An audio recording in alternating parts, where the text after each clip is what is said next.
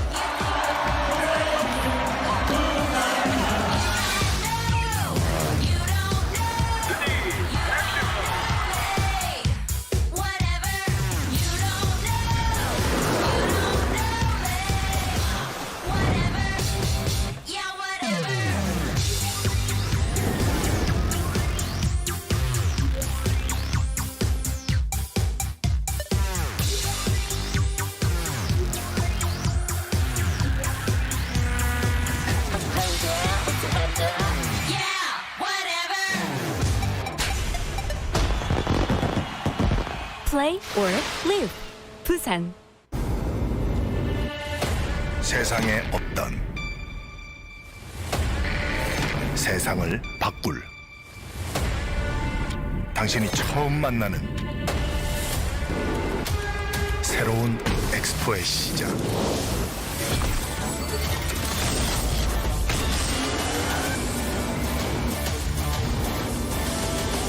2030 부산 세계 박람회 새로운 엑스포를 원해 부산에 유치해. Hi everyone. Today we'd like to introduce our first wireless offerings, the EC1CW, EC2CW, and EC3CW. Many Zowie mice users have requested the release of the wireless version of our current shapes, and it has been our work in progress for quite a while. The main reason of the prolonged process is that we wanted to enhance connection stability. While offering cable-free mobility, our wireless mice need to be more resistant to transmission interference. That's why our wireless mice all come with a unique standalone enhanced wireless receiver and an enhanced antenna at the front tip. The combination of both is to decrease chances of unexpected transmission interference commonly experienced while using wireless mice. We decided to opt for the EC series as our first wireless offerings, as the trademark shape is a very widely used option for those who prefer asymmetrical ergo design. EC features a natural curvy top shell design that provides a relaxing support that fits your palm, especially when doing long-distance horizontal movement in CSGO. It helps with stable control at maneuvering and when lifting the mouse. Whatever your grip styles, EC's classic shape has not too much palm contact and can accommodate different grip styles with comfortable posture. Measurement studies in sports science has also suggested that in prolonged uses and with frequent clicks, EC's shape allows comfortable finger and forearm posture and thus ensures endurance. If your usual gameplay requires more vertical movements, EC3CW with shorter overall length might be your cup of tea. Together with EC1CW and EC2CW, the wireless EC series have a total of 3 sizes for you to choose, based on your in-game requirements and grip preference. The weight and overall click feeling of the wireless version is similar to the C version mice, even though there are deviations due to the different interior design structure between wire and wireless versions. That will be all for the new mice. Our website has more details. We will update our new wireless model development when we can, including but not limited to the current shapes. Thanks for watching. Please DM us if you have any questions.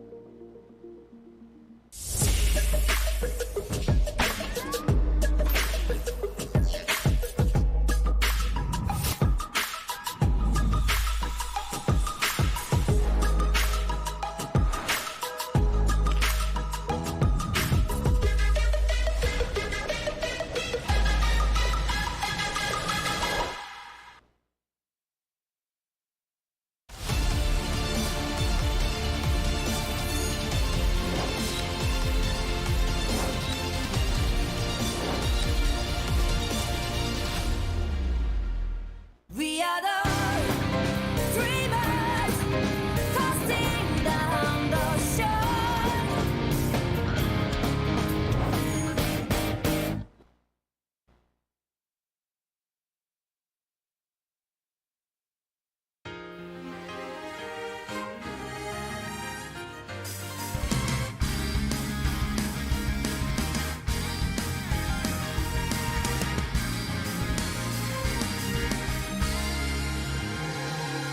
Keep me sinking in this darkness.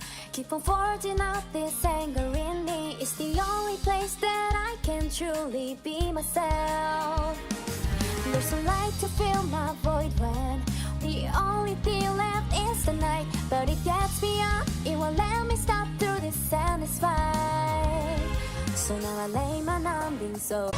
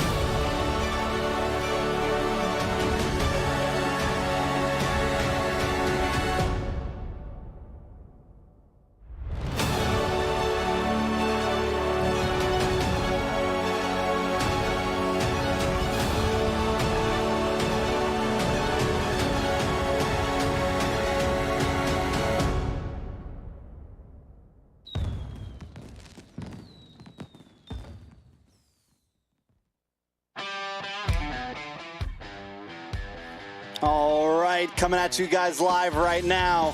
This is the WCG MLBB playoffs. We got some big teams. Before we get to all that, let me introduce you to my co-caster right now, Assassin Dave. You guys know him well. My name is Trex. How you doing tonight, Assassin Dave? It's been fantastic, bro. I cannot believe we're actually sitting here casting World Cyber Game all the way in Busan. Now, the only thing that I wish that could happen better for tonight is Trex, both of us sitting in Busan. That would be actually great in Korean Busan. barbecue. I mean, Yeah. who says we're not? Who says we're not in Busan right now? You know, I'm in a studio in Busan. That's all they got to know right now. But True. to cut to the chase, we got some big games tonight. Up front, we're going to have Echo Proud up against Echo Loud. Pretty much we got the big brother team up against little brother team. We got the M4 World Championship team, Echo, going up against their MDL organization team. So definitely excited to see that one. Before we get to any of that, make sure you spin the roulette to win the prize, win roulette chance through various events. Now, Dave, how are you feeling about this first matchup?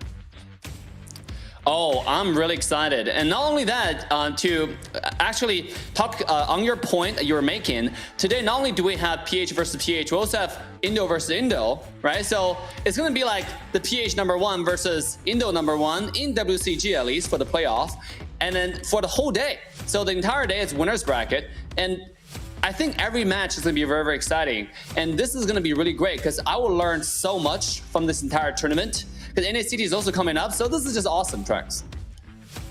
Definitely very, very big. Now, they're not just playing for nothing here. They're playing for some big prize money. First place going to get a total of 40 grand. Second place getting a total of 10 grand. Third place getting 6. And fourth place even going home with something for the team, $4,000. This is all USD. This is all official. So this is a pretty big step up. This isn't an official mobile like Moonton event. This is all ran by WCG. It is essentially third party, but they are still handing out big money to the winners here. So definitely a lot on the line over the next few days. $40,000 for first place. You know, that would have called, I would say that's a life-changing money in Southeast Asia. But let's take a look at overview. Participating teams today, all the teams who are participating. Group 1, rank 1 is Echo Proud. Group 2, rank 1 is Echo Loud. And Group 3, rank 1, we have Evos Icon. And last but not least, we do have Group 4, rank 1 is Onic Overlord.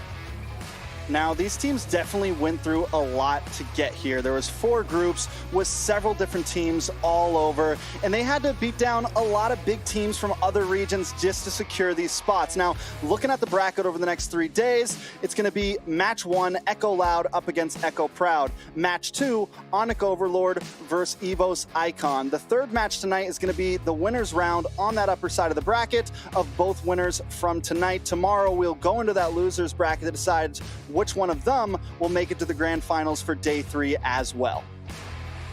Absolutely. Here we are looking at Echo Loud's roster, a familiar roster to a lot of you guys. We have Yaoi, Sanford, Sanji, Kaltis, Benicuti, the World Championship roster, probably the only Tier 1 roster from, if you're trying to look at MPL regions, but in WCG, I'm really excited to see how this Tier 1 team take on Echo Proud, which is coming up with the roster right now, Trex.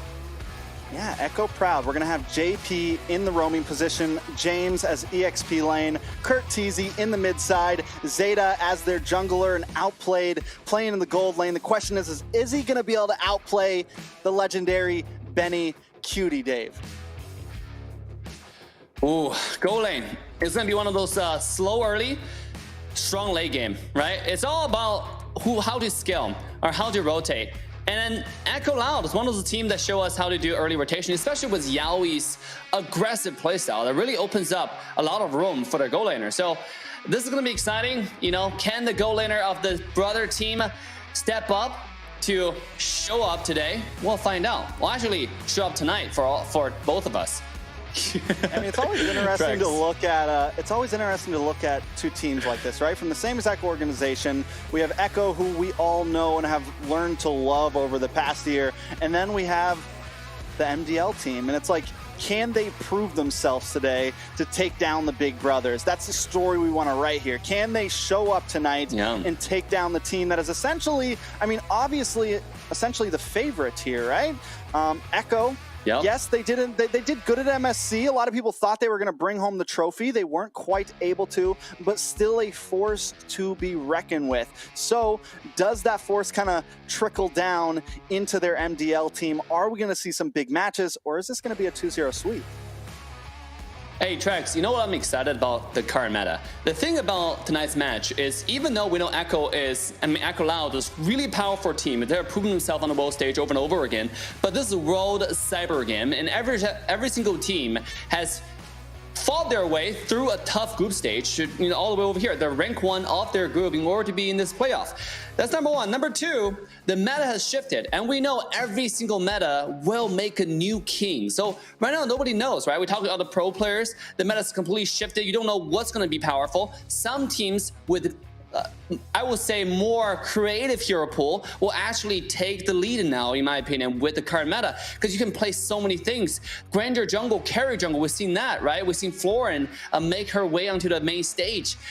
I'm so excited to see what the both PH team is going to take out tonight, as well as the Indo team. That's going to set an example, actually, for the entire world stage, entire world meta. I mean, speaking of all those heroes that have now come back and all these new things in the jungle, I think the one thing that most fans are most excited about is that assassins are finally very, very viable at certain times. We've been seeing like the Angela Ling come out, the Angela Ling combo coming out. We know that CoachTezet in some of his glory days, back when he was with Bren, was a monster on the Lance, still is a monster on the Lance, literally has a skin that is essentially CoachTezet. So are we going to see some of that from him? Because honestly, we all got a little tired in M4 watching him play things like the Frederick, watching him be forced into the tank Lance a lot. Are we going to see some big damage picks here, some aggressive combinations? Hey, I want to see Hanzo, man. That's all I care about tonight as jungler, to be honest. Hanzo with a new emblem system. I mean, you can do really well. You've been saying this since M4, Dave. You can do really creative emblems. I mean, yeah, I've been saying that. And Hanzo might get adjustment really soon. So WCG, tonight is the night, right? And Hanzo actually works really well against marksmen, especially those ones who are not so mobile, right? Like you can do really well. So it might show up tonight. And also, I'm looking forward to see some creative mid lane combos, right? Because now there's so many different options that might be viable. We're talking about Alice right before the match start tracks. I think right now with Vengeance, with different kind of emblem combos, you can really make it to the main stage with the help of Florin and some other characters.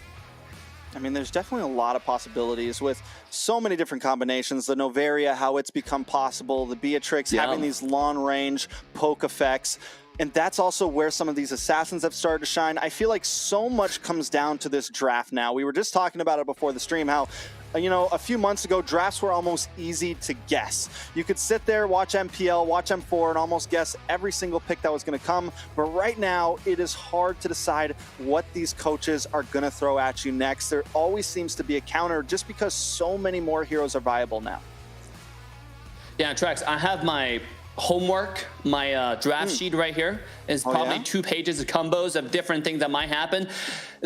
Dude, I love the meta. Not only that, I got a chance, I was talking about this, I got a chance to talk to the game developers. They truly care about how the game experience is for all the pro players and all the players. You know, when we're at MSC, they were talking about how to balance different characters. That's the reason why the current meta is so creative, so different, you know, and so, I would say, unorthodox. You know, you have to just guess what enemy can pick. There's one thing, if a team would have come out, which is Luoyi and Kaja, we mentioned this yesterday, Trex. If any team takes it out, I will personally send every player on their team a skin if they care about that, because obviously they're walking away with a lot of cash. I mean, but if they Dave do, is literally bribing teams to pick certain combinations right now. But all right, hey, why not? Listen, pick the Hanzo. Dave's got you. He's gonna hook you guys up. Just know, you know. I get it. I mean, definitely would be excited to see anything different right now. And I feel like there's going to be, honestly, over the next 6 months or 4 months, 3 months leading up to M5, we are going to see more and more new, unique combinations. We're going to see these coaches get down and dirty, kind of look in practice, in scrims, look for new heroes that might shine with the new emblem system, that might be just those hidden gems, and might just pull them out when we least expect it. You know, teams like Echo, CoachTezet, he's known for kind of picking things that we don't always expect. So, are we going to see something a little bit spicy tonight?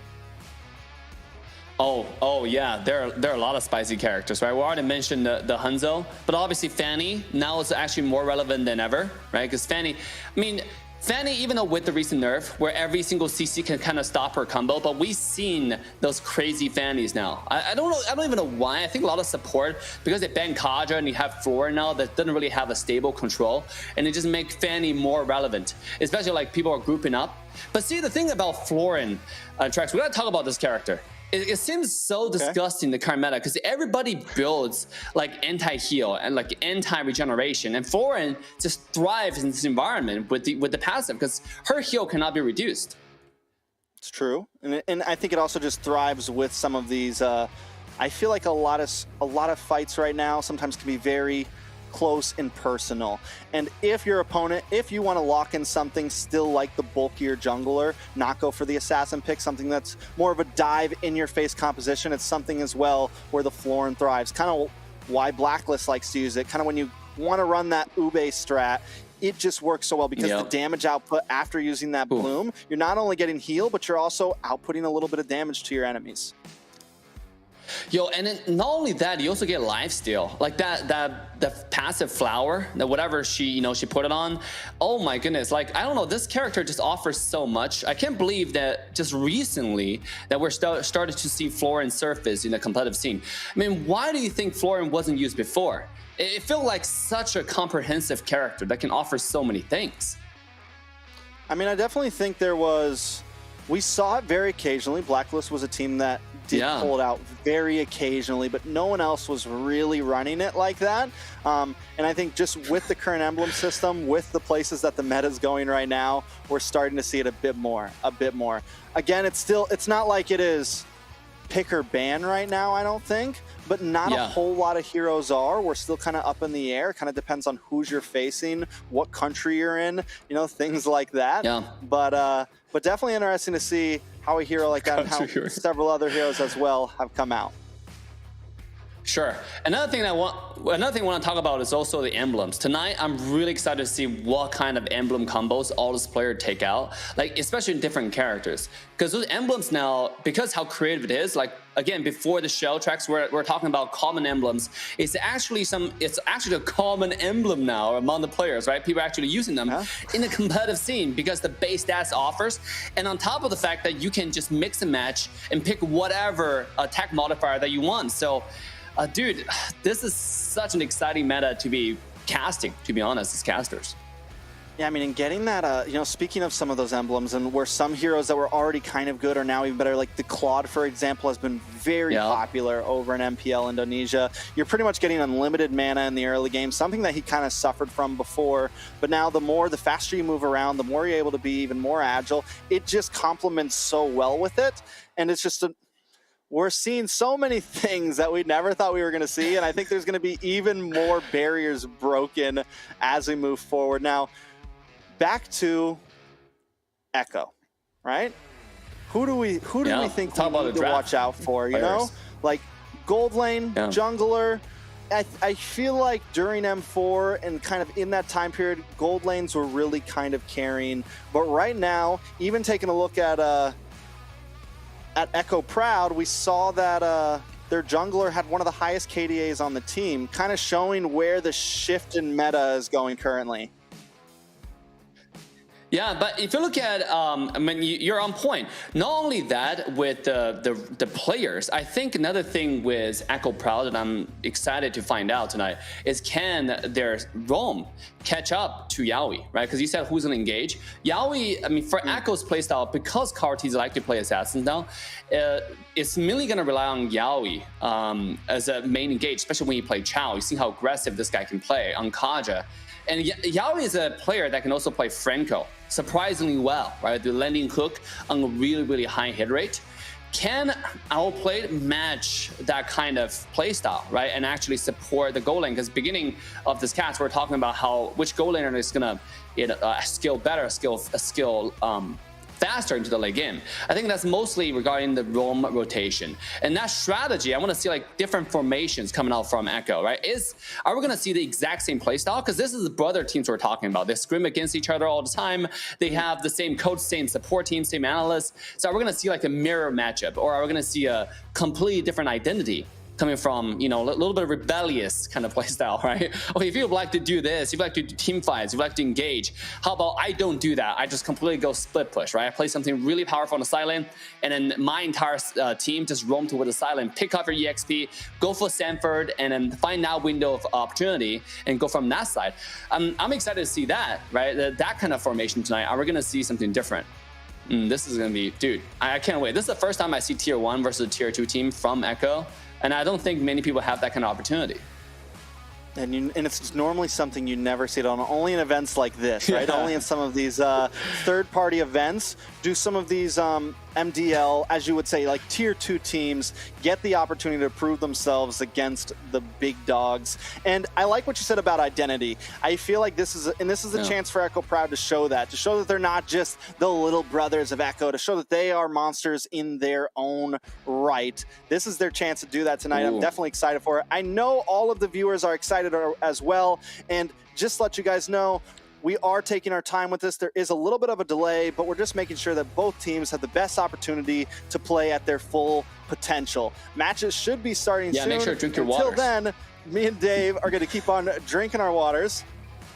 Stay hydrated. Very and important. Keeping the show going. Yeah, if you're watching the stream right now, definitely get yourself comfortable, because we're solving the backstage issues to get the game on. This is happening all the way in Busan, Korea. Like I said, dude, the food over there are insane. We're actually in a virtual studio inside of Busan somewhere that you will never know. Yeah, this is a green screen. Yeah, this is a green screen behind us. Yeah, we overnight really flighted exciting. last night. That's why we both look tired. We took it's like what was it? How long was it? Like a 22-hour flight. Took us to get there. No layovers, nothing. We just went straight. Me and Dave studied all night long, the whole flight. It was crazy. But here we are in Busan, South Korea. Never been here before, but I'm definitely loving the food. A little bit spicy for me, but here we go. Yeah, my favorite Korean movie is actually Train to Busan, to be honest. I don't know if you watched that. That's my favorite apocalypse zombie movie. Dude, it was so good. But hey, back to the game. Tonight, we got to see the teams versus teams. I want to go back to the emblems though, because like there are some possible options that's coming out, like for all the teams. My favorite emblems right now is just assassin emblems, because right now literally every single character you can run it, even marksman, because assassin emblem give you 16 basic penetration to start off, and you can start with something like the rupture, which give you additional 5 adaptive penetration, which means you have 21 to start off. Your auto attack hurts. I've been running all the marksmen with assassin emblems on the side. You have so much lane pressure, because literally starting off the game, I don't know how many people know, but all the marksmen start off the game with less than 20 armor. So if you have over 20 penetration, that means you will do true damage every time you auto attack, right? Because you take away all their armor. So like that's actually so good. Like you will never lose a trade unless they build armor plate right off the bat, which I think everybody does now because it's so important with the assassin emblem. So like I want to see how many pro players running this in a go lane and how many pro players running this in pretty much every lane, to be honest. I like it. I felt like the meme that has like all the geometrical symbols behind it when you were talking, because I was just like, whoa, whoa. But definitely, I think definitely very, very interesting. Now, so with all of your studying, with all of this in the emblem system, what do we think? I mean, what do we think we're going to see? Like, from what we've seen, what do we think are going to be some of the popular emblem picks for what roles? Has the XP lane changed that much? Has gold lane changed that much? For a while, Assassin, speaking of jungler, we kind of lost the jungler emblem. We're not seeing it used as much. But hold all that. No more nerding out. No more nerding out at all, because here we go into the first draft of Echo Loud up against Echo Proud. As you can see, the M4 World Championships will be on the blue side here. Echo Proud on the red side. Oh, right off the bat, different treatment, you know. Echo Loud, I believe. Dude, I get the names confused all the time. Echo Loud, yeah. Echo Loud is a tier 1 team, main team. Verify squad, and Echo Proud seems to be like working on their Verify badge. But we're seeing the first ban coming out. I mean, what do you think it is? Is it gonna be foreign? Because right now everything's on the table, right? Ling! Run deep. They truly know each other really well, Trex. I mean, I think the assassin bans, like I think a Ling right now, the Ling-Angela combo has been vicious lately. The Ling counters so much of those poke compositions that a lot of teams want to bring sometimes. So I think what we're doing right now is kind of forcing into the future and setting up for our own composition. There goes the Fredrin ban from the side of Echo Proud. Maybe a little bit of a target toward CoachTezet, but also taking away a possible flex pick in the early stage of the draft. True. Fredrin is just such a good pick that can go to any position, right? Like, especially EXP and jungle, the flex. And right now, because there's so many different options, like, I think banning flex, if you're not sure what to ban, is a great choice. But it seems like Echo Loud is targeting, is mainly doing like target bans, right? Because their ban is not so flexy. It's mostly just, I'm gonna ban your lane, I'm gonna ban your quad, because I know you play these characters. And look at Kaja, right? Like, Kaja is straight up, again, a singular position ban. So we're gonna take that off the map right away. And then with that, we're gonna come back to look at our beautiful faces. Yes, that's TREX right there. I mean, I was first pick. Nobody can get... I was first pick. Yeah. We are now in the game. No, yes, we are back to us right now. I'm guessing we're having a few technical difficulties. I'm sure they will be resolved shortly. Yeah. But taking a look at the start of those bans, what do you think, Dave? I think it's pretty... Dude, I missed the second ban from Echo Proud. Yeah, I believe Echo Proud.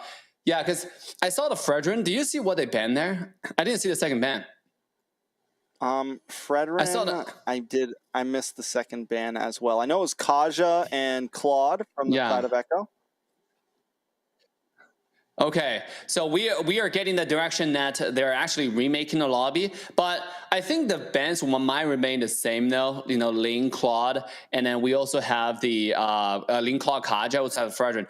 I did miss the second ban on.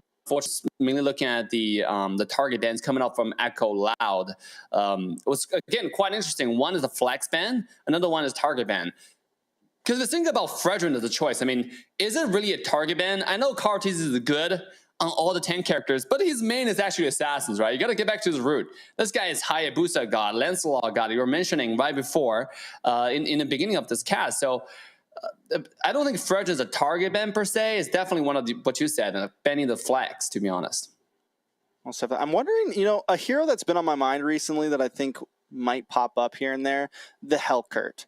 Yeah. The Helkurt was something that was banned in lobbies throughout MSC, throughout a lot of tournaments, throughout the end of NACT. It just wasn't around for a while, and I feel like a lot of us forgot of it. But it was such a good pick against things like the Novaria because of the Dark Knight Falls, because of the ability to jump into the back line and target some of those long-range squishies, as one might say. So I'm wondering if that's possibly something we could see pop up here. See, another thing about Helkurt is at Objective Secure. Right, because you can kind of create a confusion for the enemy team. Like once the Dark Knight Fall comes out, like everybody's like, "Oh my God, what's going on?" Right? Because you don't know what's going on. And yeah, and also Helkurt has high execution with the skill 2 plus retribution. So it adds together. And we're talking about like different jungler. Why Lancelot become meta such almost instantaneously overnight with especially the tank Lancelot, right? Because the skill 2 damage doesn't really get reduced in the previous meta, right? Even if you build full tank, and then you have such a high execution threshold with the skill 2 or the ultimate plus retribution combo. Either one you can use with it.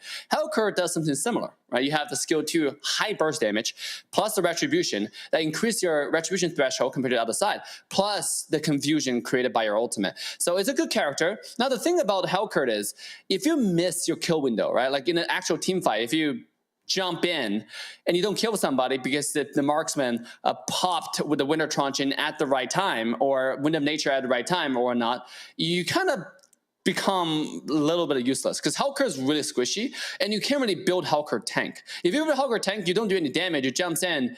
I mean, like, yeah, you create confusion, but then you just become a support.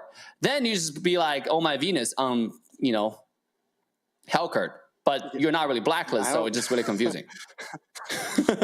Definitely something that could pop up. Are there any other heroes that you think could possibly pop up into the meta over the next, over this tournament, even in future tournaments, things like that? Anything that maybe could be a hidden gem? Dude, I want to see Alice, bro. Because you said there are a lot of things that you mentioned in the beginning was just... Should I say spot on, right? Because the common emblem give you a lot of regeneration, like common regeneration.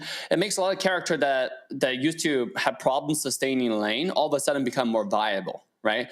Especially now, even you can build tank emblem and still maintain the important attributes those character needs in a team fight, right? Like, because most of the characters don't need late game, especially late game. They don't need the attributes really. They mostly just need the should I say the attack modifier from the emblems, right? Yeah, the main things, the killing spree that give you the regeneration after you kill, the main passive, exactly. But the attributes helps you with the early game. When you think about the tank emblem, it gives you 550 HP to begin with, just by picking an emblem. I mean, that's a lot of HP. I think early game, if you get hit by a marksman, like that does what, 80 damage for an auto attack, right? Like that's basically says that's what, 7 more auto attacks? Or think about the attack speed every marksman has in early game. It's like pa.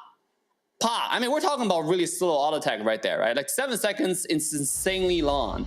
7 auto attacks, I mean, it's insanely long in order to execute. So because of the new emblem system, it gets so creative what people can do. The only thing that I'm for competitive scene though, because team are so cautious, so you don't really see that much creativity. But when you go to ranked games, when you go to like lower tier teams, you get to see a lot of creativity, right? And then it becomes really enjoyable to watch. Today is tier 1 versus tier 2, and I want to see what they can bring out. Are they gonna? And then it's more of an in-house game, right? Can they show us something different? So I'm actually really excited. Now we're back. Oh, Eve ban, obviously. Yeah, we're back to the same ban now. Yeah, and I like it, right? And we are jumping into those same bands. We take out the Eve. We also take out the Kadita here, focusing in on to Sanji. We've seen him use the Eve before. We know the Kadita's been a hot pick. So we're taking off a lot of these pressure heroes in a sense. The Kaja and the Ling from the side of Echo Loud, and the Kadita, the Eve, and the Fredrin from the side of Echo Proud. I'm wondering what's gonna be first pick here, because like we've been saying, it's so hard to guess. Everything has changed and there's so many different ways to approach these drafts. So whatever Echo decides to pick here could start setting the pace of how these next 3 days is gonna go. Oh, Valentina, really nice pick right off the bat. I was just about to say Florin is still on the table, but see the Florin, the thing about it is mainly the ultimate is just so strong, right? And you have a Valentina that can copy your ult. It's kind of like just stop you from doing it. And then not only that, Echo can still pick the Florin if they do, choose so. So right now they're in a really good position just with the Valentina first pick. And make you think of maybe Valentina is one of those characters that you must think about as a high priority, right? If you have like a lot of really good ultimates on the table. See, you can see right now, immediately we see that Franco comes out, Farsa comes out, which just kind of silently banned the Florin away from this map.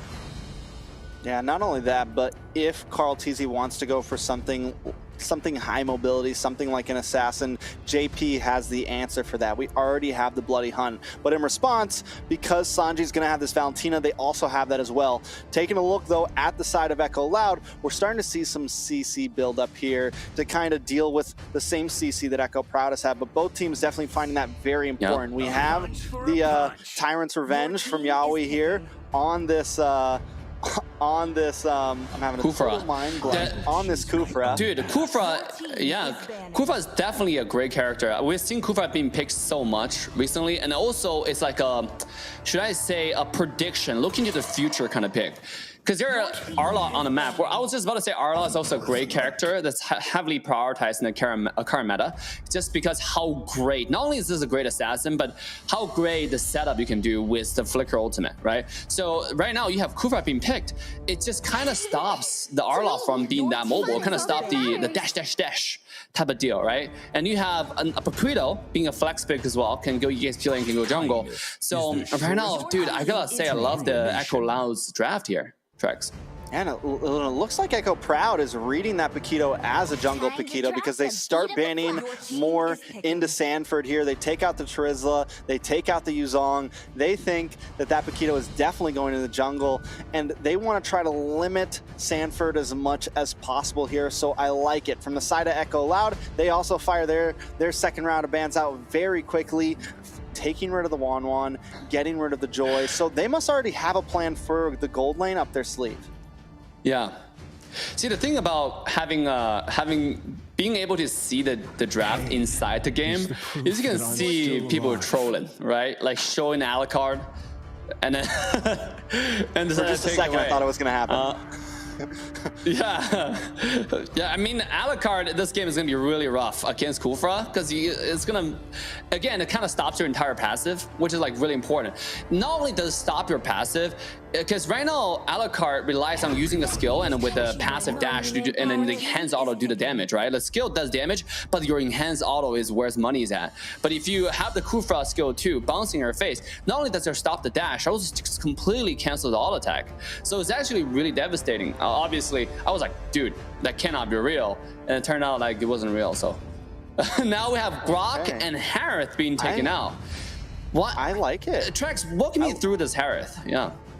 I mean, the Harith, it's just gold lane, right? And we've seen Benny Q'd on it before. Yeah. It works. It really does. He's able to pull it off. He played mages in his past. It's something that he thrives on, picking some of these mage picks in the gold lane. But the real thing here is that's what I was waiting for, the swap of that Grok and the Paquito. So it does look like the Paquito's going to go into the jungle, and Sanford's going to rock the Grok on the EXP lane, which will match up well against the EXP side of Echo Proud. The final slash, you're not going to be able to get CC onto this Grok as long as he's close to the wall to get his passive. There's so many ways that this is just going to be able to kind of deal with that in a sense here.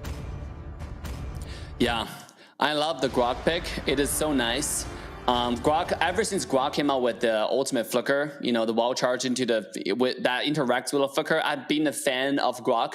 The setup potential, the one-shot potential into the back line, it's something I really can predict. In a lot of ways, it's actually better than most of the other EXP laner because how fast the execution is. You hit a wall, that person's dead. And ladies and gentlemen, here we go, walking to the first game between Echo Loud and Echo Proud. I'm AssassinDave with the wonderful, the beautiful TREX.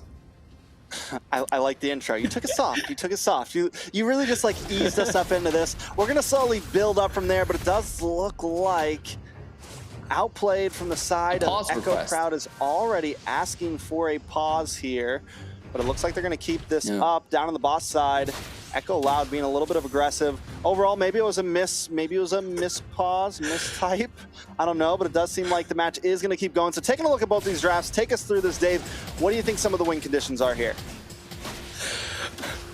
I think that Echo have the Verver. Oh, Sanji got the Lethal Wonder. So right now it's all about like who, because for the Echo Proud team, it's more of a pick, right? Because they have the high burst damage. If they get a Franco Hook with the Fossa Burst, the Martis coming in, they can do enough. But with Echo Loud, the blue side is, I mean, I should just call blue Echo and red Echo, to be honest, at this point, so instead of being confusing.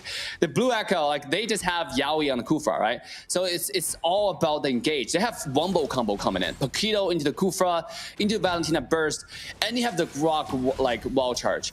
This is a full team fight combo. Their split pushing is actually not that great because nobody takes tower that fast. Even if you have Harith use the full ultimate, it's really rely on the Harith ultimate. Harith doesn't have the ultimate. It does not do any damage to tower. If Harith has the ultimate, it's still like a very limited window you can do damage to the tower. And even then, it's not that great compared to if you play a Beatrix or something, right? So here, this is really just a wombo combo, team fight combo, a team fight comp, Where the red Echo, there are a lot of picks, a lot of backline assassins. They have the burst damage, right? They have the Arlot, they have the Franco, and then the Farsa. So here we go. The engage tracks. Speaking of Franco, though, JP in a little bit of trouble here, taking a lot of damage, forced to use a bloody hump, but Yawi wants to try to get the finish. Zeta comes in, makes enough space, and JP pulls him back in. Zeta able to pick up first blood there. Turtle hasn't even been started yet, but the fight has. Sanford gonna fall next. Sanji pulling out, up in there, strike of his own. CoachTezet able to pick up Zeta. Right now we're looking at a 1-for-2 trade so far, but CoachTezet wants more. Gets a nice left jab on James there, but still Echo proud coming out on top. They are really proud today. You can be loud, but we are definitely definition of proud. That was pretty good. From JMZ. JMZ coming in with a beautiful backline, should I say domination. And then he did a lot of damage. And not only that, I was surprised how JP lived. Oh, here we go, Trex. We do see James dashing through, looking for something, but wait, the big wild charge, able to get him knocked up, but James keeps on going, he flickers through, wants to get the finish and finds it on to CoachTezet. Wait, the hook, the connection, and Zeta finds another one. That's two down for Echo Loud. Sanji just trying to pick up the pieces here, but Echo Proud has the advantage. The little brothers are older wave, and that's exactly what's happening right here, right? The younger brother team seem like they're dominating, and seem like they're doing pretty well. Yeah, it's like when baby wolves eat their dads and stuff like that. I totally get it. Or when dinosaurs used to do away Zeta in a little bit of trouble. Might get eaten himself. CoachTezet looking for the finish, but Zeta gets away with the whirlwind there, with the cyclone. I mean, right now, Echo Loud is not able to secure any kills or really make any plays across the map. Oh, here we go. Uh-oh. Y'all look for a play, but the hook pulled in, stops him from the ult. A beautiful play outplayed, picks up the kill. They didn't know he was there, Dave. They didn't know. Dude, JP is surprising me. JP is making me proud, to be honest. He survived the first dive when Echo Loud used everything on him, right? And now, not only that, just now with the disengage onto Kufra, this guy is absolutely popping off today. He's already 0-0-4, 0 death, where Yaoi is 0-3-0. I mean, like, this is literally very dangerous going back home. We're seeing Echo Proud being prouder than proud tonight. Oh, topside team fights. Prouder than loud. Prouder than loud. JP down to about 20% health, but CoachTezet does drop the feathered airstrike. Yaoi, Benny, they don't care. Benny tries to get in, can't get the finish. Once again, CoachTezet in a little bit of a bad spot, gets a stun onto Benny. Benny finally picking up the kill. Yaoi looking for it, but the recall comes back just in time. Echo Loud finally getting another kill on the map, putting them at 2-6. May be able to fight for this turtle, but Zeta and James are here as well. JP coming in on the backside. Zamon's Force does drop, but the final slash pushes Benny over the side. Big wild charge, knocking up 3 members. Yaoi able to secure the turtle. Sanji takes out James. Yaoi takes out JP, and now Echo Loud. This is to show you that number advantage never goes wrong, right? Despite the fact that Echo Loud used everything to kill CoachTezet and CoachTezet as well as JP, getting chase JP low on the top lane just now. But they had 4 people onto the turtle. And even though Echo Proud didn't have... Teams kind of thrive in this mid-game. Yes, they can lose a little bit in the first few minutes, but once that 6, 7, 8 minute, once those power spikes start to happen, it becomes huge. And the main player that hasn't taken any deaths here, the main star of Echo Loud a lot of the time is Benny. 2-0-3 right now, and we're starting to see him pack a punch, Dave. Yeah. Oh, let's take a look at farm. I'm actually really intrigued by the items at this point, and also the emblems. Hey, if you take a look, Trex, what's interesting is a lot of players are taking the movement speed emblem, right? If you take a look at the emblems, right? Oh, here we go. Another team fight, Trex. A little bit of damage. CoachTezet gonna be the first to fall here. Zeta looking for another one. Benny in a little bit of trouble. Able to pop this Mon's Force though. Wild charge comes in. Sanford getting the knock up onto Zeta there. Nice hook from Benny. Able for one trade there. Not only that, they're gonna take this mid lane tower and possibly the turtle. Yo, that's a younger brother, all right. You know, like that's for sure. When younger brother and bigger brother getting a fight, the younger brothers always have the upper hand. It's just this is how it is. Unless the bigger brother learns Kung Fu, but that's very rare, right? I mean, in this scenario, that's exactly what's happening. Just when we're talking about Echo Loud might have the chance of regain the momentum, regain the control of the wheel, and then Echo Proud took it back. from the very palm of Echo Loud. So this is quite interesting. James has been doing a fantastic job, and CoachTezet might be diving a little bit too deep, even with big Tyrant Revenge. The Kufra's ultimate. It still doesn't seem like this is the Echo that we know. Oh, Tiger's Rage. It still doesn't seem like this is the Echo Loud that we like and love. The synergy is not there. Maybe like they're also on jet lag. Yeah, but wait a second, the bouncing ball.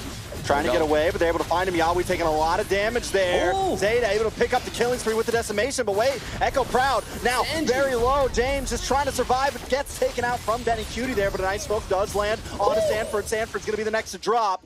Zeta looking for something else, but very low HP. Sanji just trying to get away here. Zeta finding it, but Outplay picks up the final hit. That's a 3-for-1 trade once again. This could be 4. Benny Cutie drops some on forces in the middle of 4 players. Can he get the Outplay? Can he find something? No, the shutdown. Outplay with the Outplay. This is not an outrage. Echo Proud on the prowl.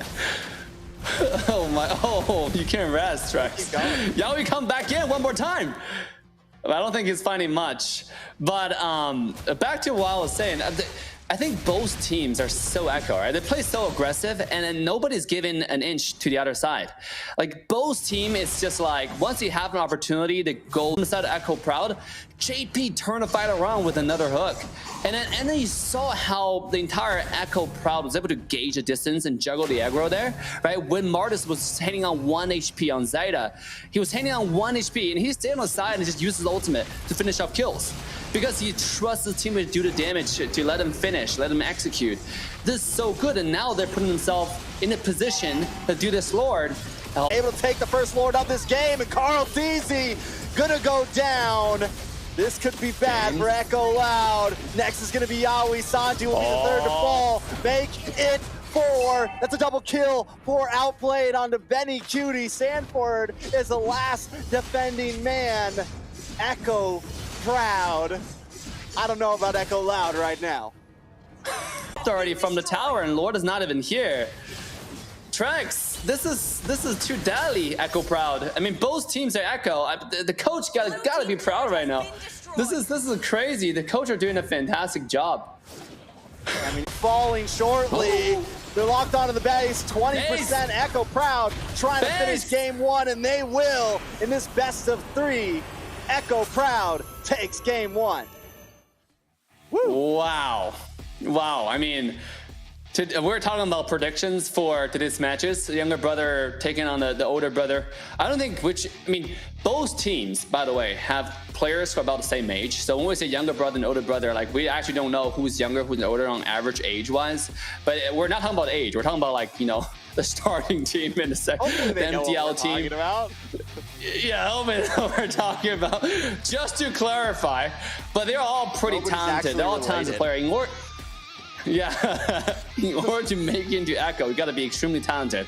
We're talking about Philippines, one of the regions that actually have taken the most amount of championships. Tonight is the reason that you know why Echo first team is so good. They're training with this team all the time, right? Like, imagine training with a team that's just equally good, but not able to make it, right? Maybe they're not as good looking. And I think, honestly, really, the man of the hour there, so many hooks that, and like, you see Franco's that land good hooks, like you see crazy hooks, and JP's hooks weren't like, wasn't nothing like super crazy, but he landed the perfect hooks, starting from the very beginning when he pulled Yawi out of his Tyrant's Rage.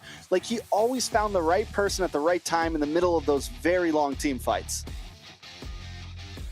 Yeah, let's take a look at the items. I actually want to see this item for a long time.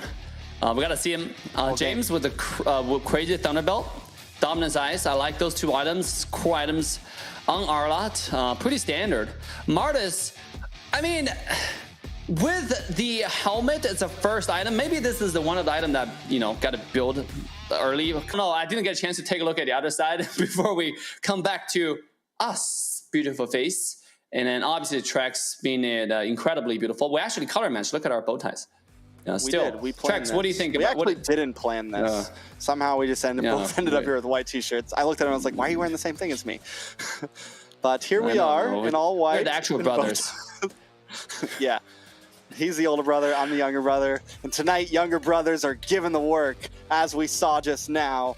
Echo Prep seemed to, like, when things got really technical in some of those longer team fights, they were able to make the plays that mattered. Like I said, JP was super pivotal there. And I'm wondering, you know, we saw Echo Loud ban out the Kaja, which means they want to get rid of some suppression there. But then they end up giving up the Franco, so they have no kind of real suppression of their own. Dude, suppression is so good in the meta right now because there's so many different characters. Suppression character, the only suppression left in the game. You know what? I definitely hope that Sylvana get another suppression. People say there's too much suppression. I think it's not enough. Sylvana's ultimate is really hard to land. If you get that into the game, it might be really good.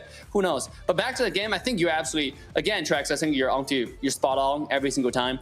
Last game, JP popped off. Not only that, every single player, right? I mentioned James because I'm more of a flanky type of guy. I like focus on the EXP laners, right?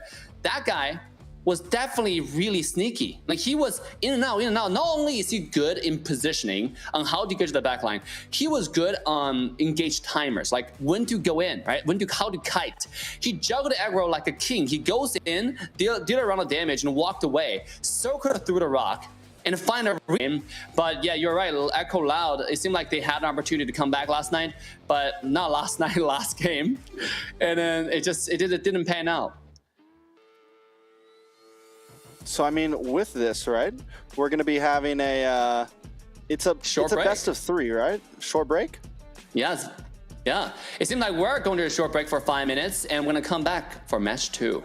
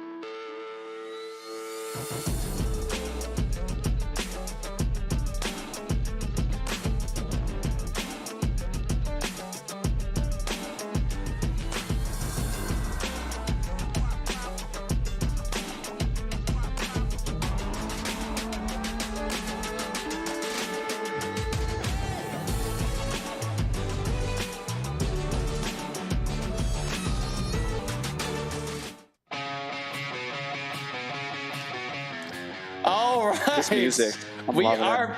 Yeah. Yo, dude, we're vibing. We're singing in the back with this music tracks, and it's really Loud fun, and proud. to be honest. Like I can see. Yeah, I can sing this all day.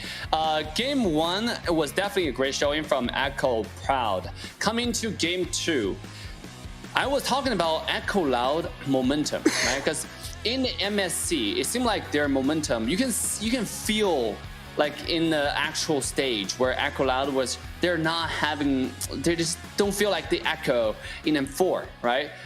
Or in PL. So now coming to this tournament in WCG, it feel like it's not the same characteristic. It feel like they're off character for a little while. It's like if Echo is like this beautiful movie and all the people are like Grok ultimate or the Grok engaging Kufra ultimate and then into the Paquito combo, Valentina, that never happened. You know, that never happened. And then it just seems a little bit odd. It's like one off another. CoachTezet getting caught off way too much.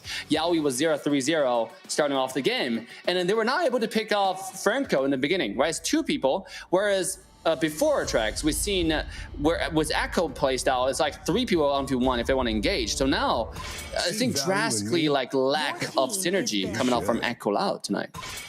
I think maybe also a little bit of like maybe they underestimated their opponents here because it felt like they kept wanting to be the aggressors. They were never the reactors. It felt like they were starting a lot of those fights, and JP was waiting for that. Right now, it feels like Echo Proud kind of has Echo Loud's number a bit. They know how they play. They know what they want to do, and they're just waiting for Echo Loud to make those plays, make those quick movements, and they have the instant counter to it, the instant counter attack in those team fights. So this time I think Echo Loud needs to switch things up a little bit, maybe play all of this a little bit differently. Oh, here we go. The Franco ban. And it's like a mutual respect Kaja ban, the double suppression ban away from the map. So now it's just engage and disengage, right? So are we gonna see a huge engage pick and then diggy pick, or is it gonna be a double aggression engage? Again, this is brothers. This team train against each other day in, day out. Oh, one more time, the Eve ban and Fredrin ban. This is the standard bans from the last game, right? Except for, with the exception of the Franco. So Echo Proud definitely come in. Even though last game I leaned towards Echo Loud's draft, and then turned out Echo Proud had a plan, and they played with momentum a few times. You can say that JP got lucky. You can just say that, or Echo Loud was just like off sync a little bit. It was 2 versus a Franco, and it just barely missed the kill. But nonetheless, I mean, this game, let's see. First pick, Claude. What do you think about that, TREX? I mean, like I said to you, the Claude has been something very, very valuable. Over here in NA, it seems like it hasn't quite caught completely yet, but the Claude has been like the gold laner. It is currently the goal lane, especially with some of the tanky EXP lanes that are popular. The Uranus has gotten popular. A lot of other tankier heroes have gotten even tankier because of the way you can use the emblems now to sustain. So he just works very well. He also has mobility. Pretty much you get all the things you used to have with Claude, but you get a little bit more sustainability in the early game. You're able to move around a bit more, and you don't have to ever go back for mana at this point. Yeah, absolutely. And now we have the standard picks again coming out from Echo Loud. Valentina and Kufra. This is the same draft from last game. Valentina and Kufra, first, second pick. Oh, we're talking about engage on engage, aggression on aggression, violence on violence, momentum on momentum. This is it, TREX. You have Kufra and Minotaur. Now the thing about Minotaur is when Minotaur uses ultimate, he becomes immune to quad control. So it's like it's a good way to counter Kufra, in a sense, right? Because it's just like pa, Million Fury, knock up mini. But now remember, the ultimate can be copied by Valentina. So, and it's big ultimates. So when they pick stuff like this, you gotta, think about but Valentina's Valentina, right? There's not too many counters against it, especially on top of the fact that all the suppression are taken away, so you can't really target him. Now, this does have really good combos, though. You have Minotaur jumping in with a big AoE knockups. With Kadita's combo, right? You don't have to use Petrify anymore. Just go in, big AoE knockup, into a big AoE knockup, into the ultimate, into the rough wave, and it's over. 1-1 being taken out. 1-1 against Claude. I mean, do you think this is this is like one of the OG one-on-ones into the goal lane? But it seems pretty boring because there's not too much going on into the goal lane. But 1-1's gonna have a little bit of advantage because he is gonna take the Inspire. Yeah, I do feel like, I mean, I definitely think Benny Cutie and and this Claude right here are gonna, there's not gonna be too much happening in the early stages. Where I think the 1-1 is gonna be crucial here, right, is the fact that you can nullify the CC, right? So if you can bait out that Minoan's Fury, move around, it could become the perfect target, right? If you can bait out this Kadita to try to dive in, use the rough waves, get a little bit caught too deep, Benny Cutie could be very, very crucial here as long as he plays the 1-1 right. Right. But seeing as with Minoan Fury, it's a 3-stage knockup.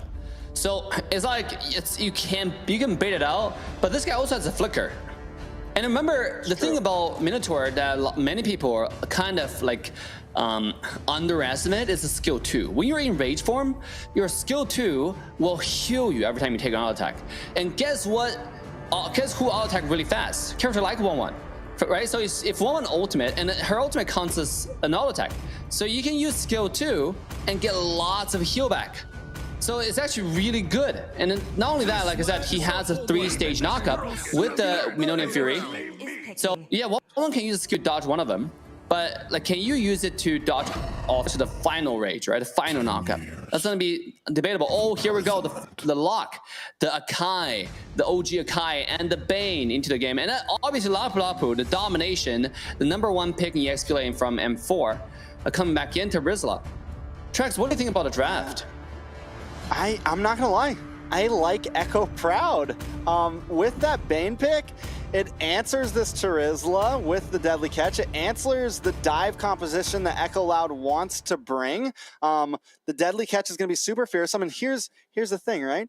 You talked about it before. Is Echo Loud losing some of their momentum that we saw from M4? It feels like they're still picking some of the same picks that we saw back in M4. It feels like they're still picking some of the same picks that we saw in 3 months ago meta, to whereas a lot of other teams are willing to experiment, willing to pick up these new things like the Bane, like the Minotaur. And if this works, let me make this very clear. This is match point right here. This is not a best of 5. Yeah. So it does seem like as we jump into match point here, Echo Proud up against Echo Loud.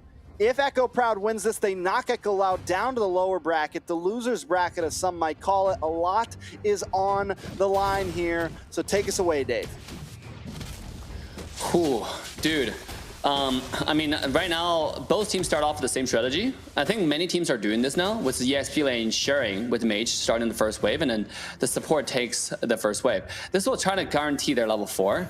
But I want to take a moment to follow on the point that you mentioned a little bit earlier, with the big teams missing on the momentum.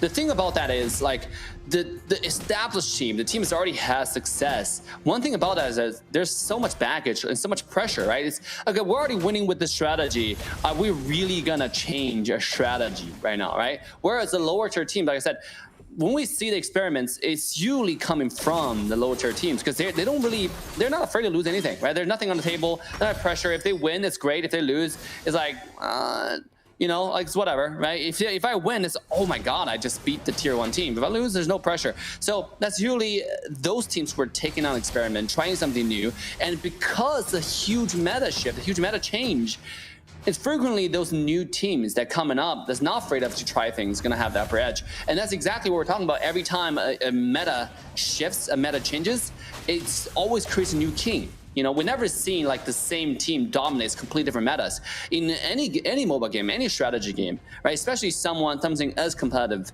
as Mobile Legends Bang Bang.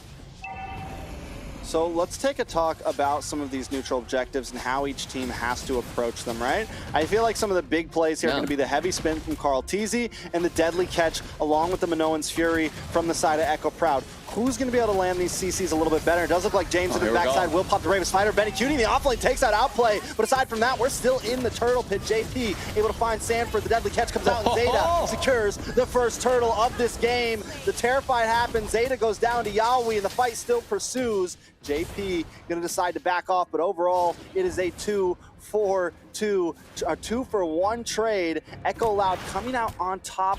They do lose the turtle, but it is huge that Benny Cutie gets that kill up in the top side 1v1.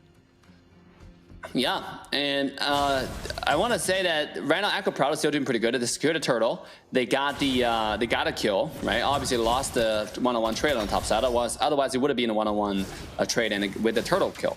So overall it's pretty good. And then you also see the combo coming up, right? With Zeta, with JP. Right now Echo Proud is definitely doing everything correct in my opinion, right? Like they have the momentum. They're doing all right. James onto Sanford is not afraid. You can see James, there's not a second of doubt. Where a lot of teams, when they go against like, you know, really strong team like Echo, they become kind of not them, right? Like they're afraid to fight. They're afraid to, even in a winning condition, the winning situation, they're still kind of nervous, or should I say, right? Oh, here we go. Outplayed. Actually, outplayed CoachTezet and went back to the top side. But this might be a dive, TREX. Yeah, I mean, they're just keeping pressure on keeping Outplay away from that tier 3. They're going to give Benny Cutie as much space as he needs to get more gold plating. Though it doesn't seem like he got a lot, it is still putting him a little bit ahead of Outplayed here, which is important. Now, you talked about combos earlier. If we want to talk about a wombo combo, Echo Proud definitely has it. You have the Wild Catch, you got the Rough Waves, you got the Minoan's Fury, you got the whole package, the whole meal here, ready to serve to Echo Loud. Echo Loud also kind of has that, but I think a lot of it, once again, is going to rely on Benny Cutie. And here we go, a little bit of damage. The Rough Waves dude comes out, helps JP. He gets him Minoan's Fury. CoachTezet trying to fight back, but Zeta still finds it with the Crab Claw Cannon. JP survives. Off Echo Proud. Oh my God, TREX. What? Why did JP keep on doing this? Right, he survived yet again with sliver of health. I mean, but that was a beautiful wombo combo though, right? Like this is the wombo combo that Echo Loud wanted to pull off last game with their engages, you know? But it seemed like Echo Proud was doing it for them. And it's doing a fantastic job. We've seen knockup, pump ultimates.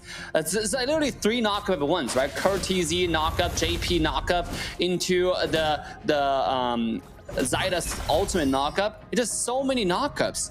And it looks so beautiful because not a single person, except for Sanji, has a Purify on the side of Echo Loud. You know, in the very beginning, before all these games started, you mentioned identities, Dave. And Echo Loud has always been, I mean, I feel like their identity has been volatility. It's been aggressive. It's been in your face. We can also play slow. They've mastered so many things, but Echo Proud is, right now, is a perfect answer to that. I normally don't like teams being reactionary, but Echo Proud has seemed to master that. Like you said, Echo Loud makes this play, but Echo Proud instantly responds as they have the competition to do it. And here they go, trying to do it again. JP will possibly finally go down. He's still up, pops a flicker, Outplay finds Benny Cutie, and that is a good trade. JP goes down, but that's okay, because CoachTezet will fall next, and there it is. They have been reacting perfectly. Oh, TREX in the mid lane, no. It seemed like the trade-off of skills. On the wait, TREX. Wait a second, Sanji in a bad spot, forced to steal the headly catch with the IMU just to get away. Sanford in the midst of things, getting some nice damage on a CoachTezet here, trying to get the finish. Can he though? CoachTezet able to just escape, but Yaoi comes in with the Tyrant's Revenge, able to find it. Sanford goes down anyways though to James. They are back and forth right now, blow for blow, and Yaoi almost takes a left hook, able to get away though. Benny Cutie with crossbow tame, able to lock onto James there, but can't get the finish. The shield comes in time. Overall, it's 5-4 at 6.5 minutes. Echo Proud holding about a 1,000 gold lead. You know, I usually don't talk about mechanics, but just now that was such a beautiful mechanic from Outplayed. Played by Outplayed, right? I mean, Outplayed with the Outplay. When Benny Cutie was getting that, when the entire Echo Loud was going on to Echo Proud with the engage on JP, Outplayed immediately jumped in with the ultimate to stop before that TREX. Wait a second. Jake huge still no-name able to get away, responds, gets a knock up to Petrify, the rough waves, and Zeta takes the turtle. CoachTezet can do nothing but run away with that heavy spin, but they don't want to let it happen. James tries to get the finish. Biawi comes in the nick of time, able to stun him up and allow CoachTezet to escape with a sliver of health. Sanford coming from the side, but Echo crowd doesn't want to stop. They're going to move on to this tower, finally backing off, but still the aggression is there, Dave. I mean, there's not too much. Just now, the turtle fight was pretty standard. Echo Proud had a position, and then they played aggressive, but a little bit disconnect, obviously, you know, because they used the Minute and Fury to delay the turtle. And every time you use that, when you have a separation of skills, you're running into a problem, right? You have to do one thing at a time. You either fight, drop the turtle, or you just do the turtle. But just now there was like disconnects. Panda can just use the ultimate Purify and go back in to try to steal the turtle, which resulted in a lot of wasted skills. The fact what I was trying to say was outplay. You know, here you go, the exact same situation. JP getting caught.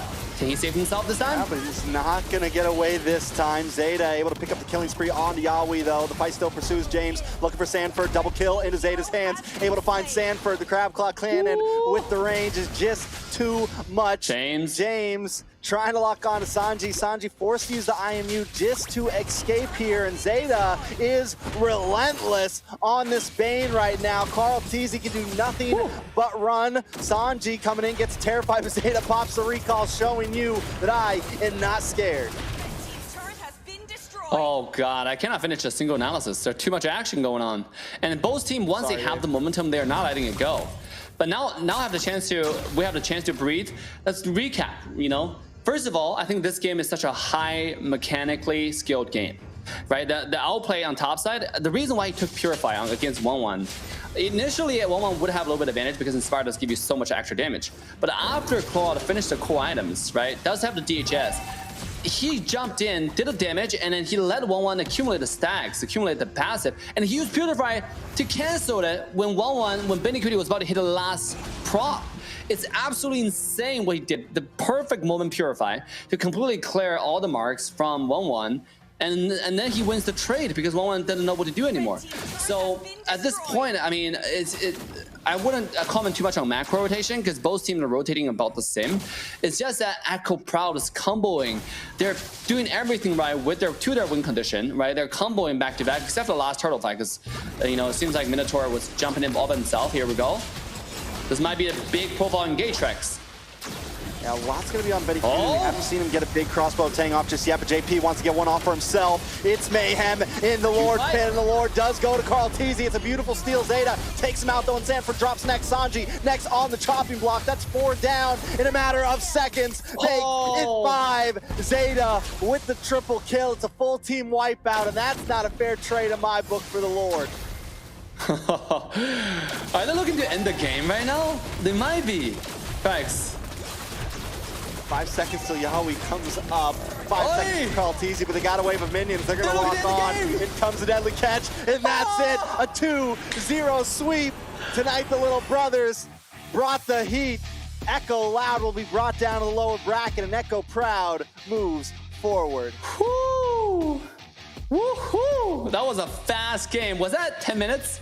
That wasn't 10 minutes, right? 9 minutes? You get the Lord, we get your team, we get your base. We got a clean ace outside your base. That was pretty good. Initially, I thought the team fight was a little bit disengaged, but Minotaur quickly came back. The ultimate served the purpose to separate the team fight, in a sense, and he jumped back in. It seemed like a pretty good engage initially from Minotaur, but the ultimate didn't land on too many people. But it does separate the battlefield, and he came back in, and everybody from the side of Echo Proud just dove onto the 2-3 people in the front. I believe it was Yawi and then as well as CoachTezet. So they were completely separated. Yes, they got lucky with Retribution then because we all know that's really just 50-50 at that point with the Battle Wars. It's been like that for quite some time now. But still, 2 versus 5, right? And Echo Proud just dove on them, got a clean ace, and then move on to the base. How they tanked the base, waiting for the minion wave, was absolutely textbook, right? You saw that? How they tanked the high ground tower, and then move on to the base. That was beautifully done, TREX. Most definitely. And taking a look at some of these items here. Mainly James with the sustainability. Not only that, but I mean, just a lot of tanky force. but that's what allowed Zeta to build a Blade of Despair, and he immediately starts scaling. He's able to spend a lot of money. Sometimes you kind of want to, do we want to risk it on this Blade of Despair so soon? It's such an expensive item. He's able to do that, and that's when we started seeing that the Crab Claw Cannon really start popping off. He's able to get that bounce, that ricochet shot, and that's when it's doing even more damage. And I mean, at that point, people are just getting sniped left and right. Trex, I know we're watching the items, but I just can't, but to notice that for the side of Echo Loud, they all had girlfriend pictures. I mean, like, this is so interesting. It's the first time we're gonna see the profiles or ego pictures. I mean, that was interesting. That was definitely pretty good. But Echo Proud's gonna take the series, which means they will proceed to the upper bracket final and dropping Echo Loud into the lower bracket semifinals. Something that few people predicted will happen, but you never actually just underlook the underdogs, right? Especially similar in a lot of scenarios, in a lot of situations. We talk about meta has completely shifted. Right now, who will win? Certain, right? The old kings, right? Who cares? Look at this. Look at the wombo combos, right? Look at the different identities being displayed by Echo Proud. The engage wombo combos, the picks, the hooks, the JP landmark with the hook, with the ultimate, with the disengage onto the Kufra. This has been beautiful. This has been a beautiful series by Echo Proud. And the next series, we want to see some Indonesian action, because Indo actually play a completely, even a more aggressive identity than Philippines. So I cannot wait for the next series, Trex. Yeah, I mean, win or lose, either way, the Echo fans did win today. But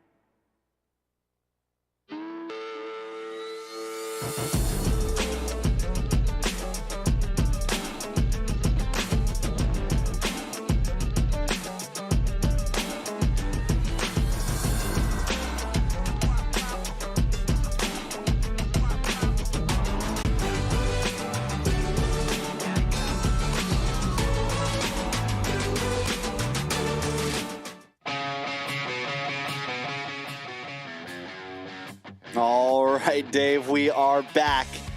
To those that are just joining, this is WCG, the World Cyber Games, coming live from Busan, South Korea.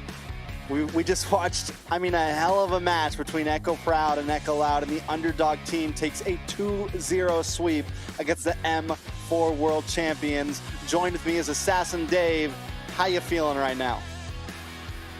It's Echo Proud who proceeded to the final of winners bracket. Now they're going to take on the Indonesian teams. The upcoming match, we're going to have Evos Icon versus Onic Overlord. Again, I'm tonight, even though this is like 3 a.m., but I'm excited, bro, because I got to see some really strong line meta from the top players in SEA, right? Like the meta are shifting. We're talking about how the entire meta is shifting. Everything's different now, and we're seeing that firsthand, TREX, in this game. And now we're looking at the roster from to, I think Sasser is definitely going to be a hero we need, or definitely a player we need to keep our eyes on, honing down the mid lane. And this just goes to prove even more of where the meta is right now.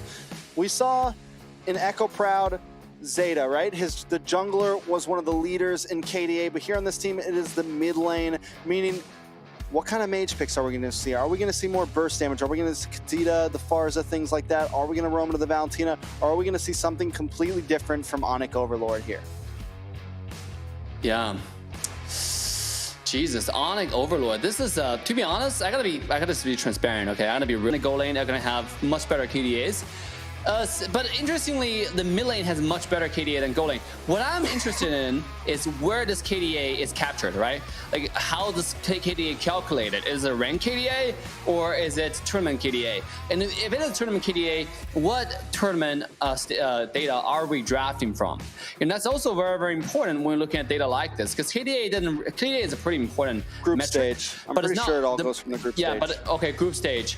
But is it the most important metric to evaluate a team? Because if you think about like jungler, right now in Mobile Legends Bang Bangs, mostly jungler's objective is mostly secure, like what? Secure objectives, right? Different assassins. Now let's take a look at Evos Icon's roster, TREX.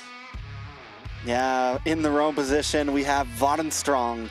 In the XP lane, we have Veldora and Von Strong. We're going to be saying it like that all night. After that, mid lane, we have Krite. The jungler will be Sutsujin, and the gold lane will be Doma. This is the lineup for Evos Icon tonight. And, you know, Indo versus Indo, Evos versus Onic. This is a tale that has been told many, many times. These are two teams, two organizations in general that have battled it out for the past few years. And tonight, though these aren't the main lineups, they aren't the tier ones, as you would like to say, Dave, this is still a major org versus org battle. Yeah, this is Neil Armstrong we're talking about, right? I was gonna say Neil Armstrong, but this is Neil Armstrong. Dude, I literally don't know first how Mandalorian on the you moon, pronounce right? it. That's the first. That's the first Mandalorian on the moon, right? Yeah, he's Neil Von Strong. Yeah, exactly. He's the first. I'm pretty sure Van Strong is the first roam with 8.0 KDA. Like, how? Don't tell me that's from a tournament, TREX. Like, how are you gonna be a roam player and have 8.0 KDA?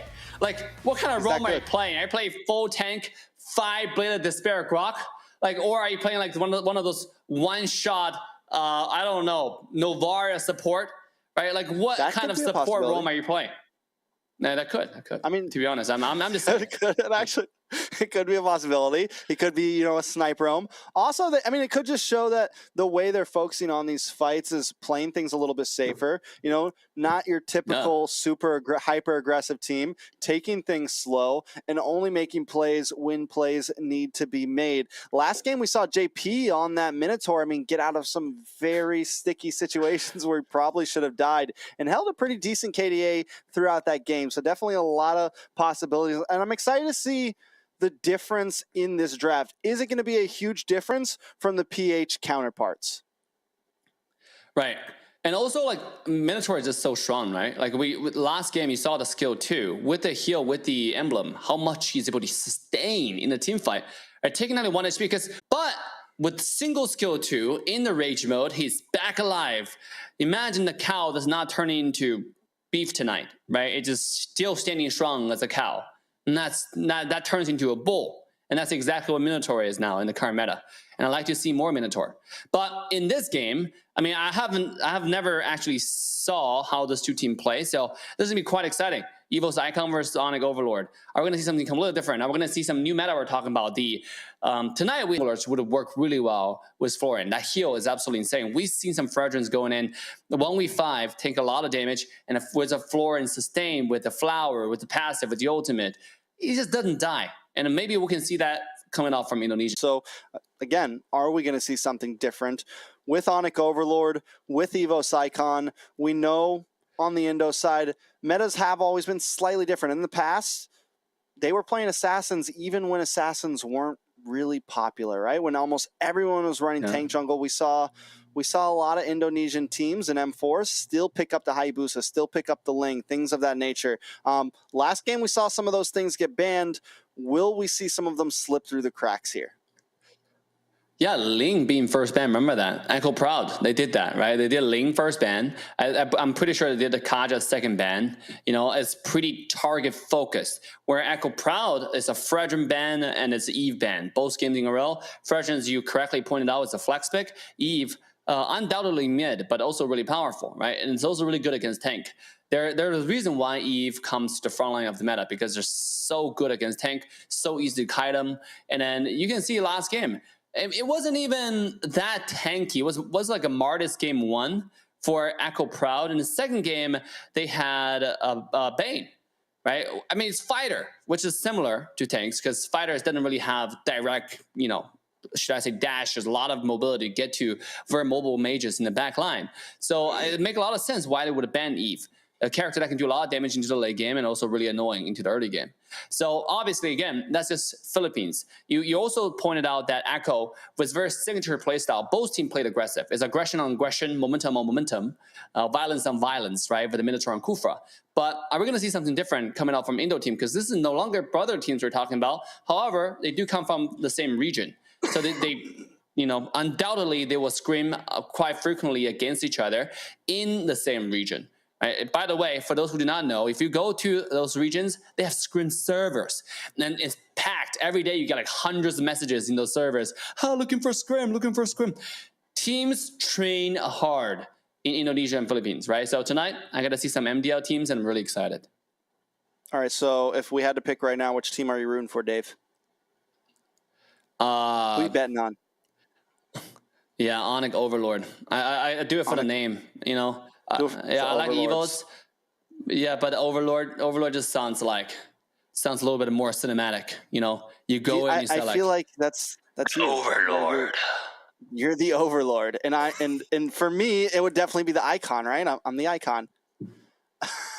So it makes sense. You know, it's a good fit. I can do this. You see, if I do this, it looks really cringe. But you do it, actually looks really cute. It looks really kawaii. So it makes sense. Like you're supporting icon, right? So yeah, but Overlord is definitely like more of a Uncle Dave style. Overlord. Yeah, I like this it. is really good. My man came prepared with the voice changer. I love it. I think some players that we do want to watch out for on Evos Icon is going to be Veldora, Sutsujin in the jungle. I know Sutsujin has had a lot of FaceTime, and not just MDL, but some other tournaments locally, things of that nature. His name has become pretty well known, so I'm excited to see what he brings to the table here. Now, the game should be starting shortly. Again, we're making sure that both teams have the best capabilities and they fight in a very fair environment. So we have a little bit of time to kill. Dave, back to this. Onic Overlord up against Evos Icon. What do you think some strategies may be as we jump in to this first game? Oh, God. I mean, Onic also not well. Yeah, if this is the same Onic, or if they are brother team of Onic because they use Onic, even though you have different logos, you know, the later game is the Overlord, but the later half, but it's Onic, right? If they train with the starting roster Onic, I mean, we're talking about Keyboy, we're talking about, again, a very aggressive playstyle, similar to Yaoi, right? Yaoi and Keyboy, they're very, very similar in how aggressive they like to play. So if that's the way it is, and that's the only possible assumption I can have at this point, a logical assumption. So I would assume that Onic's playstyle, Onic Overlord tonight is going to be very aggressive. Are we going to see some Chow? Are we going to see some Kufra? You know, like those heavy engages, right? Engage from far away, high mobile engages. From Evo's icon, that I cannot tell. Evo is such a versatile team. They play everything, and then obviously they were once world champion, and then coming to in MPL, they've never, should I say, ceased to lose or surprise their fans with all kinds of picks they have. So tonight it's going to be really exciting. I'm just really excited to see Hero Pool versus Hero Pool, and then honestly, I don't know how Onic Evo's icon's going to play tonight, but hopefully Onic's going to pull off an incredible aggressive show. I like aggression, to be honest. You know, I'm all about those aggression, if you know what I'm talking about. The aggression. I like it. I like it. And it seems like, I mean, it seems like we're kind of creeping back into that very hyper aggressive meta in general of just like in your face. We're not wasting any time. We just saw a game end in what was the final time? About 9-10 minutes. That's something that we haven't seen in a while. Games for a minute there were like running to 20-30 minutes sometimes with the tank meta that was in. Are you a fan of where this is going? Do we like heading back into this fast pace? Oh, absolutely, bro. Echo proud of what they did in game 2 with the 9-minute game. Slap on the face for Anko Loud was really good, right? The way how they ended the game, it was just beautiful. And again, we talk about this repetitively regarding how the top tier team is really hard for them to adjust to the new meta, because what's already working, why change it, right? The only way for them to change is a strong shift of meta. Somebody proven that their strategy is superior now in the current meta. The way how they draft, the way how they pick is a little bit better now in the current meta, and they have to beat you with it, and that's when you're like, oh, okay, that hurts. You know, that's when you wake up to the moment and then you do some changes. And that's really the only time when competitive teams make the change when new meta shifts. Is you've seen the reason why Philippines have dominated entire Mobile Legends for so long is because the meta has stayed stagnant for the past year and a half, right? For the past many seasons. And that's why they dominated for so long. And now finally we're seeing a huge shift this year. And by the way, we already know this year, not only the current meta that we have is just the tip of the iceberg. They're a lot jungle. All that kind of stuff is going to resurface back into the meta. And I'm so excited to see where this is going to lead us. Because I think every time there's a meta shift, it just breathes new air into the competitive scene. It makes the tournament more fun, more enjoyable. You watch MPL Indo all the time. Is there any silhouette of Indo meta into this? I don't know. I think Indo definitely has a good. They're in a place right now that we haven't seen them be at for a little bit. They've always I feel like PH was very complimented by the last meta. Teams like Blacklist, CoachTezet did very well in some of those tank junglers. And Indo was really hanging on for a bit there, trying to still make some of these assassins work in a time when it didn't work at all. Still make this fast-paced meta work in a time when it just didn't really have a place. And right now, with the volatility that the meta is in right now, with all these new picks, with all these possibilities, I think this is a place that Indo's thriving right now. They're loving this. They're loving the insanity of everything right now. And it's why we're seeing them do so good. Onic takes home MSC. I mean, definitely just in a place where this could be a spot that they could reign supreme. And as we saw in last game, we saw with Echo Loud, they had a little bit of issues. In the past, you would get punished for trying something like that. You pull out a Minotaur, you're going to get punished. You pull out a Bane, you're going to get punished. But now those possibilities are here.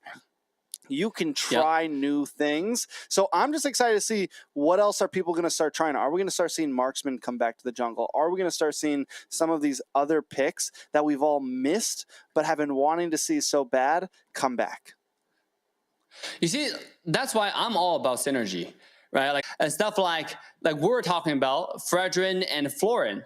But Fredrin has been here for so long, he's jaded. We don't want to see Fredrin anymore. Let's get some Alice in Florin, right? Put a flower onto the Alice, give 10% magic lifesteal, and get an incredible heal in, and make it awesome, you know?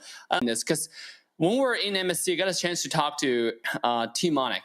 They were begging for a meta shift, right? Like they want to see change because they have huge hero pool, and then they really want to see it. All right. And it seems like, yeah, we are going to see a small break because our backstage is getting the entire tournament set up. So I guess we'll see you guys in a few minutes. Don't go anywhere.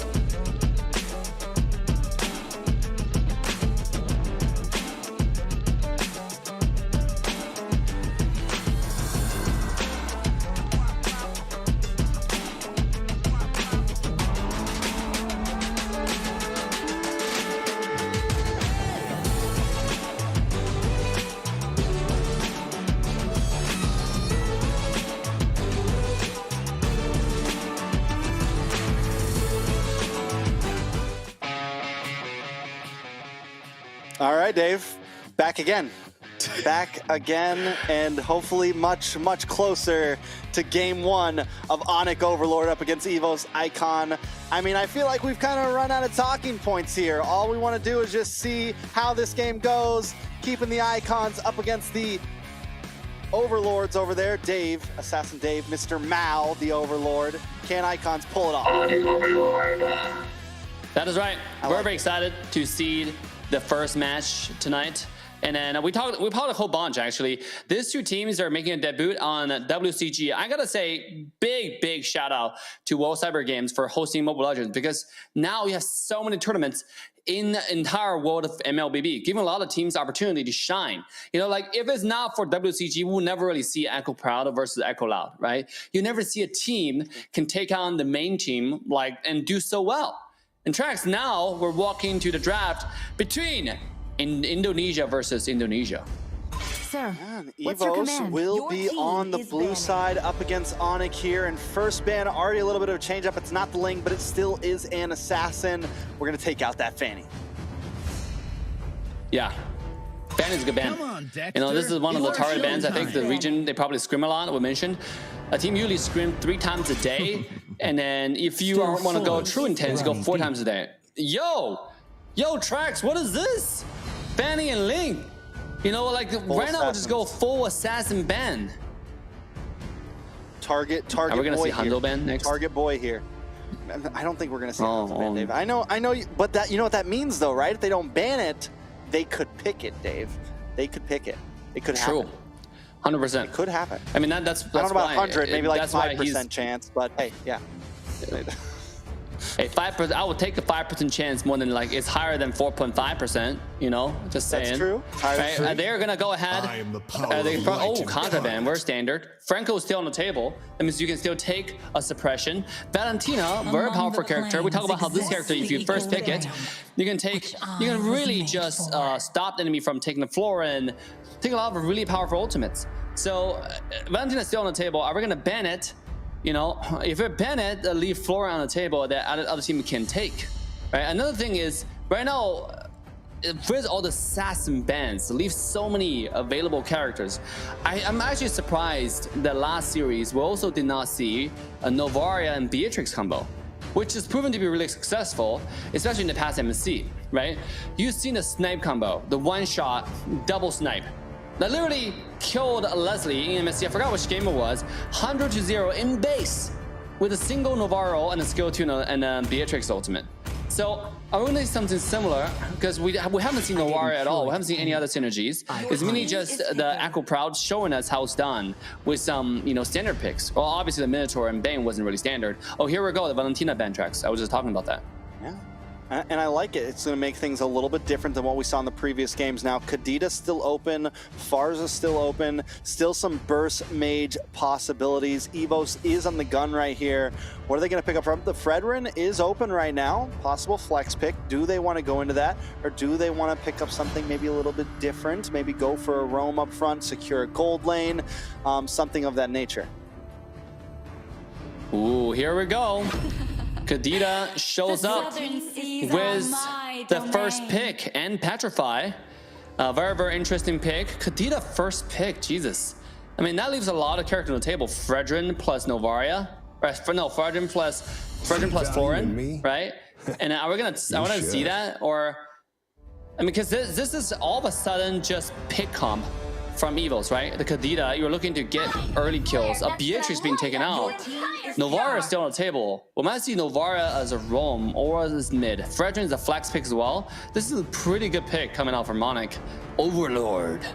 So far, I'm liking But I also like the Kadita though, because it can be flexed, right? Like the Kadita has been known to be played as a roam occasionally. It has been known to be played as mid. So it's not like you're showing all of your cards. I was wondering if we were going to see this. The Basha, a hero that has come back majorly. The Tortoise Pusance, the ultimate of the Basha, does so well against some of the sustainability meta, against things like the Fredder in here, against some of these heroes that are very hard to kill. Not only that, but you add that with this with this Faramis now, who also can go roam or mage, so it's going to be their choice to switch between this with the Kadita or the Faramis. You have a lot of mobility on that mid lane and your jungle, and a lot of possible aggression. Oh, here we go. Novaria, TREX, we're talking about the combo. Novaria and you have Beatrix coming out. Now remember, Florin's still on the map. If Novaria is not going to be used as a roam, similar to how Blacklist does it, then you can have a double mage mid run of Florin. Then you have double synergies. Dude, I feel like this is not Mobile Legends Bang Bang 5v5 anymore. This is almost like Magic Chess, right? Because when you create a tournament lobby, you can actually create a 5v5 or Magic Chess.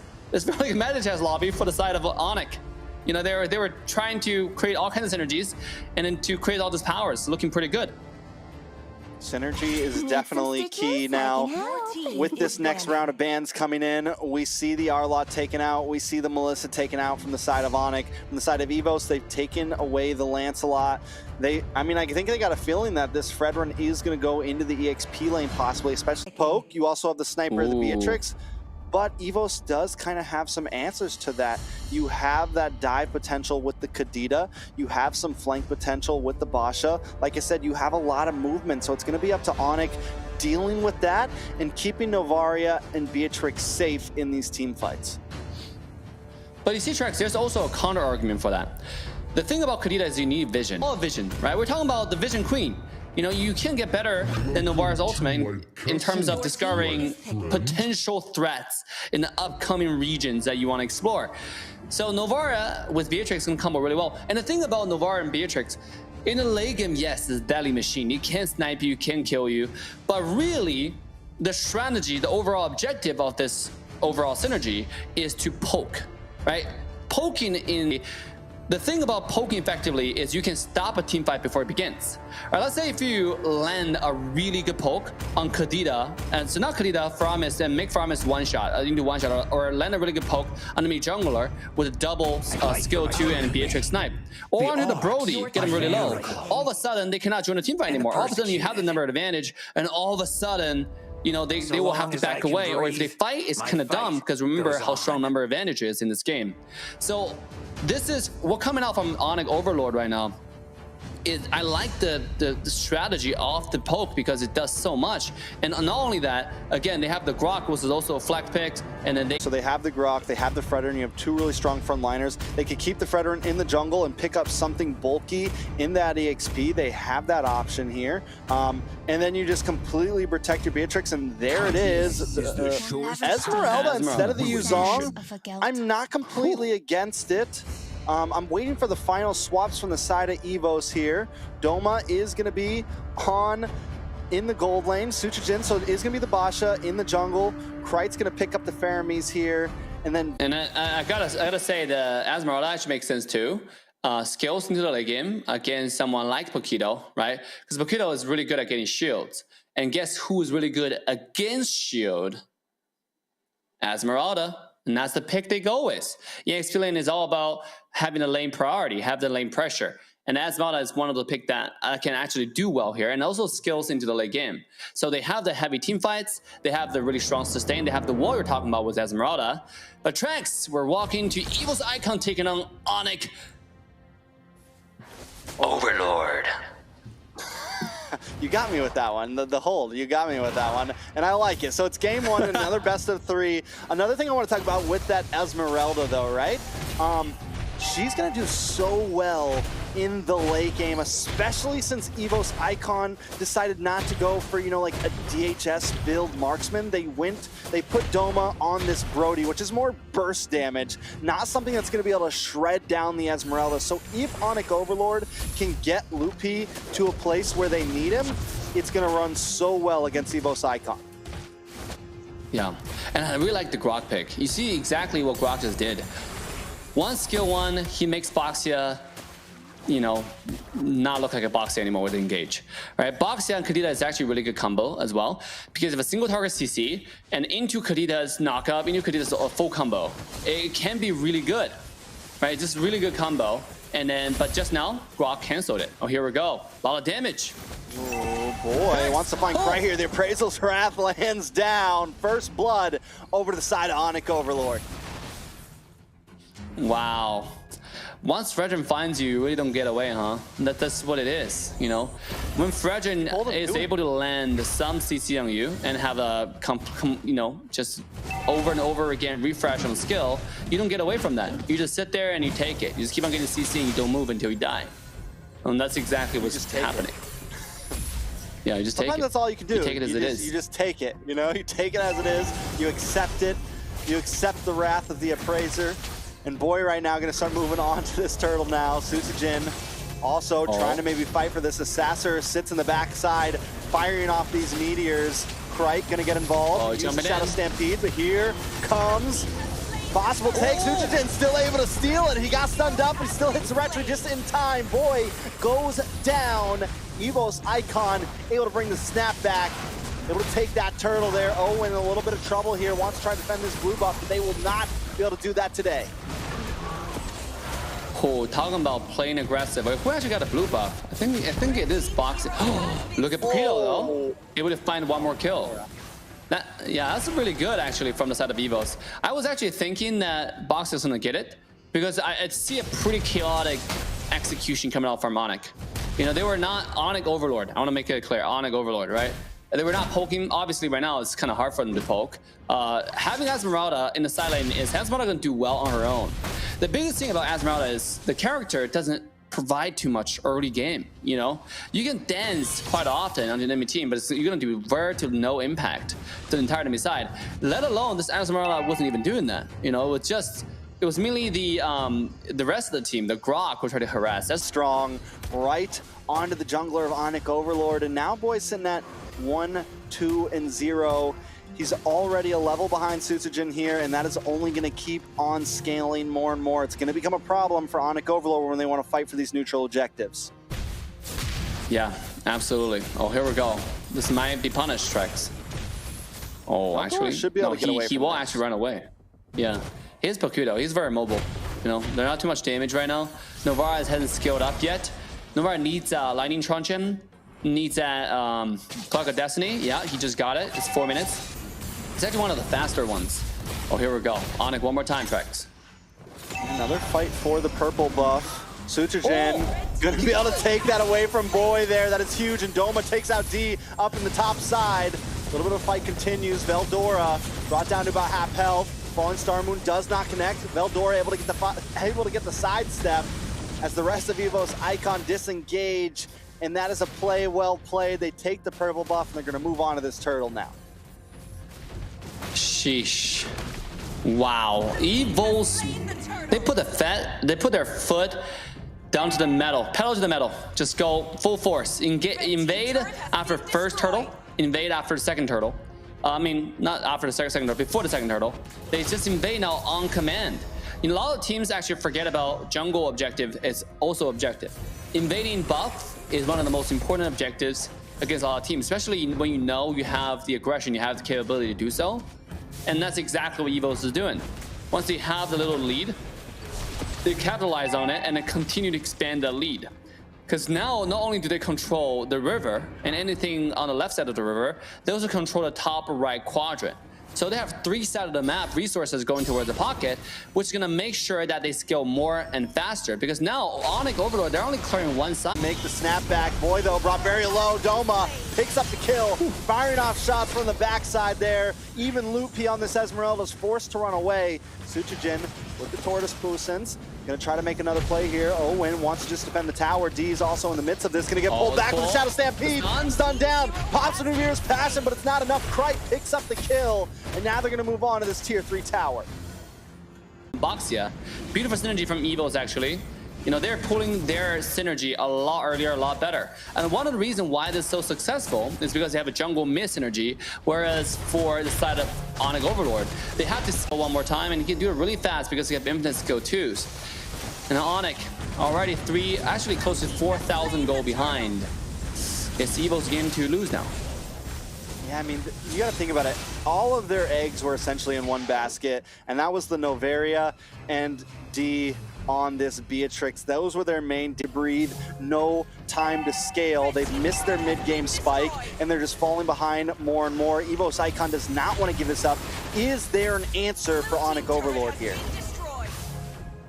I mean, the problem with Pocom is once you're behind, Magic Emblem category. So it's one of the things that right now for Onic Overlord, they really have to wait until after 60 minutes, not even 12 minutes, maybe even like 18 minutes after Lord fully evolves. So it's really delayed, and then I don't know if Evos gonna give them the chance, because look at how aggressive they are. They're on every buff, the invading blue, invading red. They literally have the river objective under control, and then they're expanding that river objective, as I said, into the enemy jungle objectives. And it's such an effective strategy if you play an aggressive palm like Boxia and the Kadita combo. I mean, they're just choking them out right now. They're cutting each tower, opening up space. Onic Overlord can barely breathe. Evos Icon trying to make them go night-night right now, and it's becoming a little bit of a problem. At least Loopy, though, you know, doing a little bit of split pushing here, causing some pressure, pulling Veldora away, trying to just, you know, get that chokehold off their neck any little bit they can. Whew. He's doing his best. His best might not be enough. You know, this is how the world works, kids. Sometimes you do your best. So sad, the day. 2 days later, you're on the street away. This quickly become an inspirational speech. But I gotta say, like, it's pretty interesting so far. Onic they're not going anywhere, right? Like, they're just slowly choking themselves. They're not making any plays. And then I want to see Esmeralda's item. If we're gonna see items right now, I'll be like so grateful, because you're gonna see where Esmeralda is, right? How well it's developed. As you've hit all the 3 core items yet, get a little bit of tanky, get a bit of shield, get a bit of cooldown reduction. Now now look at a core win condition, which is going to be going back to Suster, right? Suster and D on the snipe combo, on the poke combo. But so far they're not poking effectively. It seems like they're poking on their own, right? Like Suster has not been using ultimate along with D, and that's something they need to do. They have to poke someone out to make sure they gain the upper hand, especially ideally onto the Birdie and the marksman, and go to the next. But now they're poking on their own. So, I don't know, like Lord is pushing the Taekwondo tower now, and it does seem like Onic can stop this. I mean, they do have some wave clear still. Even though they're far behind, they have some siege protection. They still have the Nubira's Passion. You have D who can shred things out. And look at Luppy, man, just continuously split pushing. Do you think that's a good play on their part? Like, is that the saving grace here? It really isn't, because it's not effective. There's nothing there, right? If there's a wave pushing from the bottom lane, good job from Evos Icon, right, for what it did. Speaking of good job, TREX. Wait a second, Wild Charge comes in, but the Cult Altar able to save the day for the side of Evos. They're gonna find Boy and get out of town. Still haven't lost a single member. Onic Overlord, though, does continue to defend. Oh, man. I mean, they're defending pretty well, and again, they need to drag the game to 18 minutes. If they drag the game to 18 minutes, when D's item comes online, Blade of Despair, Malefic Roar, you have maybe even Hunter Strike, you got all those kind of items. Maybe, just maybe, they have a chance, right? Because right now, we don't know. But once Beatrix comes online, we know he can shred everybody. Even Boxia with the passive cannot stop the DHS damage from D, from someone like Beatrix. Right, because yes, you have the cold order, but if your cold order cannot be wasted on someone who is poked low, not poked dead, right? If I can poke, use very low investment to get a really high return to get your ultimate out, right? That's really good. That's a really good deal. It's kind of like, you know, buying stock in the current market, buying an Nvidia at the beginning of this year, right? You will be seeing a 3-time return at this point in time now. I lost out again. You know, I tried my best, but I lost out on a lot of those returns. Now, here we are, though. I do feel like we're getting to the stage of this game where Onic is forcing it to be a little bit slow, which, like you said, is great for them. Wait a second, Sujin gonna come in. The bombs drop on top. Veldor takes out Sasa, though, and Van Strong finds D. 3 members down. Let's make it 4 for the price of 0. That is 1 cheap meal for the side of Evos Icon. Lutty all alone once again. Can he defend this? They don't have the minions to push on his tower, but they don't care. Lutty gonna fall. The wave of minions coming, and this will be. They're not able to execute the early game properly, right? So it's Evos. TREX ready? Evos Icon time. Icon time. Icon time. That was pretty good from Evos Icon. Pretty good. Yeah, but they execute again. It's strategy versus strategy, identity versus identity, right? Which one is more characteristic? Which one has more obvious traits? And in the last game, we saw it. It's Evos Icon, right? They had a Kadita plus Boxer combo. Not only that, they just worked in unison. You know, you have. The last thing I expect was a pull from someone like Faramis into the Boxia stun and into the kill. So that's just so good. It's so beautifully displayed from the side of Evos Onic, Evos Icon. And then look at the item right now, right? It seems like Onic's successor didn't even hit the power spike, has two items only, and one of them being the book. So it's not even damage item. It's not even a lightning truncheon that we're talking about, right? It's more cooldown reduction. It's going more support out. There's no damage coming out at all.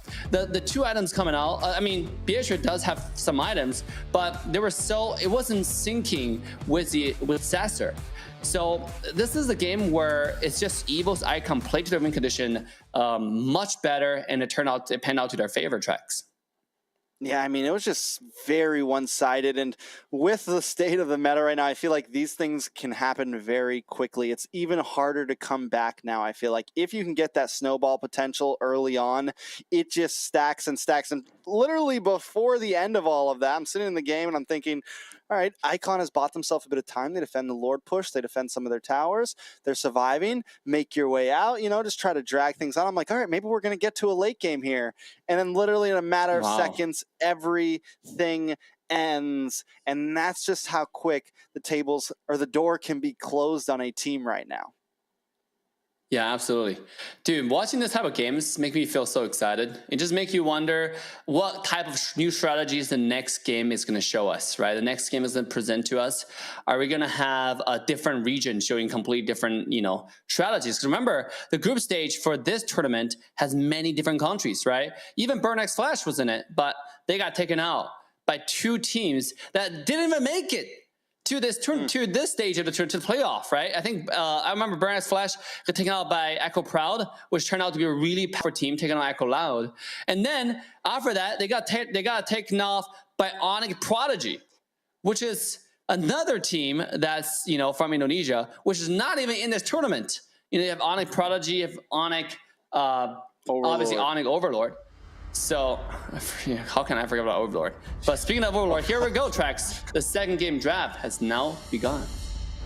Yeah, I mean, it's match point already, and that's the thing. That's the big difference between, you know, a best of 3 and a best of 5. Last game we saw with Echo versus Echo, I feel like they kind of felt like it was a gameplay issue because they didn't really switch up their draft very much. They went for a very similar style and ended up losing again. So right here, Onic needs to make that decision, right? Do we bring in the same style and just try to play better, or do we try something completely different? I think ban Kadee and still destroy you. Right, we've seen it in NCT. Right, we've seen it in many different tournaments. Hanabi and Alpha winning against the best team in North America. Right, so it's sometimes momentum cannot be explained. It's one of those mythical things that happen only in esports. So one way to counter that is just break the momentum. Right? How do you break the momentum? Ban the character that's winning. You know, it's rarely understood.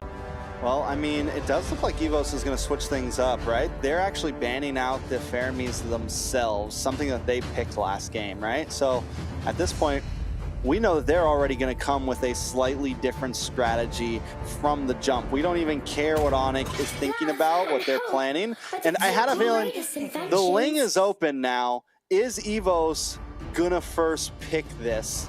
They go for the Valentina instead. Is Onic gonna fire back? Yo, TREX, did you see what he did? Especially with a carry jungle, right? With the hyper carry marksman in the jungle, it happened. You know, like I'm not denying it's viable, but dude, this is what I'm trying to say is this is what make me so excited about watching the upcoming tournaments for Mobile Legends Bang Bang, right? The next meta, next phase of the entire Mobile Legends esports. The landscape has been completely shifted and changed. Angela now on the ban phase. Who would expect Angela being on the ban phase? Like, what kind of changes happen, right? Now, so far from Evos icon. Definitely some good picks, and we go for, you know, we saw this pick before. We know how aggressive it can be in the jungle. Suchijin going to be on it. We saw Echo Proud completely dominate Echo Loud with it, and it's going to work well again with this R-Lot. So, I mean, you just have this hyper-aggressive team once again. You have nice CC. Not only that, but the R-Lot's going to pair well with the Terrify from the Valentina. So Onic this time needs to find an answer to that. And I'm wondering, do you meet that with just as much aggression? Because last game they went for kind of the slow play. So I think this time it might not be a bad idea. Let's try to get in your face a bit more. I can help. Your team is banning. Ooh, Melissa pick in this scenario, I mean, it's decent against R-Lot, right? It's really decent against R-Lot with the ultimate. But is it such an early pick in this scenario? I don't know. Because I like mid jungle support synergy, right? I like picking those, especially in a scenario where you're gonna take a lot of frontline damage. So what I really want to see more synergy, and so far I'm not seeing it coming out from Onic Overlord. You know, like what about the Floran Fredrin combo that most teams are enjoying a lot of success with? You know, coming out on the other side, it's not too much synergy, but it's just meta picks, and then it's good in some sense. We'll see the next two picks, right? Because right now they have not picked their roam yet. And they can also copy Valentina. There are too many great ultimate can copy still, but still, like, that means they're also like, you know, Onic goes up 2 picks, they still haven't picked their roam, so there's a big roam ult you can copy with Valentina, so that's still possible. Oh my god, even with the Fredrin pick, we're still gonna target the Ling, huh? So they're that set on the Fredrin going to EXP. I mean, it's what they did last game too, right? They still banned into the jungle, even knowing that was up. So I think they're possibly forcing Boy here to pick up this Fredrin, right? I think it's kind of what they want. So it's like, no, we're not going to let you swap. We're not going to muscles the weapons that he has. Right, this guy's gonna stand in front of the gate of the jungle and just be like, shoot at me, and you would just walk away. That type of guy, you know, in the jungle, it's really hard, right? So especially with really aggressive, really high damage Kadita with a petrified combo, with a knockup combo, it's gonna be kind of hard for Evos to go in. And I wouldn't think they're gonna go in, especially Valentina early game. It does damage, but not as much, you know, not as aggressive enough that you would hope for a character to invade. I want to see Valier, man, to be honest. But Valier in this game might not be so good. But I really just do want to see Valier coming out, or some other different kind of synergies coming out. This game so far, neither team I'm seeing it, right? Unless we see some single target CCs coming out from Onic, Overlord to synergize with the Kadita. So far, it's just pretty meta picks from both sides. I mean, everything's pretty, yeah, definitely a little bit textbook. I feel like Onic still needs to kind of round some things out. Ooh, the Minotaur. There, I think it is the Minotaur Kadita combo. We saw it before. You paired up with Fredrin too. It's even more CC. I feel like, don't get me wrong, CC has always been viable. It's always been something you want on your team. But recently, what we've been seeing is 3-4 heroes all just ready to combo things up, and that's why some of these team fights are so devastating at time. But there's the answer. Mr. Von Strong, Neil Von Strong, the first man on the moon, gonna bring out the Diggy to Starbird. the one and the only, to counteract everything that Onic is trying to. Just synergy again with different combos, right? With Minotaur, if you look at the side of Onic, the only person that can truly shoot damage. Oh, actually, now with Joy on top, but Joy can do damage on her own. Like Joy doesn't really need too many people's help in order to be really effective against people. So I think the win condition now for Onic Overlord is have Joy go and bait out the Diggy's ultimate, right? Somehow go to the back line and do a lot of damage to Beatrix. But this is a Joy jungle, which is interesting because it's going to be kind of squishy. Yeah, so like if you go to Beatrix and Beatrix all attack you, you might be dead. So it's one of those scenarios where I don't know. I feel like there's lack of synergy coming out from the side of Onic Overlord. And if we were just comparing meta picks, it seemed like Evos Icon came in more prepared, right? Like you have the meta picks, but they also have the counter picks. I mean, the jungler is immune to quad control. On top of that, you have Diggy's time travel. That's quad control for the immune to quad control for the entire team. And Arlos can do quite a bit. So, and it's a Joy jungle. So, I mean, you're not going to be that worried against the Joy jungle, to be honest. But ladies and gentlemen, this is the match point to the favor of Evo's Icon. Can they walk away with another 2-0 series? Trex, what do you think? I mean, it could definitely happen here. I love what you were saying about the compositions because I kind of feel the same way. Onic just feels kind of out there. You have this Minotaur, who everyone's going to really capitalize on kind of being grouped up together. Like if your team, if you can jump on and make this big combo happen.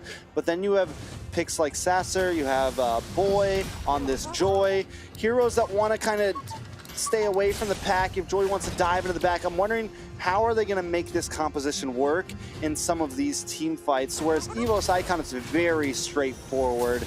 Everyone can work very well together. No one's ever going to get way ahead of the pack and be on the opposite side of the map. I'm liking what Evos Icon brought here, and I feel like once the Diggy was picked, Overlord just kind of panicked. Yeah, because it also does give Onic Overlord a lot of confusion, you know, because now Minotaur is like, do I go in? Do I not go in? There's just so much trouble, right? Like you have to wait. Who's gonna bait that? It's gonna be Joy. But Joy goes in. Early game is okay, but late game, they get one-shotted by Beatrix by a lot of characters, you know. So especially when all the damage comes up. Oh, here we go. Oh, Sasser already in trouble. Gonna go down. First blood with the decimation. Cool. That's rough. Interesting. That is really rough. 10 seconds before turtle spawn. That's the last time you want to die right now. I look at the poke coming off on Melissa. That's literally the last time you want to die right now. Because if you die, you're gonna be so behind on levels, and it's gonna give Evo so much more advantage walking to the first turtle. Even with Minotaur ultimate, who cares? Diggy is level 4. Marta's immune to call control. You have Crit, who can copy Minotaur's ult and be more effective with it. Oh, he decided to copy Kadita's ult. That's also pretty good, right? You get a confusion going on and you use your Kadita ult with Flicker. Most definitely not. So Susjin's gonna pick up the first turtle. Evos Icon getting the first neutral objective. Now, we're looking at Onic Overlord, and Owen really wants to hang out in this gold lane. I think once again, they need D to scale this time. Last time, the reason why they weren't able to output the damage is because their gold laner slacked off. But the weakness of this is they're putting Sasser in a very dangerous spot all alone in the mid side. Evos Icon more of rotating as a unit, whereas Overlord is split up. So Overlord needs to be careful or they're gonna keep getting picked off like what we just saw. Yeah, all by himself. It's almost like a music, but it's not music. It's just sadness. Here we go. When Trex sings, he gives you money. It's one of those. Is that true? Listen, you should be blessed. Be blessed to hear my beautiful voice. Well, true. Might be getting some 100%. action up in the top side here. Range in this laning phase, even against the sniper. But wait a second, Veldora takes some waves to the face and gets brought down. Boy, gonna pick up the first kill for Onic Overlord. I like that. Also D did get forced out to Inspire. Just now, the reason why they decided not to go on to D was because the Inspire is able to get quite a lifestyle. Here we go, the Flicker comes out. Oh, misses the Valentino does copy Mina's ultimate though. Stops them from coming under the base. Krite taking a little bit of poke damage there. D doing a wonderful job at defending, and it's keeping Owen up here all the more worth it. Onic Overlord definitely hanging in this game a lot better than they were last time. This time it almost feels like they're starting to hit the advantage. And if they can keep this here, they're gonna have a great mid-game spike. Lutpi looking for Veldora. Veldora dashes back in, able to get some health back. Lutpi not able to get the finish. But now there are still 4 members up in the top side. They want D. Sujujin drops it onto Owen. Next decimation comes in, and that's a double kill. Rough waves from Sasser, not able to collect anyone. This feels for a chaotic fight, to be honest. The both sides has been just back and forth, and not too much system to it. It just feels like Evos Icon is just out damaging, out rotating as a team, right? They're playing more like a team. You can see more of skill sequences coming out from Evos Icon. I wouldn't say they're playing to their win condition, because there's not too much win condition besides this farm, and Digi go as a marksman, help marksman farm, At the same time, jungler rotated top side, help marksman farm. Right? I guess the win condition you can summarize in one word: gold lane. Okay, that's 2 words. Gold. Right? It's money for the gold laner. D. The more he has, the better, and that's exactly what they're executing. So they're doing that flawlessly. Meanwhile, for the side of Onic, they're stuck between a rock and hard place. To be honest, they're not sure what to do. Oh, here we go. They know what to do. TREX. That's a hard place, all right. Doma just gets picked off, and that, like you said, was a win condition. So Onic knows it. They target the right person. They find it. And now both gold laners sitting at 1 death. Ooh, bottom lane, a lot of aggression. Ooh! TREX, beautiful. Nothing gonna happen. Definitely a beautiful ult. Nothing too much. Might be able to take this tower. No, he's focusing minions on himself. But now Sutsujin gonna move on to this purple buff. Can Boy contest it? Whoa. Did he get that? No, he lost it. He's only got the turtle buff, so Sutsujin steals the purple. Team turret has been destroyed. Wait, he did not? So who got it? Joy? Sutsujin. No, Joy did not get it. Okay, Joy's sitting with the turtle buff. Yeah, that's okay. That makes sense. And now Sujin doesn't just want a buff, he wants more. He's going in. Team turret has been destroyed. I like it very much. Not really. He's Icon just kind of rotating around the way that they're now moving from tower to tower. There's 4 members on the boss side, doing a nice amount of damage. Yeah. They're gonna back off. Watch the Sasser here. Oh, the damage isn't there yet. Yeah, not gonna be enough. On top of the fact that crit does have another engage TREX. The go away comes out. Owen goes down though. This could be bad. Boy goes into the backside and completely gets destroyed. A little bit of self-destruction there. Evos Icon hitting a spike of their own at 7 minutes, and Onic Overlord can do nothing about it. Yeah, Onic Overlord, it seems like they were holding on. But look at that final slash. Every time Veldora come in with the final slash, somebody was in trouble. Right? Somebody got hurt real bad. Every time the final slash come in. This character is definitely the playmaker, Veldora, in this entire series.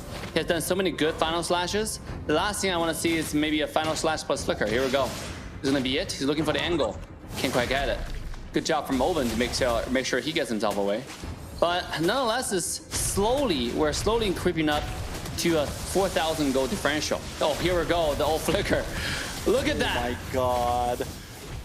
Krite just used the rough waves against Sassar and did more damage than Sassar did to Krite earlier, but there's your final slash. D taking out Doma, picking up the kill. Owen gonna be next, will fall along with the tower. Evos Icon finding their groove. They've now got a 5,000 gold lead, Dave.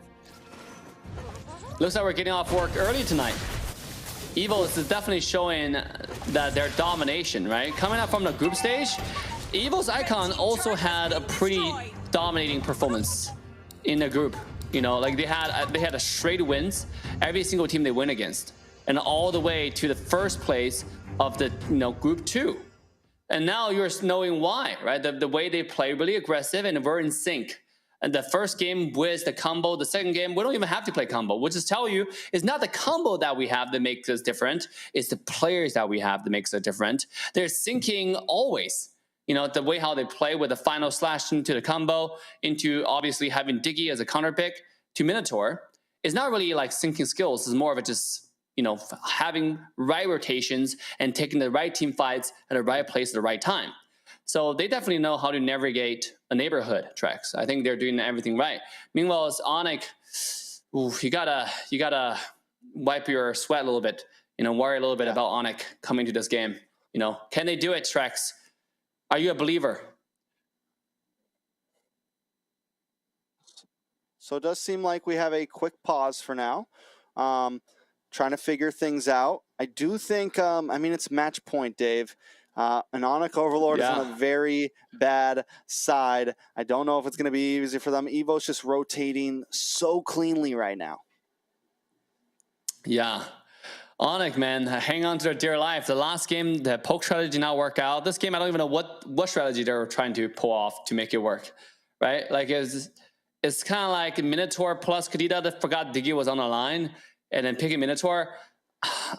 Banning Florin, the pick, to be honest, when the enemy team have the strategy like that, like Valentino, all that, if you have a Fredrin with ultimate global, right? You don't even have to be in front of the team fight. Like, a lot of times, I see support mage players, they like to stay in the middle of the team fights and throw auto attacks. That's the last thing you want to do, right? What's your auto attack going to do? Like 20 damage to a tank? It's a waste of time. You'd rather stay in a safe range, and whenever your skill come off cooldown, you throw it. It's like when you play Valir, you don't auto attack. You just wait until you have skill 1. You ready? You throw it. Ready? You throw it, right? And that's what you do. Same thing with Florin sometimes. But this game, I feel like maybe they're tired. Maybe they're jet lag, TREX. I feel like I can't understand it. I'm trying to understand Onic's strategy, but this game, I don't see the pattern of the strategy. I don't even see a strategy, to be honest. I mean, again, we talk about Minotaur and Krita, that's a good combo, but it didn't work out this game because of the existence of Diggy.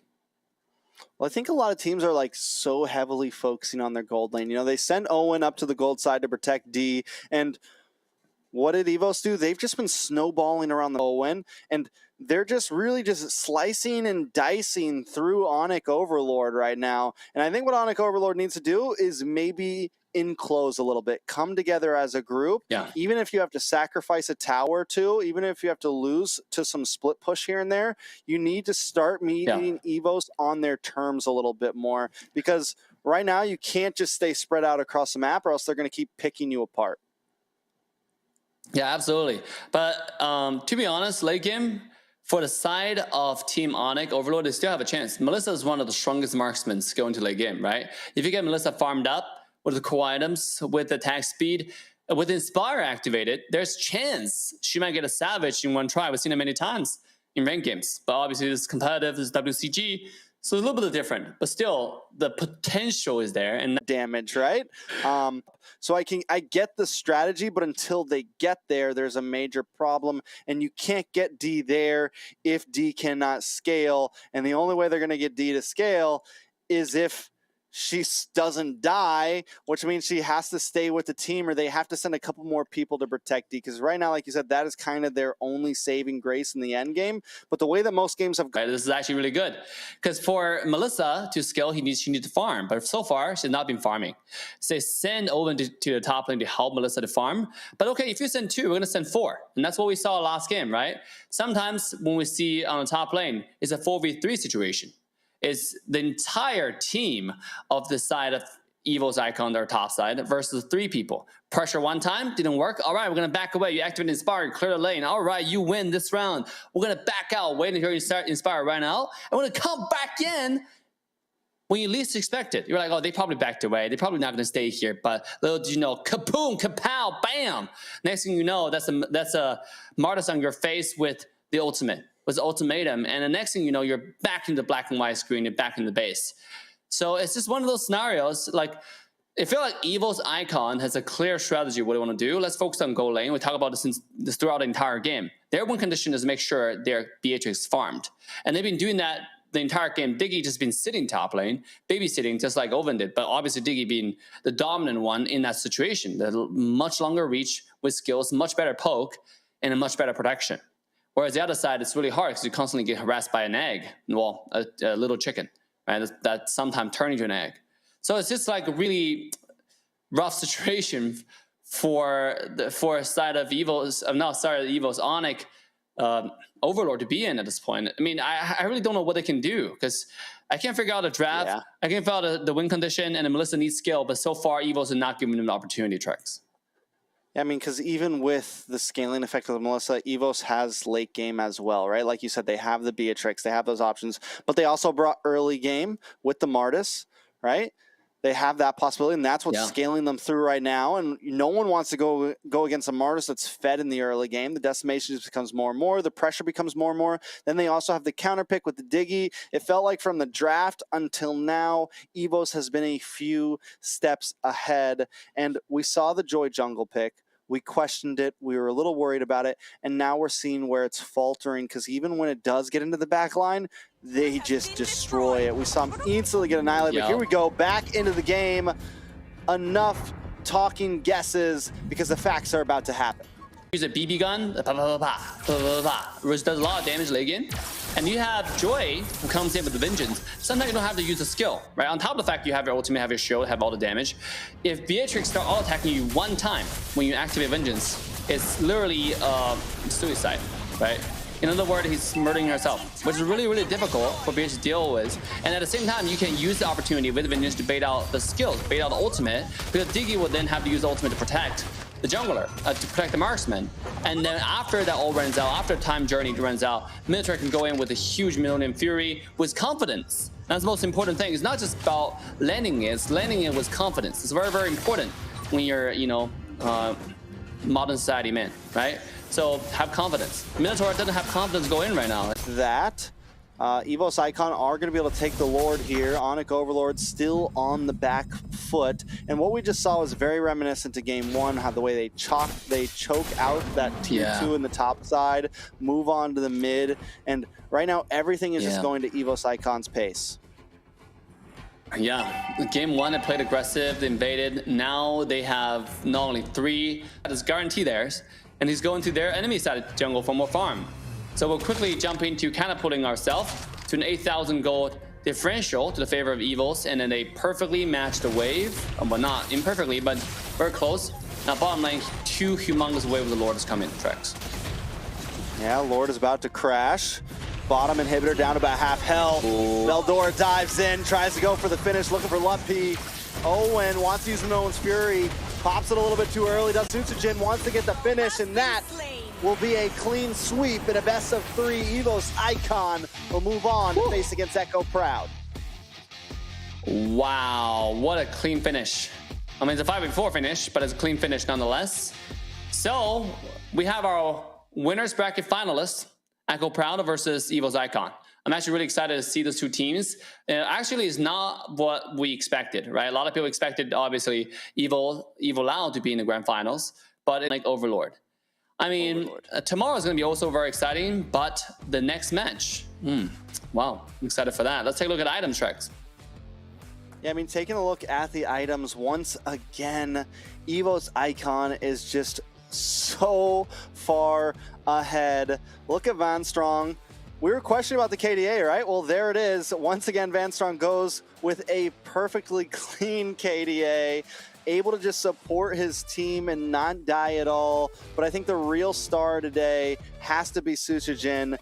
I mean, just smashing through their opponents throughout the early stage and setting up their team, setting up his team for victory here. Oh, look at the clean 2-0 sweep to favor of Evos Icon, progressing themselves to the grand final of upper bracket. Not grand final of everything, just upper bracket final. Now they're going to face none other than Echo Proud, who plays more aggressive, who execute team fights, and then be the different one, right? Are we going to see outplayed, or are we going to see something different? Outplayed is actually the marksman, JP, right? Are we going to see JP, or are we going to see something like Van Strong, right? Van Strong is more of a support player. Yeah, Van Strong coming into this game, feel like he just fit the team, provide the team of everything the team needs. He's a provider, he's a supporter. Whereas for a side of Echo, Proud, I feel like JP is more of a leader in a sense, right? He leads the team to victory. It doesn't matter what character he played. He played Minotaur. He played the Franco. He lends the hook, got the ultimate. He leads the macro rotation. So chances leans, in my opinion, leans more towards Echo Proud. But hey, what do I know, right? This is a meta of underdogs and meta of that's drastically shifting. Maybe next game we'll see something different from Onic Evos icon that will take all of us by surprise. All right, well, everyone, until we see this next matchup, Echo Proud up against Evos Icon, we are going to be taking a quick break. So as Dave likes to say, grab your popcorn, get ready, use the bathroom, do whatever you got to do. We'll see you guys soon.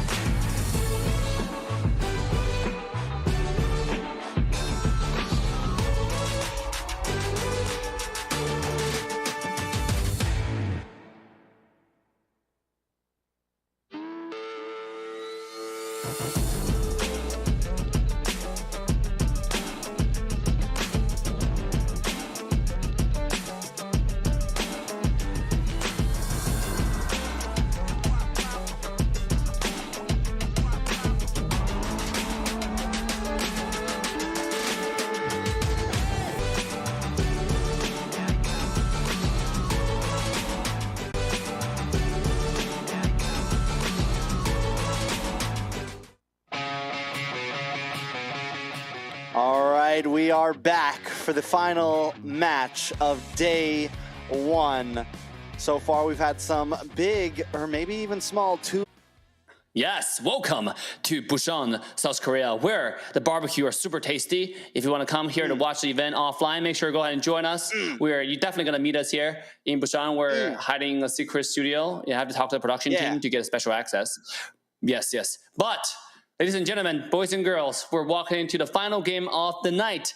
The winner bracket grand final, the winner bracket final, featuring Echo Proud and Evos Icon, the two signature team of the entire series. The two teams have definitely stood out.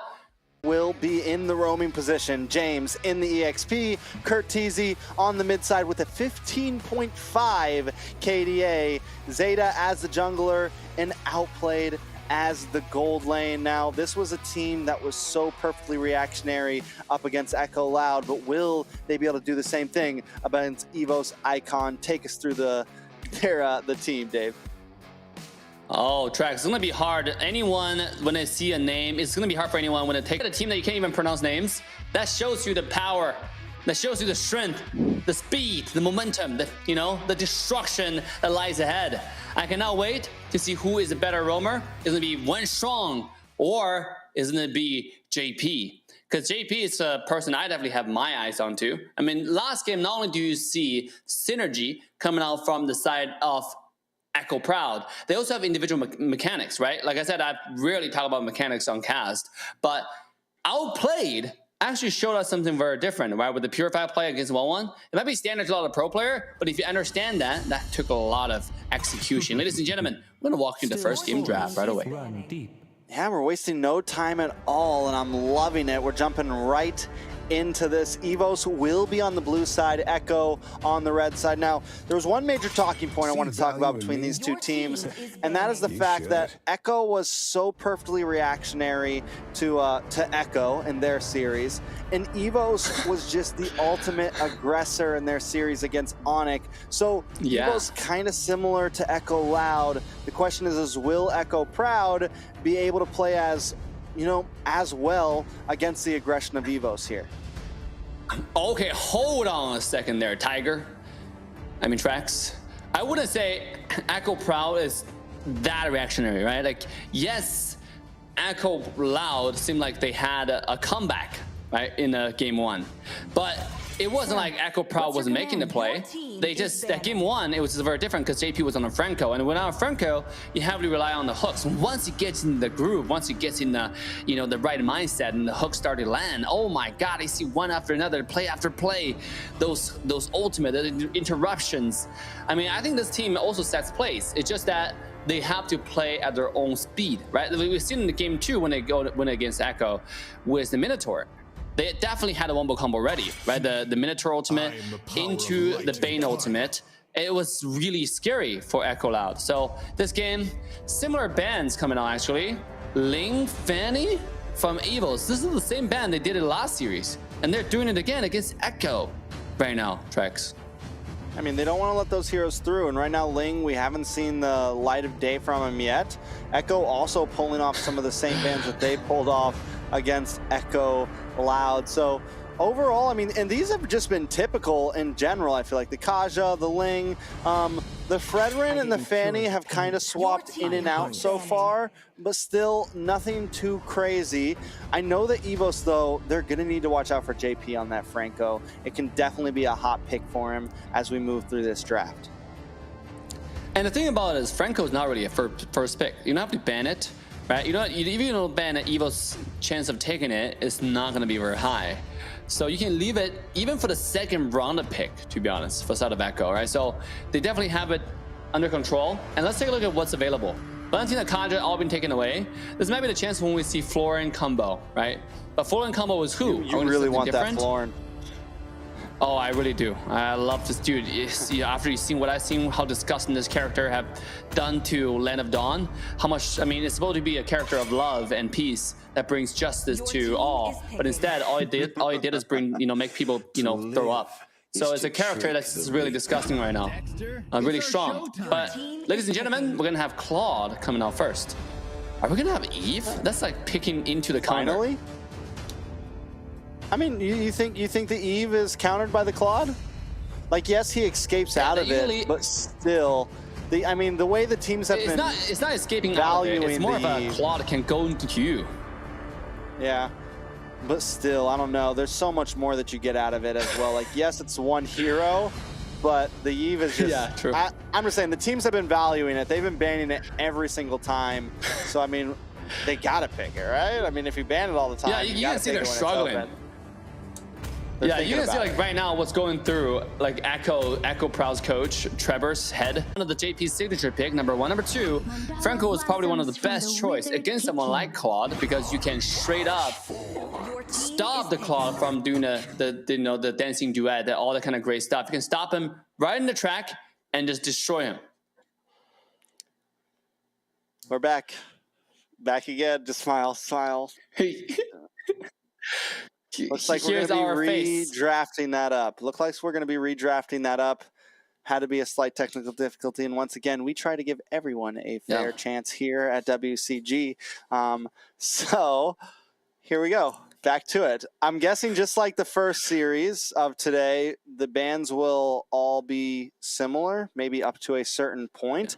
I'm wondering if that Lunox is going to stick around, but let's not even talk about that because we don't know for sure. Let's talk about the Eve, the Franco, and the Claude.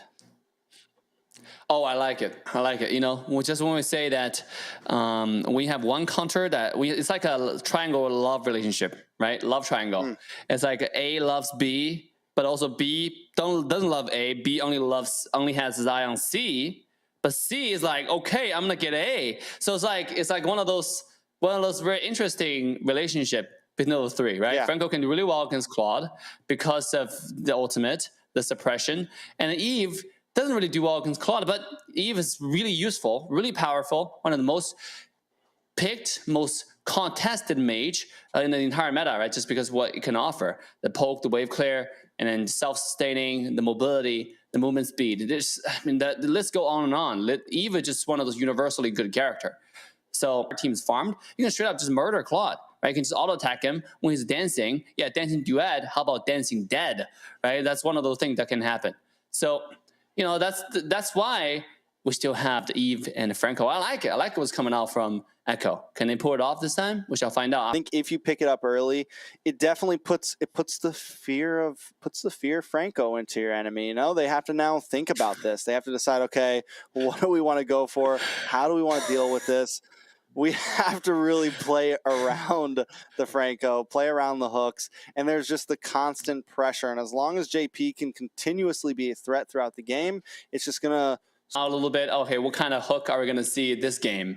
All right, is it gonna be as crazy as last game, or it's gonna be a little bit different? So it's just really exciting to get to see Franco picks this early. It shows confidence, it shows power, it shows momentum, it shows speed. I like that. So even though Franco is actually a very interesting character. It's not from the figure, you wouldn't expect Franco to run that fast, but it's actually one of the fastest characters in the entire game. I don't know. Maybe he's sliding. He's sliding, possibly, or he's using the hook. I don't know. I don't know what bit we're going with this, but yeah. Anyways, Franco. What do we think they're picking for a marksman? So we have the Claude picked up. We really don't know what's going to be next for the side of Evos here. They could lock in EXP lane. The R lot is still open. We know that Veldora likes to run the R lot. He's played very well on it so far, so that could definitely be a possibility for them. Yeah, I mean, like the opportunity is limitless, right? There's so many characters on the table. So far, we've only seen Eve. We haven't seen the other side yet. The other side, we only see the Claude, right? There's Dragon. Thunder Dragon. It's from a show. Yeah. Oh, you don't know. You're not a weeb like me. Yeah. Veldora, the Thunder Dragon. Slime. I try to be a weeb. I'll tell you after the stream. Community. I'll tell you after the stream. Yeah, they said, I wasn't weeb looking enough. But there are actually a lot of other characters available as well. And speaking of characters being available, here we go, coming to the game. Was Faramis banned? I don't think it was, right? What's your command? No, Faramis wasn't banned. Maybe, no, I don't think so. So sure enough, it was banned. And then right now from the side of Evos icon, we only seen one pick, which was the Claude. So with Franco being taken out, there's so many choices you can take, and now you can play more aggressive against the Franco. You can take out, for example, Grok to completely block it, or absorb the hook, right, with skill 1. Or you can take Kufra, just countering, just engage better, engage greater. And that's also an option. We've seen that from the first game when the Echo Loud took it out, but obviously did not work to their favor. However, it doesn't mean like their pick was bad. It's still a viable choice. Oh. Hold up, why is Evos taking their time first picking? Strategy, that could be it too. It's like, let's buy a little bit of time, think about how we want to deal with this Franco and this Eve, etc., etc. True. You are sitting on a train to Busan, right? So you gotta relax, gotta chill, gotta enjoy your sake while having a good time. Busan's a nice place. I love it here. Oh, wait, hold up. Picks actually changed. So it wasn't supposed to be the Franco. You can see it was not. It was a Kaja ban in the first round, and then after the rematch, it was a Framis ban, and now Kaja's let out. That's even better because it has a bigger range onto Claude, and it will punish Claude better. But like, this is gonna be interesting. TREX, what do you think? So they get some range here. I'm not against that. Kaja now needs to decide which one he's gonna go for. Does he want to go for the Farza? Does he want to go for the Claude? And then, but it has to be a calculated dive, right? Last game they had, when he picked the Boxia, it was a Kadita that was there to follow up. So it's a single target stun into a single target burst. That makes sense. This time it's a Farsa. Now, Farsa is mobile, but not really mobile in the middle of the teamfight because the ultimate is stationary. And then, so you can easily get hooked, and then, or just get dove. So Farsa might not have a consistent output for burst, even if Boxer goes in for the engage. Now, on the other hand, you just mentioned where who's Kaja gonna go to, or you can disengage, you can peel if somebody's trying to dive your backline. You can do many things. If Kaja never engages, it effectively makes the Claude kind of useless, right? Because as long as Kaja protects the character that matters, the Eve, the Brody, Claude can't really jump in. If he jumps in, he knows what's waiting for him. The Kadrol, the divine judgment. It's not just any judgment, but divine judgment. So it's one of those things that it's very versatile. That's why Kaja is so popular in the suppression community. And here we go, Angela one more time being banned away, TREX. Am I missing something? I know it's a popular character, but is it? It has become meta. It really has. It's become meta. It's been like, it gets picked all the time now.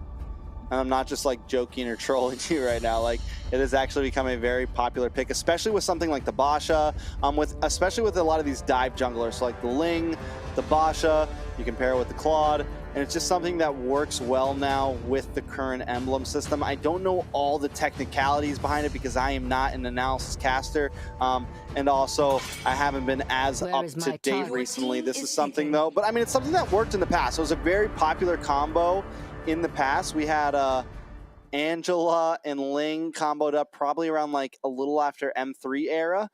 So again, it's not something that's unheard of. And now it's just kind of come back in hard, but here we are back again. But TREX, this is our fault. This is our fault, Dave.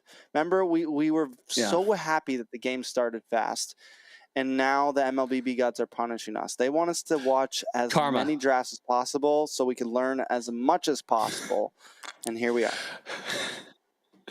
It's karma. That's what it is.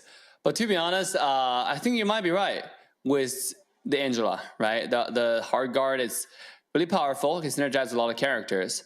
But I mean, also it's really just a great support. You know, it can work with Claude. You mentioned it can work with a frontline tank like Boxia. But there is obviously a Kadrol that can lock you down. Ladies and gentlemen, it seems like there is a technical issue that our event organizer are solving immediately. So with that being said, we're going to take a short 3-minute break. Don't go anywhere. This is the time for you to relax and get ready. Share the stream with your friends. Like, subscribe, turn the bell on to all notification bells. We'll see you guys in a little bit.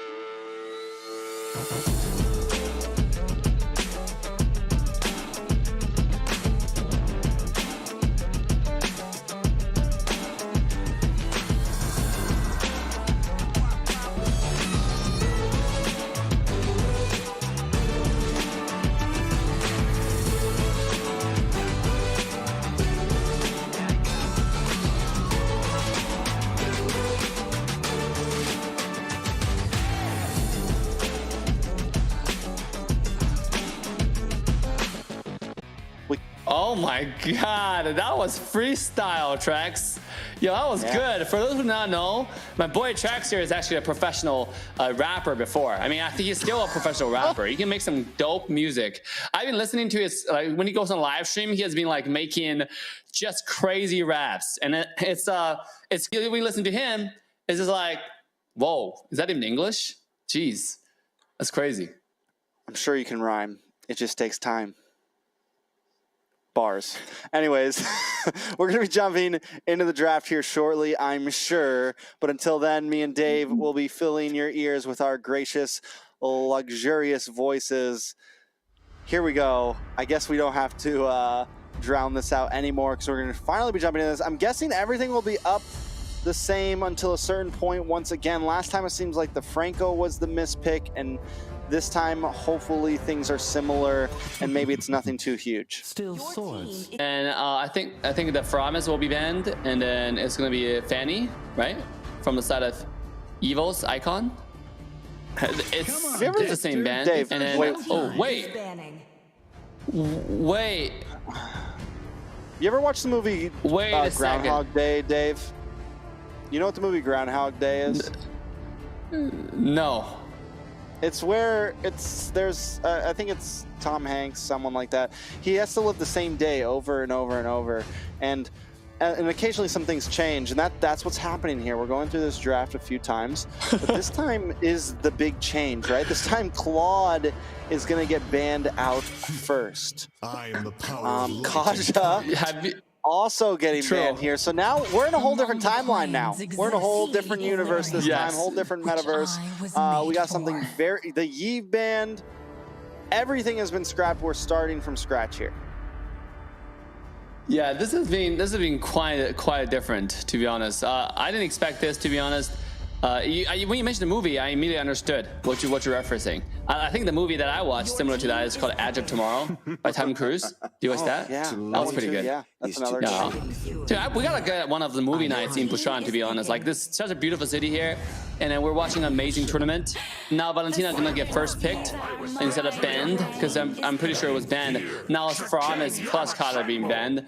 For the side of Echo, though, they're still gonna go with JP on a Franco, and they're gonna take out the Kadita this time to combo. It's decent, because if you Franco flicker ult, lock somebody down, then he's not gonna get away, he's dead, right? Or if you land a hook, that person's still dead. So either way, there's window of opportunity for the side of Echo to lock somebody down no matter what, and have high burst damage to make sure that person that Franco locks down is dead for sure. And obviously, if you lock somebody down, you want to make sure that person really, truly is dead. So here we go. The Hanzo shows up, but it seems like it's just a pass-through. And then it got flushed away. You got flushed away, Trex. Oh, Doma locking in the Fanny. Yes, there is a Franco on the field, so there's still a lot to be careful for. But still, we haven't gotten to see an assassin get picked yet tonight. I mean, here we go. But the thing about Franco coming in, sorry, not Franco, Fanny coming in, Franco just have to save his ultimate, right? You just have to spam the button. You see Fanny coming in, spam the ultimate. And you might just catch Fanny. If you catch Fanny, like, he's dead. Anybody you catch, like, there's only one word to describe their situation, dead.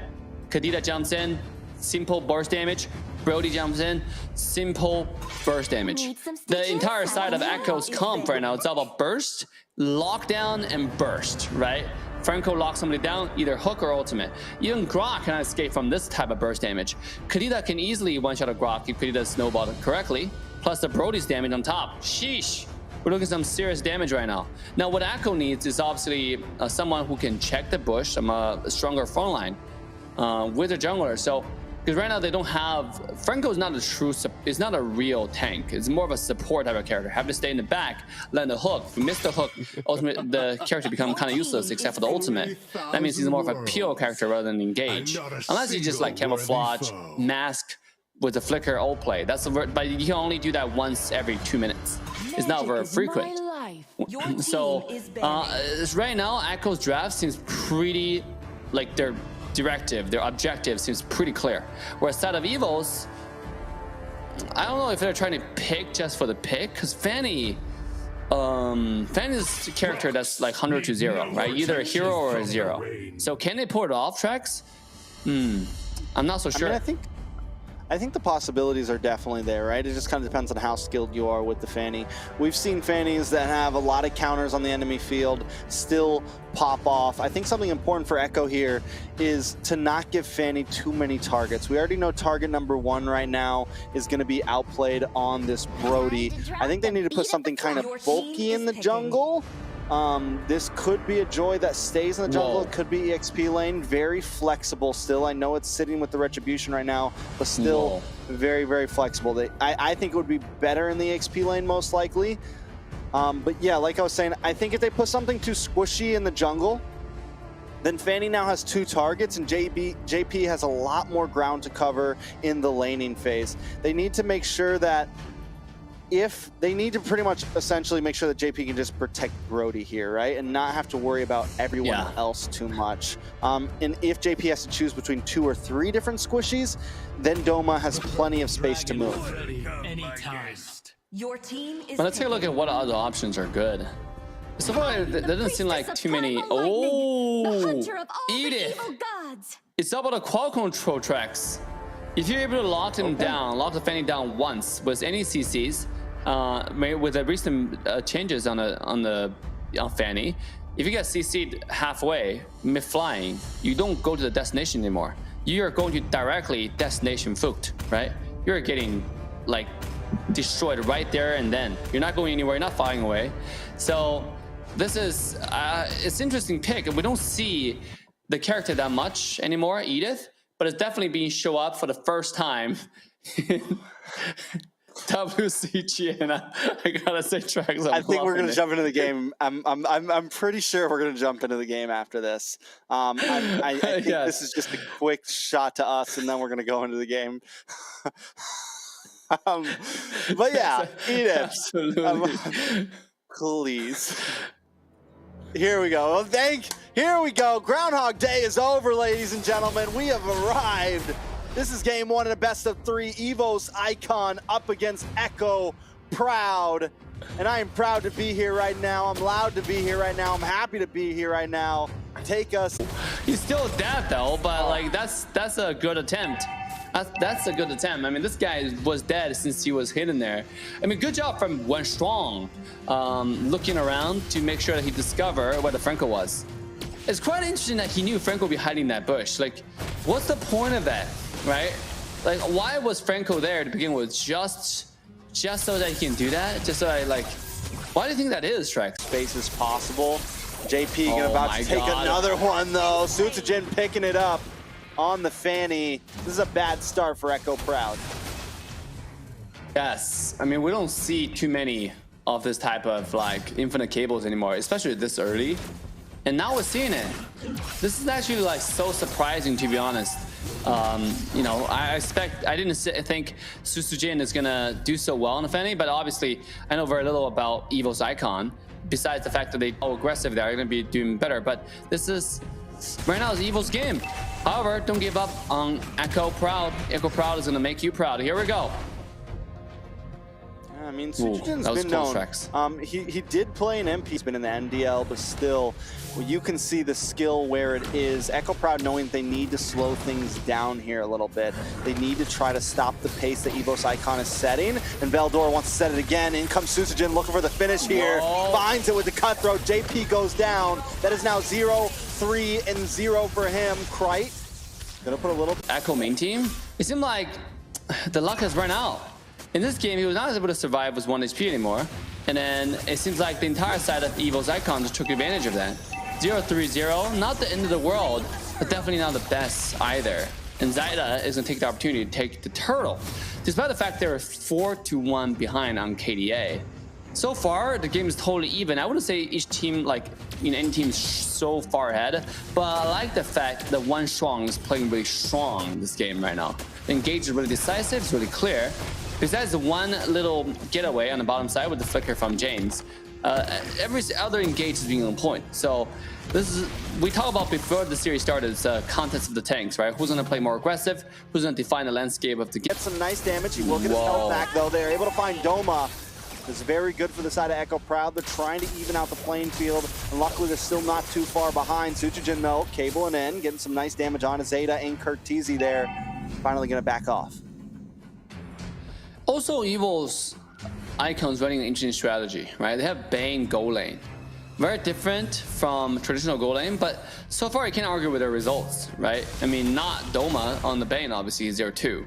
But the Fanny and Valentina is definitely be doing a lot of work. Here we go, Wenstrom.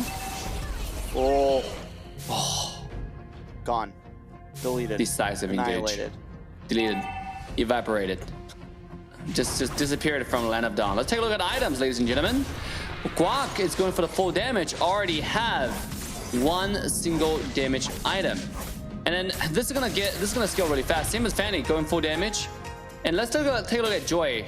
Genius one already, so he's gonna have a lot of burst damage right away. You can see the effect on the Valentina.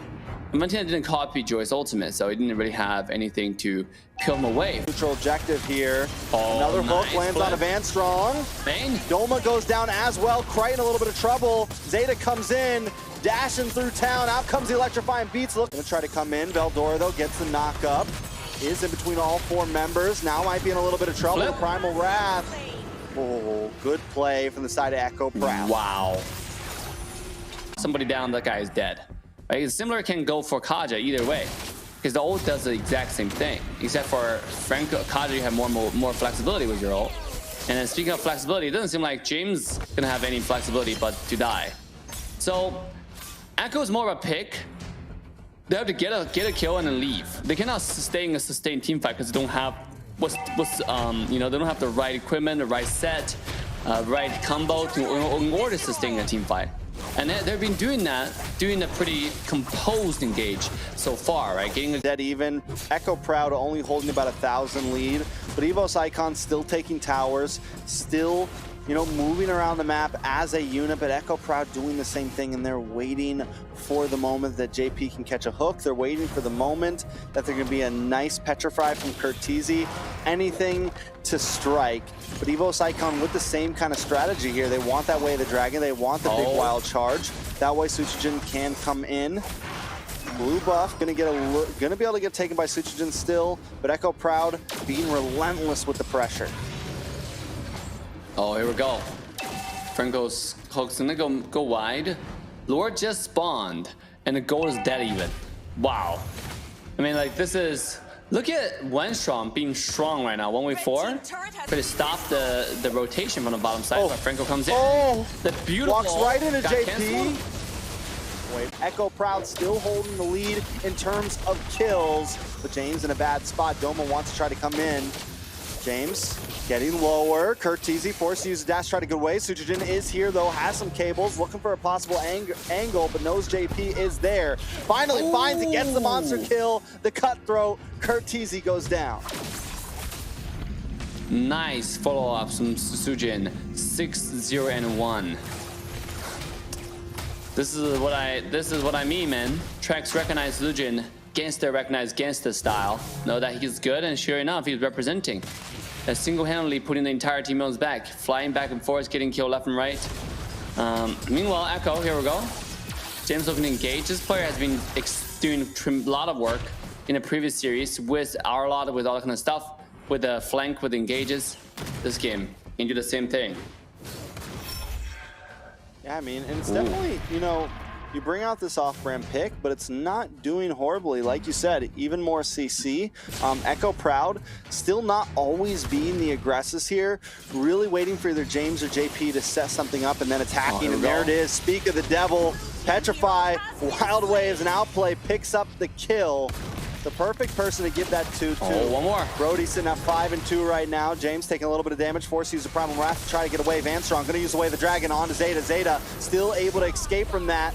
In comes Suzujin though. James goes down, and you never know when he's coming. He always gets there at the right point to pick up the kill. And then he's going to top lane to get more tower. That means the Lord might be potentially free for the side of Echo. Joy is throwing everything at it, knowing the enemies that doesn't have Virtue, and he does. And he can be completely immune to crowd control. Right? TREX! Able to take it, steal it. Not only that, but take out 3 members. How did they lose that? Zeta taken out in the nick of time, stunned up, terrified, and Christ steals the Lord. Wow. Wow, how did that even happen?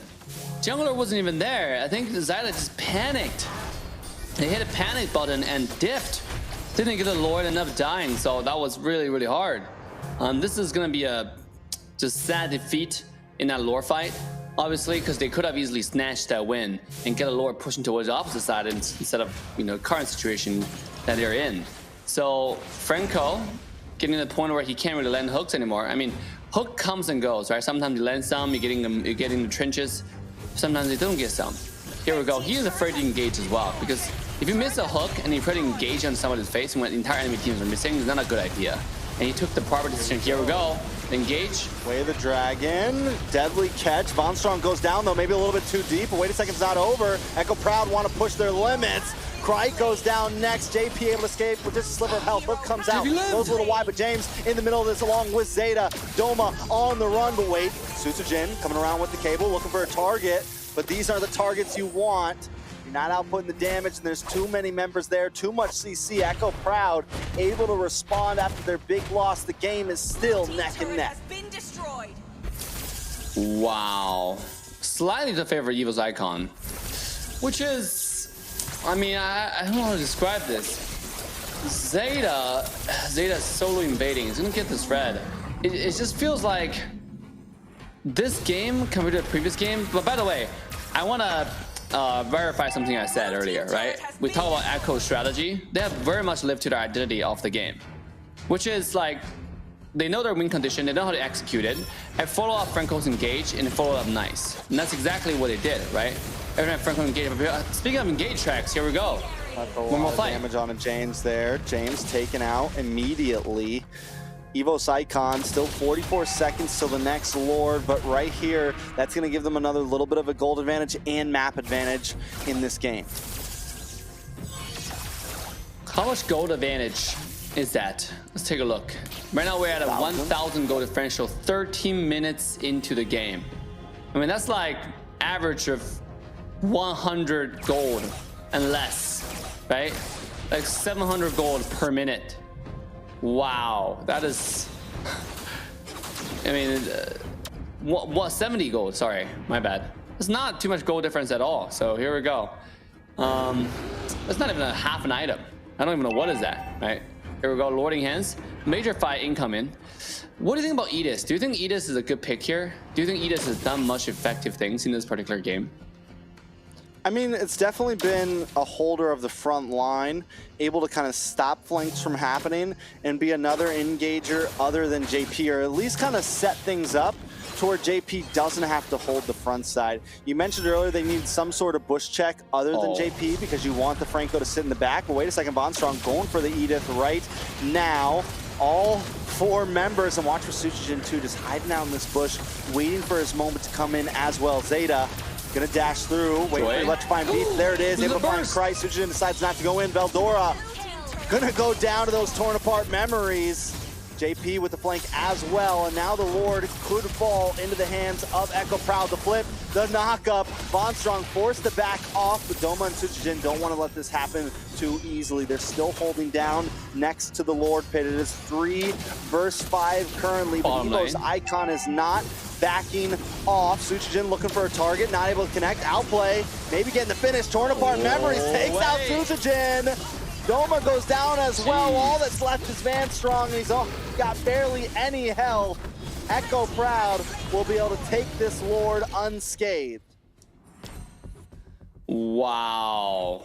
What a crazy fight. And think about Echo set this all up. The bottom lane had a humongous wave pushing towards the base. Just now I saw Joy moving towards mid. I thought he was actually noticing this and try to go back to bottom and just end the game, which he totally could, knowing that the entire set of Evos icon was distracted. But obviously they don't have the god view to know where the main waves are. It will be completely in the blind spot there. Nonetheless, right now with one Lord, we're instantly jumping to a 4,000 gold lead. And after Lord spawns, start taking everything, every gold, every tower.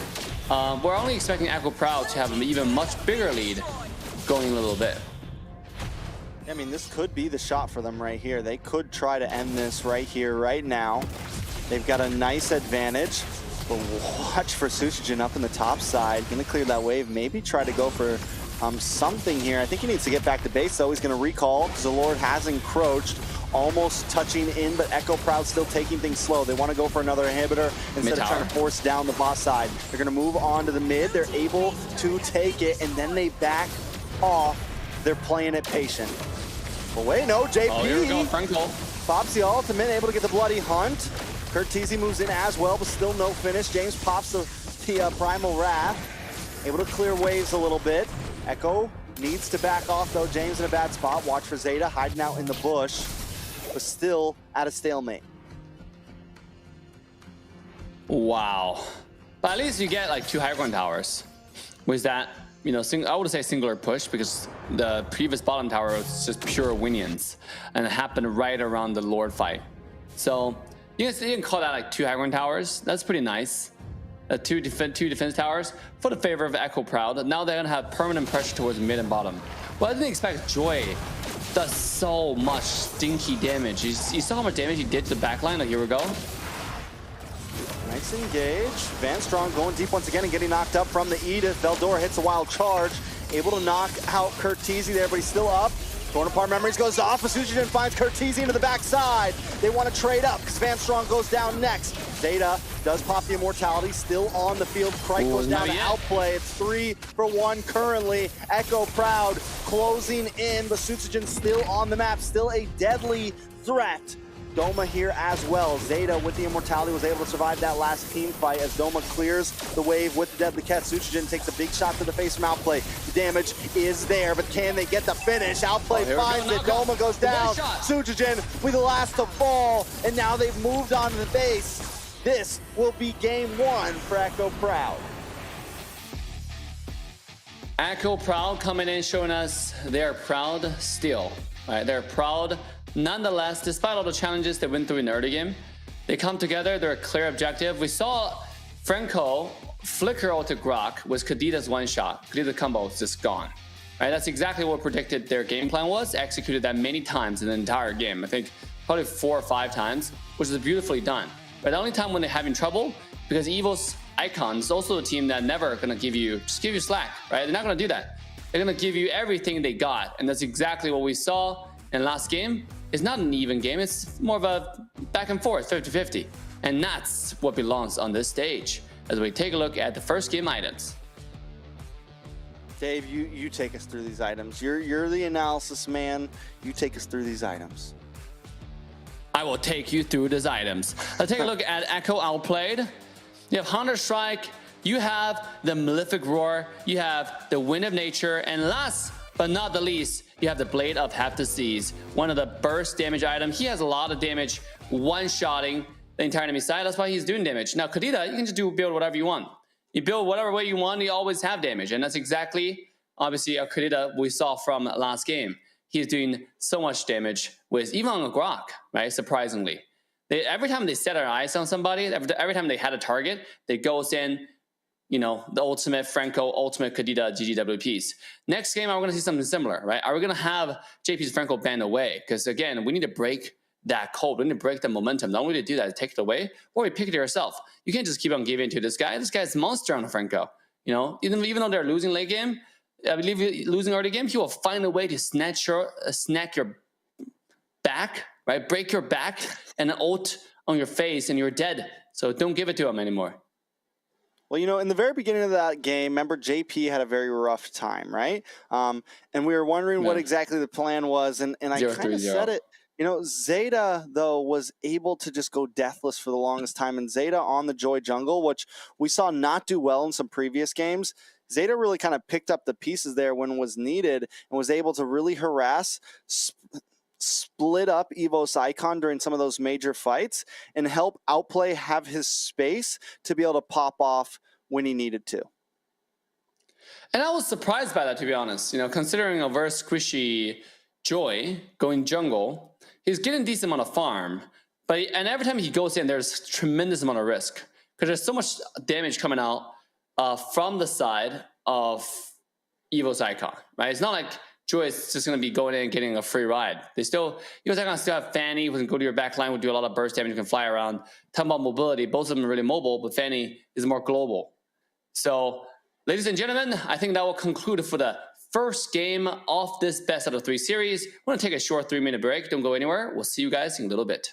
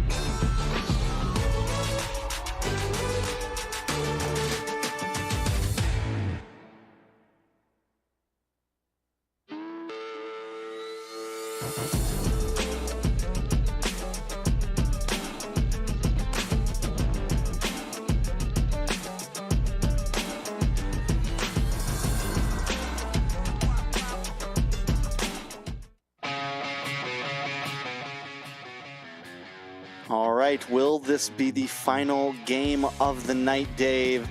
We're at match point already. Echo Proud up against Evos Icon. Evos Icon just took a bad loss. Echo Proud able to withstand the late game and make it to where they can take the win. Whew. Evos Icon definitely showed us that they can, you know, withhold the pressure, right? In fact, not only withhold the pressure, they were doing quite well. So this game, are we going to see a game 3? Is it going to be only game 3 of the entire evening? Or is it going to be a 2-0? Because now JP has momentum. History has always have the, should I say, the habit of repeating itself. In Series 1, when Echo Proud was going against Echo Loud, was a similar situation, right? Echo Lau was almost coming back, grabbing the handle of the wheel, and that's when Echo's Proud snatched it back into their own control, and then put the pedal to the metal and just took off. This game, are we going to see something similar? I don't know. We might see something similar. I mean, Echo will have blue side. They will have first pick, first ban.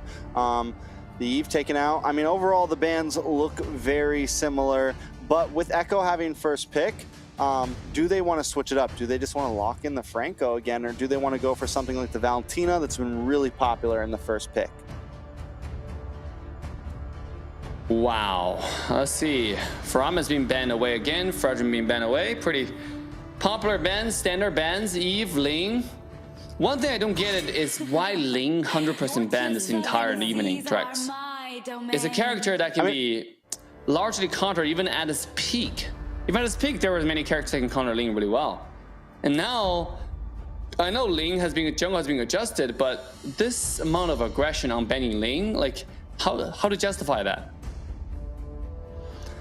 I think it's a really hot pick right now, and it's like one of the assassins. I think now though, after seeing the Fanny lose to the Franco, there's definitely we know there's some leeway. Like with every hero now, there is a counter possibility, but Evos, maybe it's just something they don't want to have to deal with. They want to play it safe, so we get rid of it, just like we do the Eve, just like we do the Claude. I mean, a lot of these picks can be countered in a sense, but it's, do you want to have to pick the counter? You know, do you want to be forced into something where you're forced to counter it? Or do you already have a strategy coming into this? It does look like JP is going to pick up the Kaja here as the first pick, very strong. And Evos is probably going to fire back with the Valentina. I harness it. Really good pick, both sides. Right, Kaja just give you the guarantee lockdown. And now JP has initiative or have a reason to target the Valentina no matter what. You know, if you take this character out, she cannot copy ultimates, including Kaja's. It'll be a huge headache remover. And it's like taking 9 out before going to sleep for the side of Echo. They're gonna be doing pretty well. So, especially when you call a code. Like right now, are we gonna see the Boxia again, right? Now with Valentina, yes we are, TREX. I mean, I like it. It's definitely different from the Fanny. And then the side of Echo picking up the Brody once again, which outplayed even after taking some deaths, which Brody can fall off so quick if you don't play him right, if you don't scale. They were still able to get outplayed to a point where he was just doing insane damage at the right point of the game when they need it. Not only that, they're stacking even more burst damage on top of it with this Farza. Ooh, high burst damage. Good combos. I want to see what to do with Kaja now as a roam. So what do you pick to combo that as a jungler, right? There are many different options. Actually, you don't really need any. You really just need a bait. Someone in the front to get vision for Kaja, so Kaja doesn't take a lot of poke when he goes in, or simply get Valentina ulted, which is also the Kaja ult. So with that in mind, there are quite a few jungle options. Fredrin being bent away.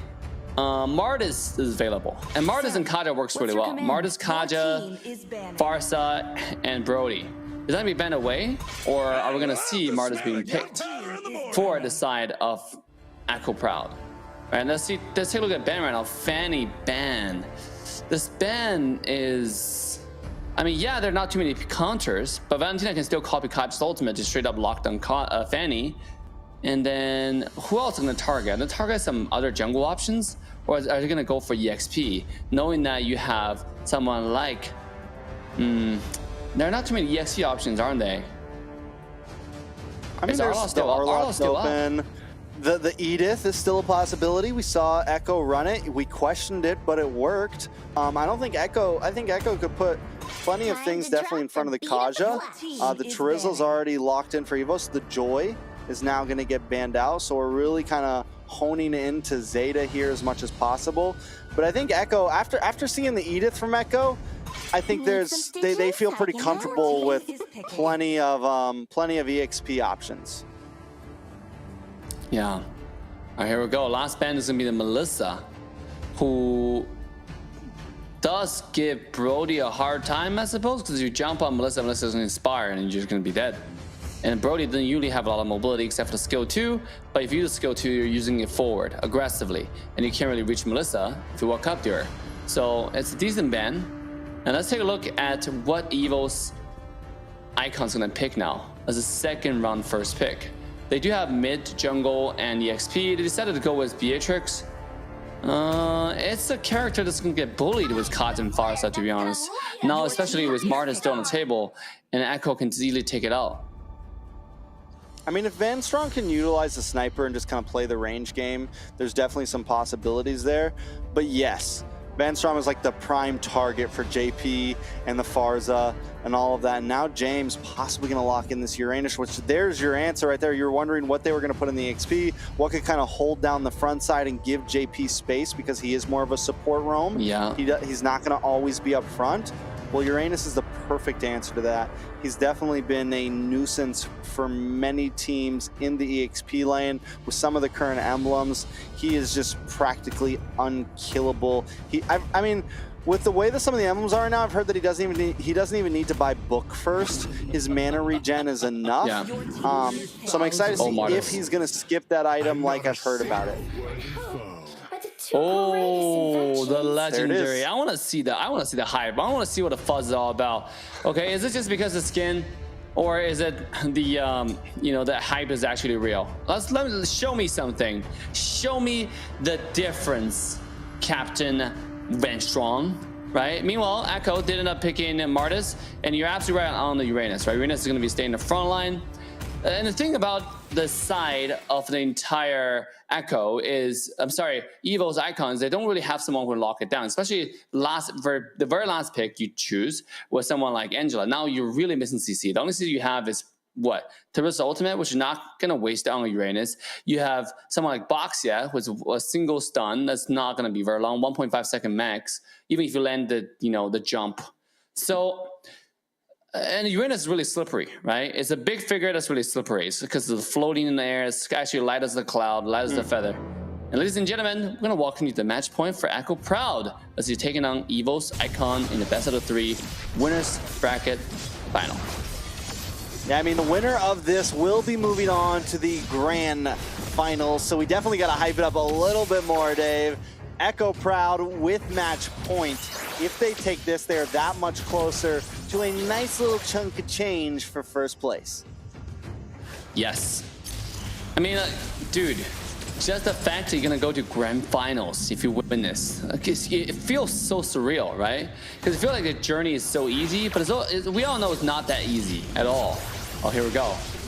Speaking of the journey, TREX. Taking the dive in, but wait a second, we're gonna be restarting. Maybe it was a miss pause. Definitely gonna be a weird spot. JP in a very bad spot, forced to use the flicker, does get away though, so that is good. Zeta gonna get stunned up from Van Strong. Come back with the coils. Everyone disengages, we're still at 0-0. Are you saying Angela is this strong? I remember Angela used to be strong in Magic Chess. Isn't Magic Chess all over again? Here we go. Gonna be able to keep the distance, do some nice poking. Van Strong behind Suchijin, trying to get the heal, but now Suchijin in a lot of trouble. JP comes in, picks up the first blood, but CoachTezet goes down as well. Van Strong might just be next. Double kill for Krite. JP picking up a double kill onto Van Strong. That's 2-2 on the map. Outplayed with some nice range. JP goes back in, needs to be careful here, but will be able to get away. Dude, I don't even notice the details. Van Strong and Angela actually never runs out of mana. He was spamming skill 1 the whole time. Look, watch this detail. Aww. So every time he like spams skill 1, it feels like he's dropping mana, but then a second later it's back to full. Like, that just seems so odd, but yet so awesome. Emblem go butter. Emblem go bird. Yeah, this is truly the emblem diff, I think. Here we go. Looks like a little bit of trouble up by the turtle pit. Suchijin gonna pop the tortoise Pusins, but Zeta still able to pick up the turtle. But now the Heart Guard is on to Veldora. He drops the penalty zone. Trying to look for the stun onto Zeta here. Will be able to land it. Zeta goes down. Krite picking up the kill with that stolen feathered airstrike. Veldora now gonna try to move on to another target here, but JP and CoachTezet aren't gonna fall for it. Ooh. Interesting, very interesting. Very tanky Veldora in the front line with the hard guard. Just now coming off on winter. Look at his mana. You see that? He throws. Look at the regen. It literally speed. looks like it goes up. Looks like it goes up when he I've never seen regen speed like this. Is this supposed to happen? Is this why? Because you have infinite mana, you can just throw skills. Yeah, it has to do with the movement. Hold on a second. Krike gonna go down to a feathered airstrike, and since Angela gets the speed up after using her skill, it just pairs so well. It's similar to the Claude, how his passive makes him faster, and the more you move, the more mana you're gonna get back. So essentially, yeah, you just have infinite mana outplay, able to get the kickoff on Adoma there. It's 4-3 currently at 3.5 minutes. Gold at just about a standstill. Echo Proud only holding about 1,000. Wow. Will you moving give you mana back on Angela? I was not aware. With one of the emblems. I want to say it's the common. Yeah, that's why. Dude, I gotta keep it above 1,000 with you guys, okay? This took me by surprise. Mobile Legends, now new meta. Not only does it have different meta, it also have different kind of mechanics, okay? This is definitely interesting, the fact that you can have infinite mana. Doesn't mean you can run it on Alice. But obviously, you know, it's Angela, it doesn't use that much mana to begin with. Kind of does have all hero tracks. A little bit of trouble. Suchijin in a bad spot. Will get the heart guard. Won't be able to get away though. Outplay picking up the killing spree. Snipe shot into Outplayed's face, but Doma not able to get the finish. Turtle still up. Zeta trying to make his move, create a little bit of space, but keep our eyes on Veldor and Krite here coming to that side. There goes the penalty zone. Locked in along with the feathered airstrike. Zeta in a little bit of trouble. Veldor takes the turtle and Zeta as well. It's a 2-for-0 trade along with the turtle. Evos Icon taking the lead. TREX, isn't the forced panic retreat we're seeing tonight now? Like people where the enemy jungler is dead, you're the only jungler retreat and then you don't get it because you panic. Oh, here we go. Bottom side. A little bit of, ooh, CoachTezet picked off from Doma, but Outplay goes down as well. Evos Icon fighting in strong here. They're going to take a tower, and this could put them at a very nice spot for the mid game. Oh, nice spot it is. Now Susujin is at, let's take a look at that gold, 2,800 gold. Compared to Marta's 27, it's not too much difference, but marksman wise, 37-41. Brody compared to Beatrix, respectively speaking. The biggest difference exists probably around the May. Valentina has 3,200 gold and Farce is only hanging out at 25. It does have the 2 death, and Krite has 314, 3 kills and only 1 death. So, the money's at where it needs to be. But so far, I still haven't seen Angela doing much except for the first hard guard towards the, the blue side, the Echo side's blue jungle. Oh, here we go. Nice divine judgment. Van Strong goes down to the decimation. Good play by Echo, able to try to balance things out. Not falling too far behind in gold here. Game still essentially at a standstill. Echo has lost a tower on the bot side, but they're still keeping the pressure up. Oh, look at Uranus. Doing the typical Uranus thing, right? Cutting a wave in the base, eating up 2 lanes. That's why nobody likes him. He's wondering why nobody likes him. And there you go. So annoying. You see? He's eating up the farm. The strategy is interesting, right? Because I think it's only effective if you want to push certain towers, or if you... I think most effective is when you try to push some towers and you try to just make sure their enemy lane doesn't leave their base. But some of the times it's not working, right? It's not helpful to do it. And sure enough, you saw just now, except for the fact when Dora got engaged and get himself killed. So on that, Uranus can go back and do his Uranus things. Yeah, and Evos Icon take another turtle here.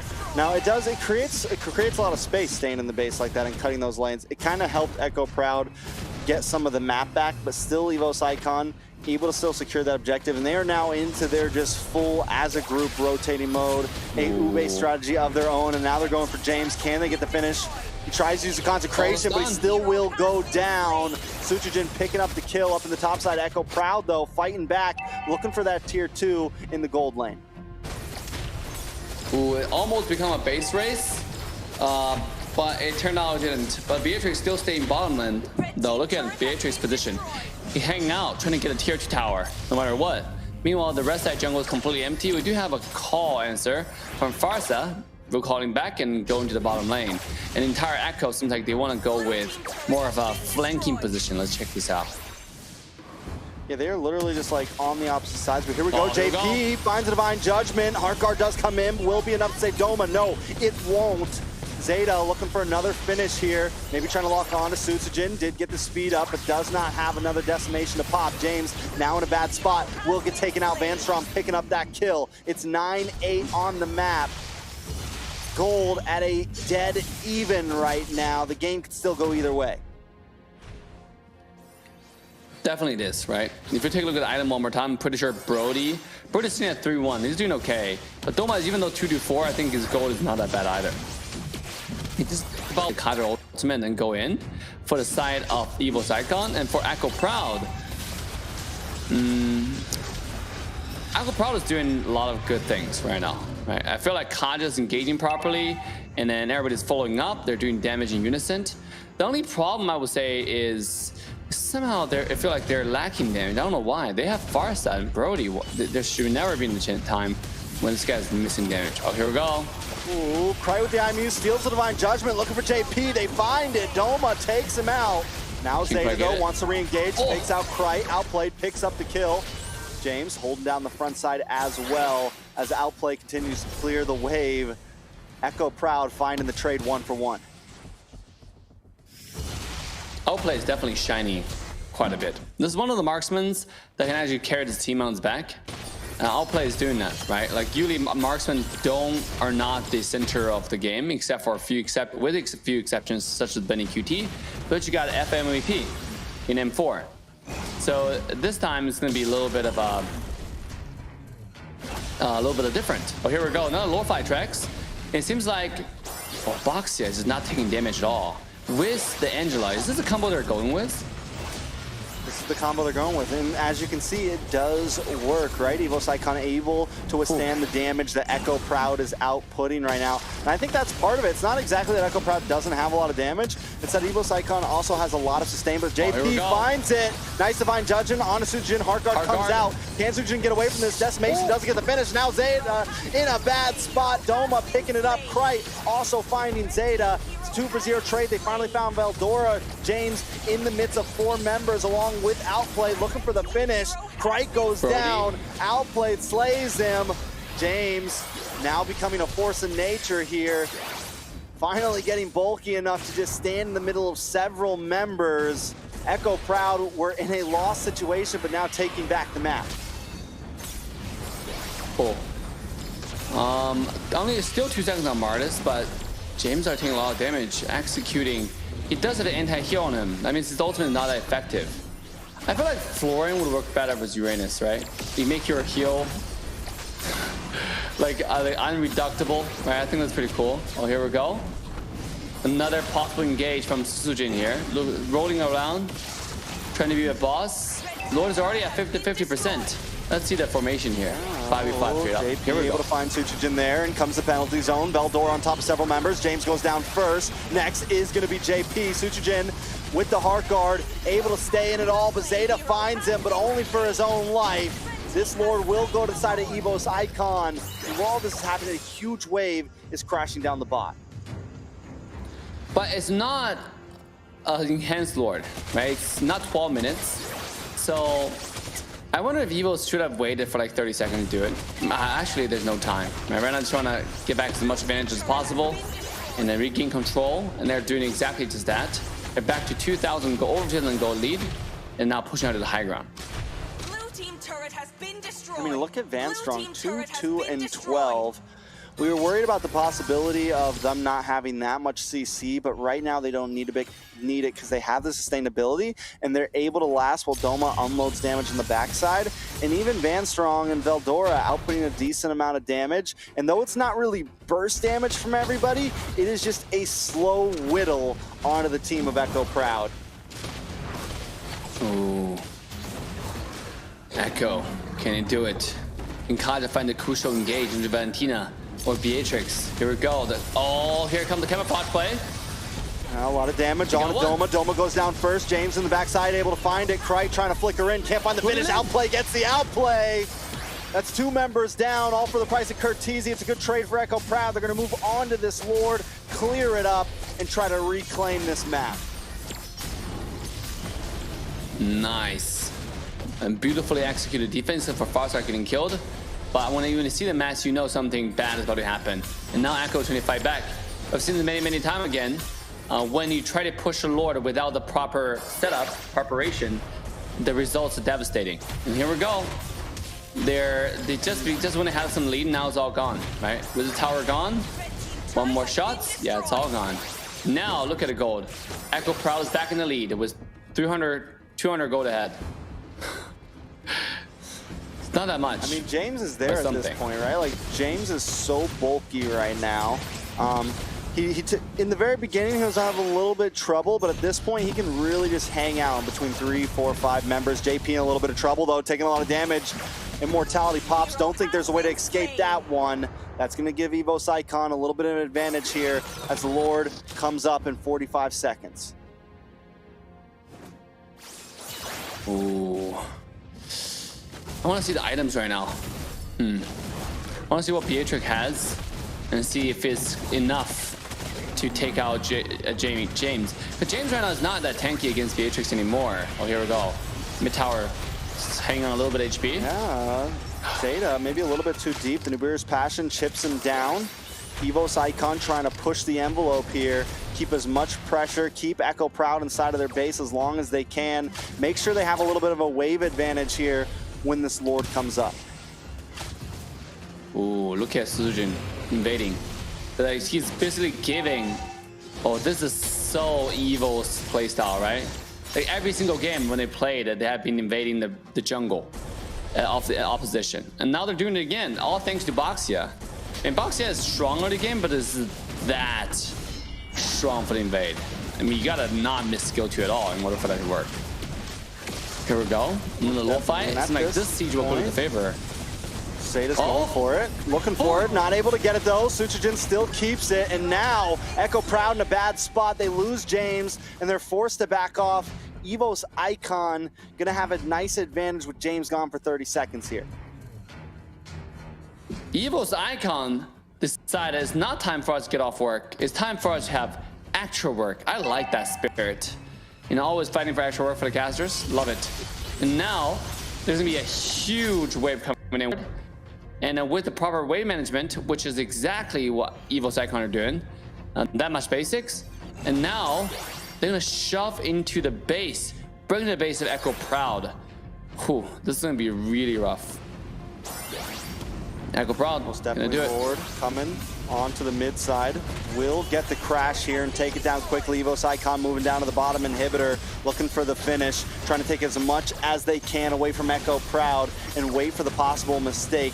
Just patrolling the walls, not pushing in too deep, not wanting to give themselves over and not wanting to give themselves up. They are able to take the 1 inhibitor. I was hoping, or I was thinking that maybe they could get 2 out of this. More waves still coming though. Suchijin, Veldora, watch out for the penalty zone. It could be coming soon. A nice feathered airstrike from Krite doing a lot of damage, and there's a penalty zone. Zeta taking a lot of damage. Veldora gets the finish. No Doma picks up the kill. And that's going to be an inhibitor and a nice trade for the side of Evos Icon. Cool. Solid defense here. Losing 1 high ground tower at a time. 3,000 gold differential, 16 minutes in. That's not even qualify for a gold difference, right? Like that's like 200 gold per minute. Oh, here we go. Boxia. They're forcing their way in. Twizzler. Veldora comes in. Nice. Big hit. Another tower goes down. James gonna get shot down from Krite though. Heart Guard does come up on a Suchijin. I think they want to try to end this here. They have the bulkiness, they have the tankiness, they have the damage. Suchijin into the backside. Can they lock onto the base? JP goes down next. Zeta back on the map as well, but more waves are crashing in. Krite around the backside, able to find outplay. Minions just need to get a little bit closer. They lock onto the base. That's 20% of the base. May go down. They can't get the finish, but there it is. Evos Icon tie it up 1-1. Whoa, what a well-deserved game 3 right there. You know, they grab the helmet of victory and took it to the enemy side's base. I think it started... Dude, Angela is really a must ban, huh, Trex? Like, I thought Kaja is gonna do very well against Angela, but what I didn't know is this guy no longer costs mana. He can just spam skills all game long, and there's nothing you can do about it, right? I don't think Angela was like this before. This is a crazy amount of mana, a crazy amount of spam that went strong now become a van spam on Angela. I mean, here's the thing, right? If you look at Angela too, you're building some damage in there. You have the slow, you pick up your cooldown, and then you have just a little bit of tankiness with the brute force breastplate. But it's like you turn something that would normally be your tank, which wouldn't do any damage, into something that can also apply damage. And there you have it. Yes, you lack a little bit of CC, but you are just this overwhelming force that can pile drive over your enemies. Whew. Wow. What's the solution for the Angela? That you can have use infinite mana. It must be an emblem. It must be something, right? Like you can do about it. I thought Kaja's the way. I thought they had Brody that burst damage, that Farce that burst damage. Anyone they pull, they can burst. But you know, the hard guard was a little bit hard because you can buy enough time for the rest of the team, rest of the support to come in, and they will chip you down. So, I'm still thinking about the right corner for Angela. Maybe ban, just like you said. Yeah, that's the only solution. But banning Angela just doesn't feel right, man. Like, why are you banning Angela? It's 2023. This is 2023, man. I mean, every hero deserves a comeback, and right now we're seeing Angela in her prime. That little girl is causing havoc in the land of Dawn right now, and finally you can see it. And it works so well with heroes like the Basho. It works well with heroes like the Lin, some of those like the Link, some of those dive heroes that want to just get in your face. So definitely excited to see what else people will pair with as we move on through future games. But the major thing to talk about is we have our first game 3 tonight. So far, it's been 2-0 sweeps. Yeah. But these games right here have gone the distance, both of them, close to 20 minutes each one. So excited to see how game 3 goes. Yes, I'm actually really excited. This is truly the game point now. No more do-overs, hopefully, right? This game 3 will determine who will proceed to the grand finals, which is competing for $40,000. I think that's the first place, right? Total prize money is $60,000. First place, 40. Second place, 10. I think the third place was 6,000 and last place 4. And that's how it goes. I mean, so it's a lot of money on the line. You win this, you literally go to 5 digits, no matter what, right? 5 digits, it matters 40 or 10, but obviously you're one of the 40 because that's a lot of money. Jeez. Imagine giving so much money to younger kids. Well, we are going to be jumping into the final draft of the night now.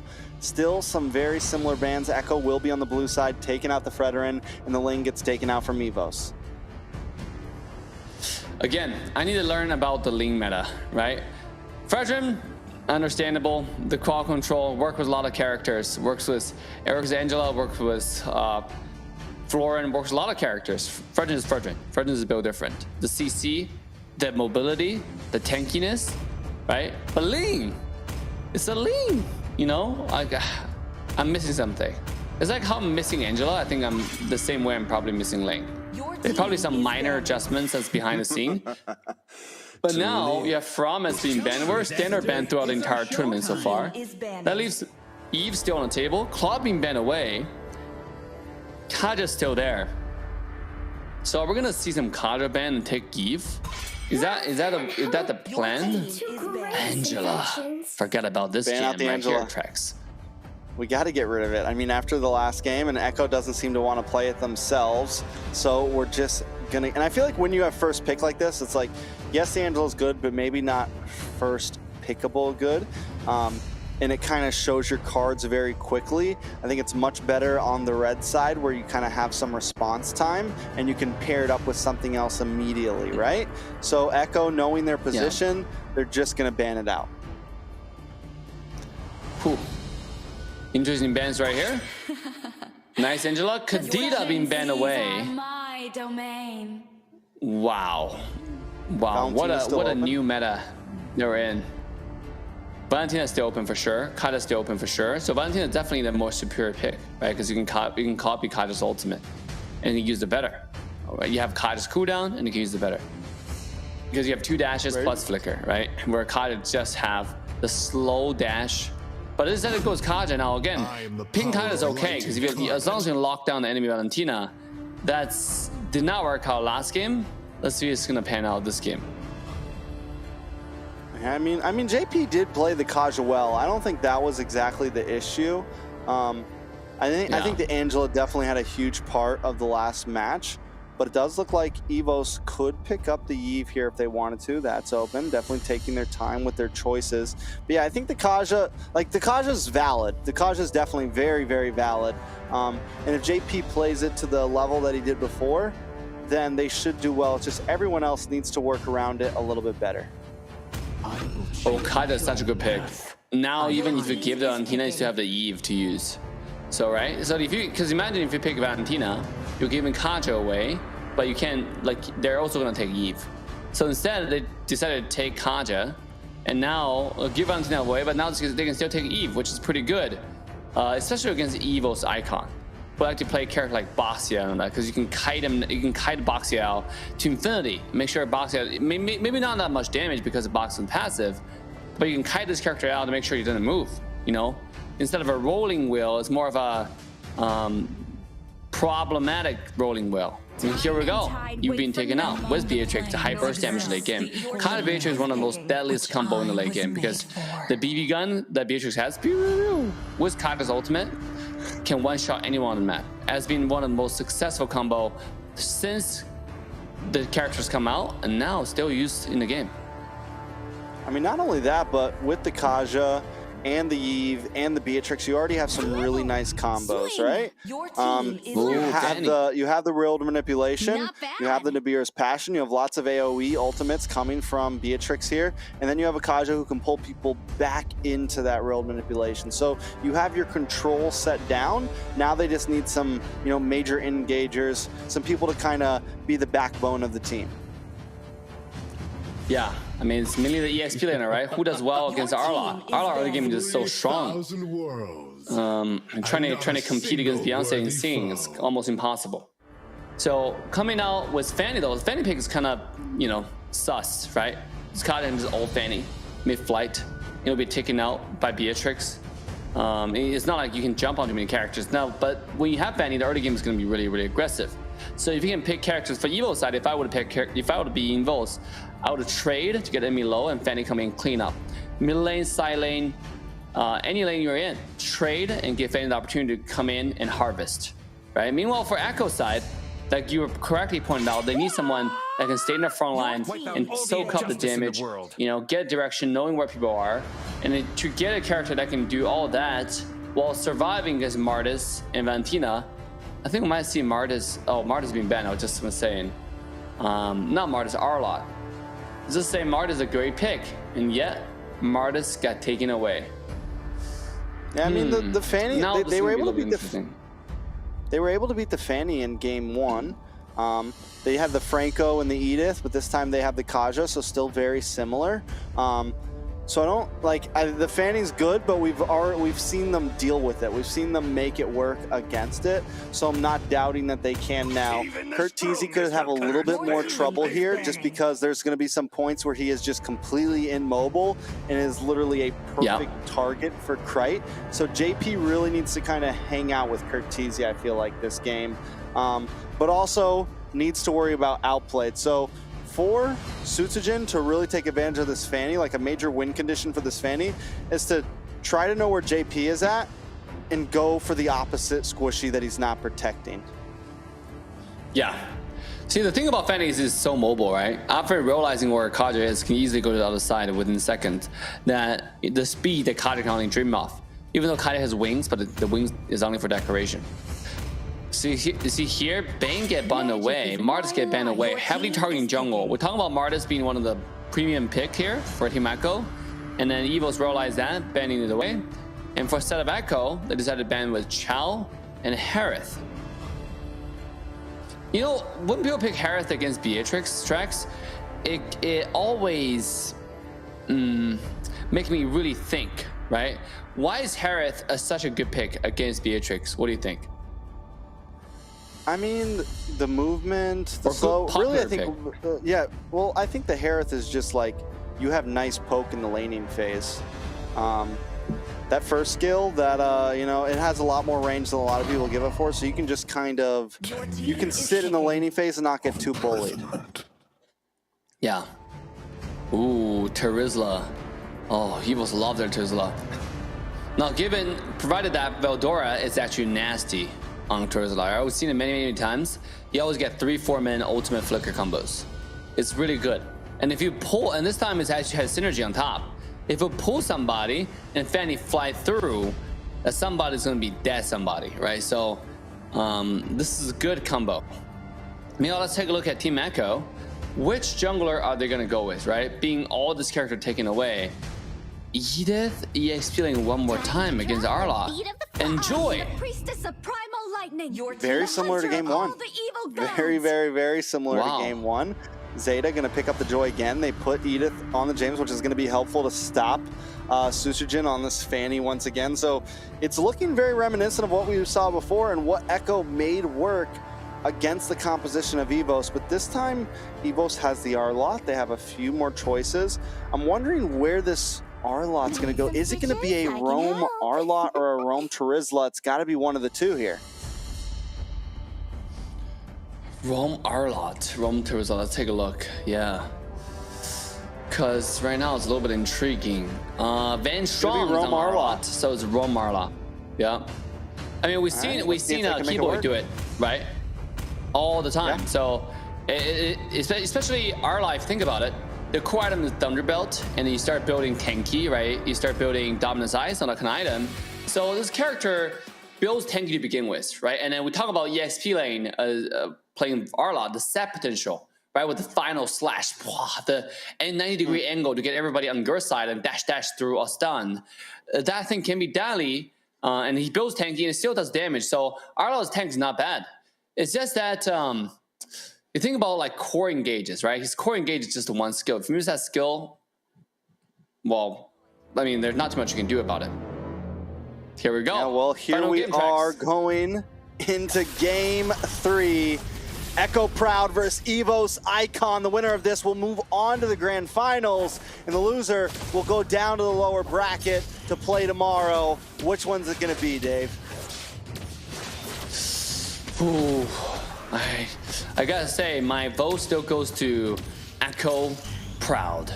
You know, Echo Proud has been doing so well the entire evening, and there's no reason for them to not do so well and changing, do some micro adjustments based on what it did. But here we go. The invade comes in. Very aggressive. Maybe in a bad spot. Goes down though. First blood. Over to Kurt Teasy there. James trying to make his way around. JP forced to run away, but still Echo Proud comes out on top as long as they don't lose anyone here. But Van Strong here try to make that happen. Can't quite do it though. Echo Proud with a huge dub in the first minute. Sheesh. Fanny, I mean, I think it's really good from Zyda's part, realizing that Fanny was gonna come. So he hid himself in a bush, right? And eventually did stuff at the right moment. Here we go. Went strong. Zeta can be able to get away there, so I mean that's a plus. Yeah. And the fact that Evos Icon can't force it right now. The gold is still at an even standstill, but it's huge to have a kill onto Fanny this early in the game. Oh, Fanny level 4. This is not good. Outplay is already traded low. Where's the minion wave pushed in? And then, oh, he's looking for it, Trax. He's looking for it. Here we go. Oh, going on Outplay. Outplay uses a flicker. Oh! Is he gonna go? Oh, he finds it. Susujin goes down again. And Doma isn't even able to get outplayed there. Outplay was outplay.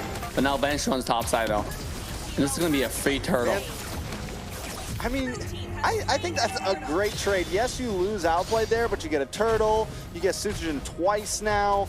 I still think Echo Proud has the advantage here. Outplay. Definitely well-picked name for this player. I mean, he has done so many outplays just this evening. So this is a man of culture, man of mechanics. I like this guy quite a bit. Here we go. Bottom side, Fanny invading one more time. Oh, but this time he's gonna catch his prey. Securing a kill. This is the first time Fanny got a kill, actually. I mean, I feel like the fact that Susujin has taken 2 deaths and is still being this aggressive, still picking up kills, just shows how threatening the Fanny can be. Still a level ahead of Zyda right now. So, I mean, it's kind of huge. The fact that Susujin has died twice and is still holding a lead over Echo Proud's jungler just speaks volumes. Yeah. Speaking of them, all right. Let's take a look of everybody's items. If we can take a look at items. Dude, I just don't understand. I understand Joy does some damage through a late game with the whole burst. But overall, here we go. A lot of damage on Susujin there. Krite able to drop the road manipulation. Doma maybe looking for more. JP there as well. The Muddles comes out. JP taking a lot of damage. Will they get finished? No, they can't. Able to just get away with a sliver JP! The lucky boy. Oh my goodness, TREX. This guy has been walking away how many times tonight with a sliver of health? He does not die. He does not perish. He just stay in the front, tank everything, soak up everything, be the center of hatred, and then walk away. Wow. That's the real difference right there. JP, the lucky boy. Wait a second, Final Slash comes in onto CoachTezet, but the rest of Echo Proud are here as well. JP doesn't have the Divine Judgment, so he can't pull anyone in, but still helps his team out. Echo Proud able to disengage. And this time, James even give up a wave, if you've noticed, right? Like, he give up bottom lane, the whole EXP lane. Now he's about to give up the second EXP lane to move to Turtle. That's dedication right there, right? Now, Joy obviously cannot do that. He's not as fast as Fanny. Look at Fanny now, waiting for the minute to come to the tower so he can get gold plating. He's gonna get a lot of gold here. I think he's probably gonna get the whole, like, yeah, look at that tower. Notice how JP and Zyda are just like staying together. They're always within a line of each other. Wait a second, CoachTezet taking a little bit of damage. In trouble. The penalty zone comes in. James pops the final wrath, but it's still not enough. That's going to be a big hit onto the side of Echo Proud. CoachTezet and James both down, as Evos Icon should be able to now take this turtle unscathed. Whew. Not only that, they're taking the tower. Evos Icon. Wow. Oh, here we go. TREX. JP in a little bit of trouble. Use the Divine Judgment, though. Van Strong still in the midst of it, though. Finally goes down, but so does JP. Outplayed will be next. Doma picking up the kill. That's a turtle and 2 for the price of 1 in Evos Icon pocket. Ooh, Evos Icon. They're the one who's catching momentum right now. It's not like picks like Edis. I mean, the CC was good, but early game damage was missing. And then their heavy damage burst is relying on Eve. And I hate to say this, Joy's early game damage is okay, but this is such a late game draft. And I echo that if any team can come back, Echo is the team to do it, right? Like, they have what it takes. They came back from their bigger brother, the many-time champions of the entire world of Mobile Legends Bang Bang. So if we're talking about coming back, look at this team. They don't feel a thread of remorse, not remorse, that's a bad word. A threat of scares, right? They're not scared at all. They're in a disadvantaged situation, but they kept on making plays. They kept on finding the angles to get objectives. And yet, even though they're behind, they were still behind, but they would find objectives ahead of their opponents. Yeah, they still find the first tower of the game, essentially. They're still making plays across the map, which is huge when you're at a disadvantage like this. You don't want to let it just push you into a corner. You want to make sure you keep on keeping your tempo, and that's what they're doing. And even though they're 1,000 gold behind, it still feels like this is a draw game, and nobody's really controlling completely. Both teams making plays of their own across the map. Whew, 1,000 gold differential. This is literally like every game of this series, huh? True grand final of the winners bracket. Oh, here we go. Roll inflation. Turret has been destroyed. They will be able to take that tower too, but Evos Icon just kind of hit and run. Yeah, very decent, very disciplined play coming out from Evos, right? They used the ultimate, the rail manipulation out of RW. Oh, here we go. Before that, takes a lot of damage. Veldor goes down. Good play by the side of Echo. Wait a second, the final slash, James taken out of existence. JP might just be next, but Outplay's looking for Van Strong. Van Strong will go down finally. Azaida's in the backside with electrifying beats. That is a 4-man wipe for Evos Icon. Echo proud. Where did that come from? Oh, the silent tiger finally woken up and give us a fight to stay up for. That was really cool. I mean, the engage is coming out. Even though I gotta say, you gotta give Van Strong credit, right? That angle of the ultimate. It seems like he did like a diagonal flicker with the ultimate, just to make sure he slashed everybody at a right angle and then get him back. Nonetheless, did not work out for them. And JP is playing very, very aggressive this entire game. So, like his engage is being like, he's looking for people to ult. And that's something I think as a cadre player should do. Every single cadre player should learn from this kind of attitude. The can-do attitude. Whenever you have the blue dot, you look for things to happen. Looking for things, here we go one more time. Oh my god, he walks right into a Van Strong as a first to drop.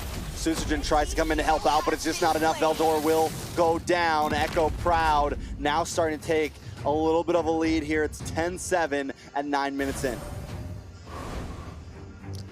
Ooh. This is interesting. 9 minutes in. Well, now it's 101. 9 minutes in, and then 1,800 goal differential. Compared to 2,000 goal differential. It's about like very little, you know, 25. Yes, there's almost no difference at this point. So it's all about who engages first, right? Who engages better. Can Kaja maintain the momentum and do a JP play? Oh, that was a nice snipe. Almost getting a blue there. Unfortunately, he miscalculated, obviously knowing that you can't really see the buff. Oh, Fanny. Look at Fanny's angle, though. Look at him. He's waiting. He's going to come for Outplay. Oh. Outplay gets cutthroat and finds it. A good play from Susujin there, and this is what you were talking about. Like, even when one team is behind a little bit in gold, they're still making plays happen, Dave, and that's exactly how you have to play this game. Try to constantly keep your tempo. Oh, to constantly make things happen. Here we go. Did he get Kaida's ultimate? Yes, he did. Oh, the suppression. Good play on a James there. The world manipulation does come out, but so does go away from Doma. Doma taking a little bit of damage, though. Zaida into the backside, able to get the killing spree. But wait a second, His own team is dropping 2. Evos find 3, and all they get is Doma for it. Ooh. Whoa, Evos Icon definitely popping off in a way that nobody expected him to pop off. That was, I mean, at this point, all of a sudden, they shrink the gold differential from 2,000 gold to less than 1,000 if they get us Lord here, going for kills before Lord. Very well done, very well executed decision making from Evos. You can feel that they are feeling it. That's how much they're feeling it. Because they're feeling it so much, even the audience can feel it across the screen. Doesn't matter where you are across, you know, on the planet. That was just like good engage and good syncing and good everything. Right? Especially Veldora. I mean, this guy is so underrated. His ultimate is always getting 3 or 4 people on one catch. That's really good. Definitely really good. Lord is going to be coming soon, though. They should definitely get this tier 2 in the top side, but Echo doesn't want to give it up too easily, or at least just not too much space. They want to try to make this Lord as cheap as a loss as possible. JP in a little bit of a bad spot. Forces a flicker to get away, but it comes to penalty zone. Van Strong looking for the possible hit, able to find JP there. Nice play, out comes World Manipulation. James pops Primal Wrath, trying to get a little bit of chip damage onto Doma there. But wait, terrify Curtese in a bad spot. Will go down, Van Strong with double kill. Lord finally drops. Zaida in the backside, pops the electrifying and be able to find Doma, but now he will go down as well. James now play though, in the midst of it, find Krite and Doma. Veldora has to try to get out of town quick, but Outplay doesn't want to let it happen. He wants to cut him off. Veldora under the tower, gonna get flipped up, knocked up. Immortality pops, but Outplay should be able to get the finish. Penalty zone comes out. Veldora trying to survive, but he just can't. Ooh, despite the winning of the team fight for Echo side, it's a good morale boost, but they can't get any objectives out of it, right? There's nothing you can gain out of it from that kill. Nonetheless, it was a good attempt. I'll take a look at items. Beatrix, Blade of Despair, Livid War, working on his way to Hunter Strike. That's all I saw. I like it. I like it. A little bit more damage. Gold still at literally a dead even. You know, we saw sweeps all night. This best of 3, every game has been neck and neck. Either team could take it, and right now where I'm watching this, I still feel that way. Do you think any team clearly has an advantage though as we move into the late game, Dave? No, really don't, right?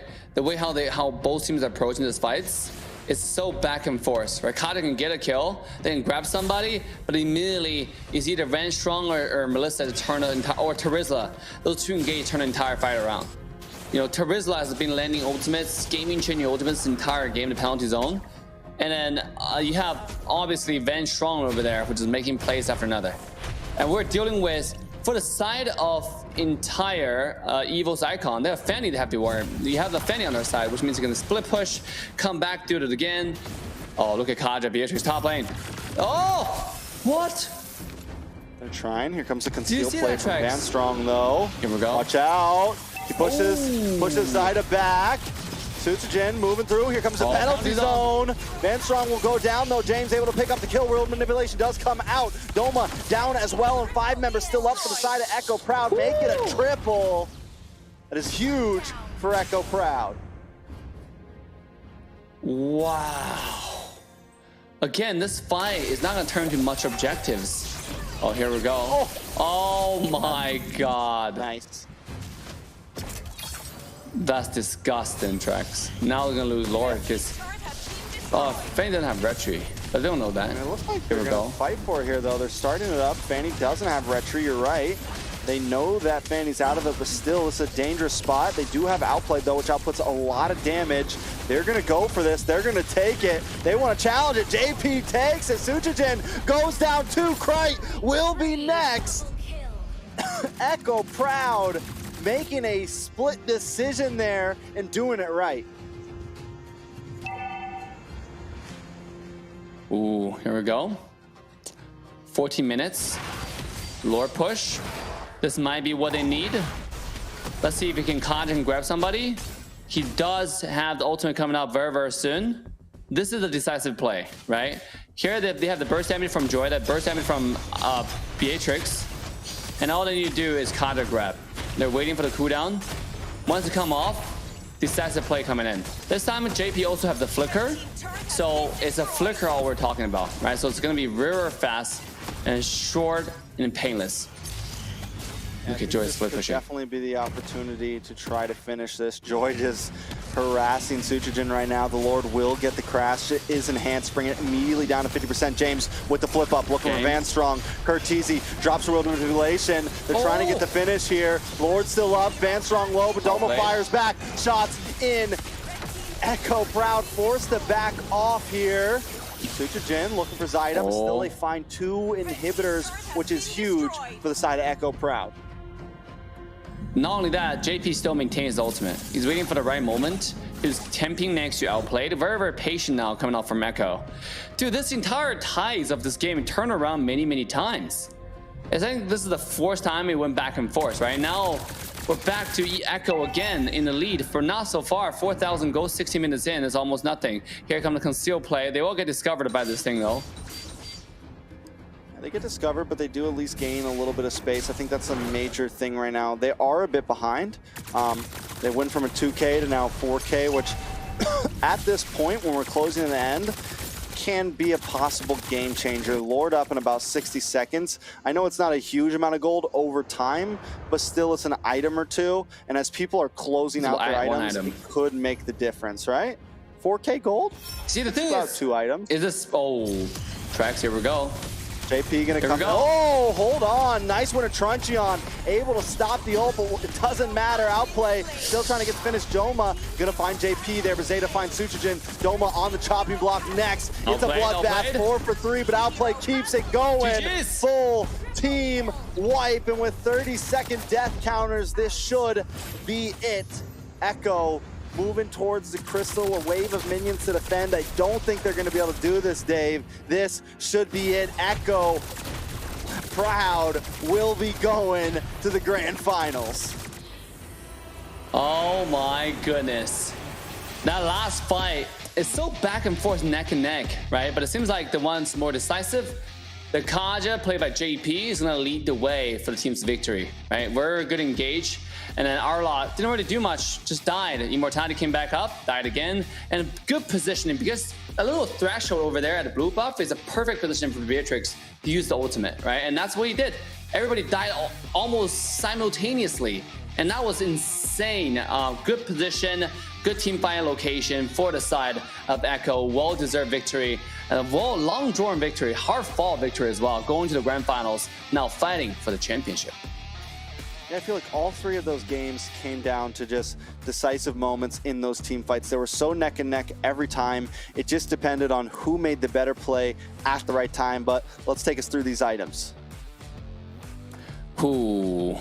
Zyda, look at Genius One, and you have Holy Crystal, you have the Blood Wings, he has the full decked out damage, and look at Outplayed, right? The Hunter Strike, the Blade of Despair, the Malefic Roar, his guy is decked out too. I think those three items, as long as you get those, that's the power spike for someone like Beatrix. You can one-shot at anyone. You saw the damage this guy was shredding through the entire Evos HP bar. Meanwhile, Evos, this is where the marksman damage, the marksman has everything, but it just wasn't enough, it feels like. He doesn't have the crucial Winter Truncheon to dodge the damage from someone like Beatrix, right? The BB gun one-on-one wise, Melissa does a lot of damage, but it's going to be enough comparing to Beatrix with Malefic Roar. Let's take a look at the final match result, Trex. I mean, it was a win for each team down all the way to match 3. What a great way to finish the night. But in the end, Echo Proud comes out on top, securing their spot in the grand finals. Now, this isn't the last we saw of Evos Icon. They're going to go down to the lower bracket, and they will face the winner of Echo Loud and Onic Overlord tomorrow night. So definitely excited to see how that one turns out, Dave. Yes, absolutely. We'll only have 2 series tomorrow. Today we finish the winner bracket, the upper bracket, should I say, and tomorrow we will finish the lower bracket to decide the grand finalists. And the grand final will be carried on day 3 of the World Cyber Game Mobile Legends event. So make sure to mark on your calendar to join us daily to see which team will come off on top.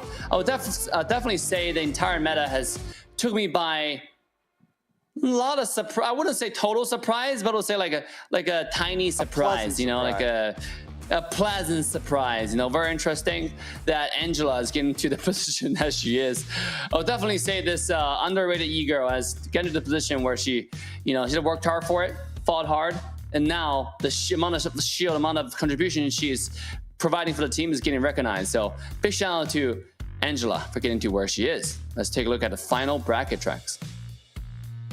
So, as we see on the bracket, I think we're having a little bit of a mix-up here. Echo Proud was the winner of that last match. They are moving on to the grand finals, and Evos Icon are going down to the lower side. Definitely a great way to finish off the night in what we like to call a rubber band match, all the way down to the line there.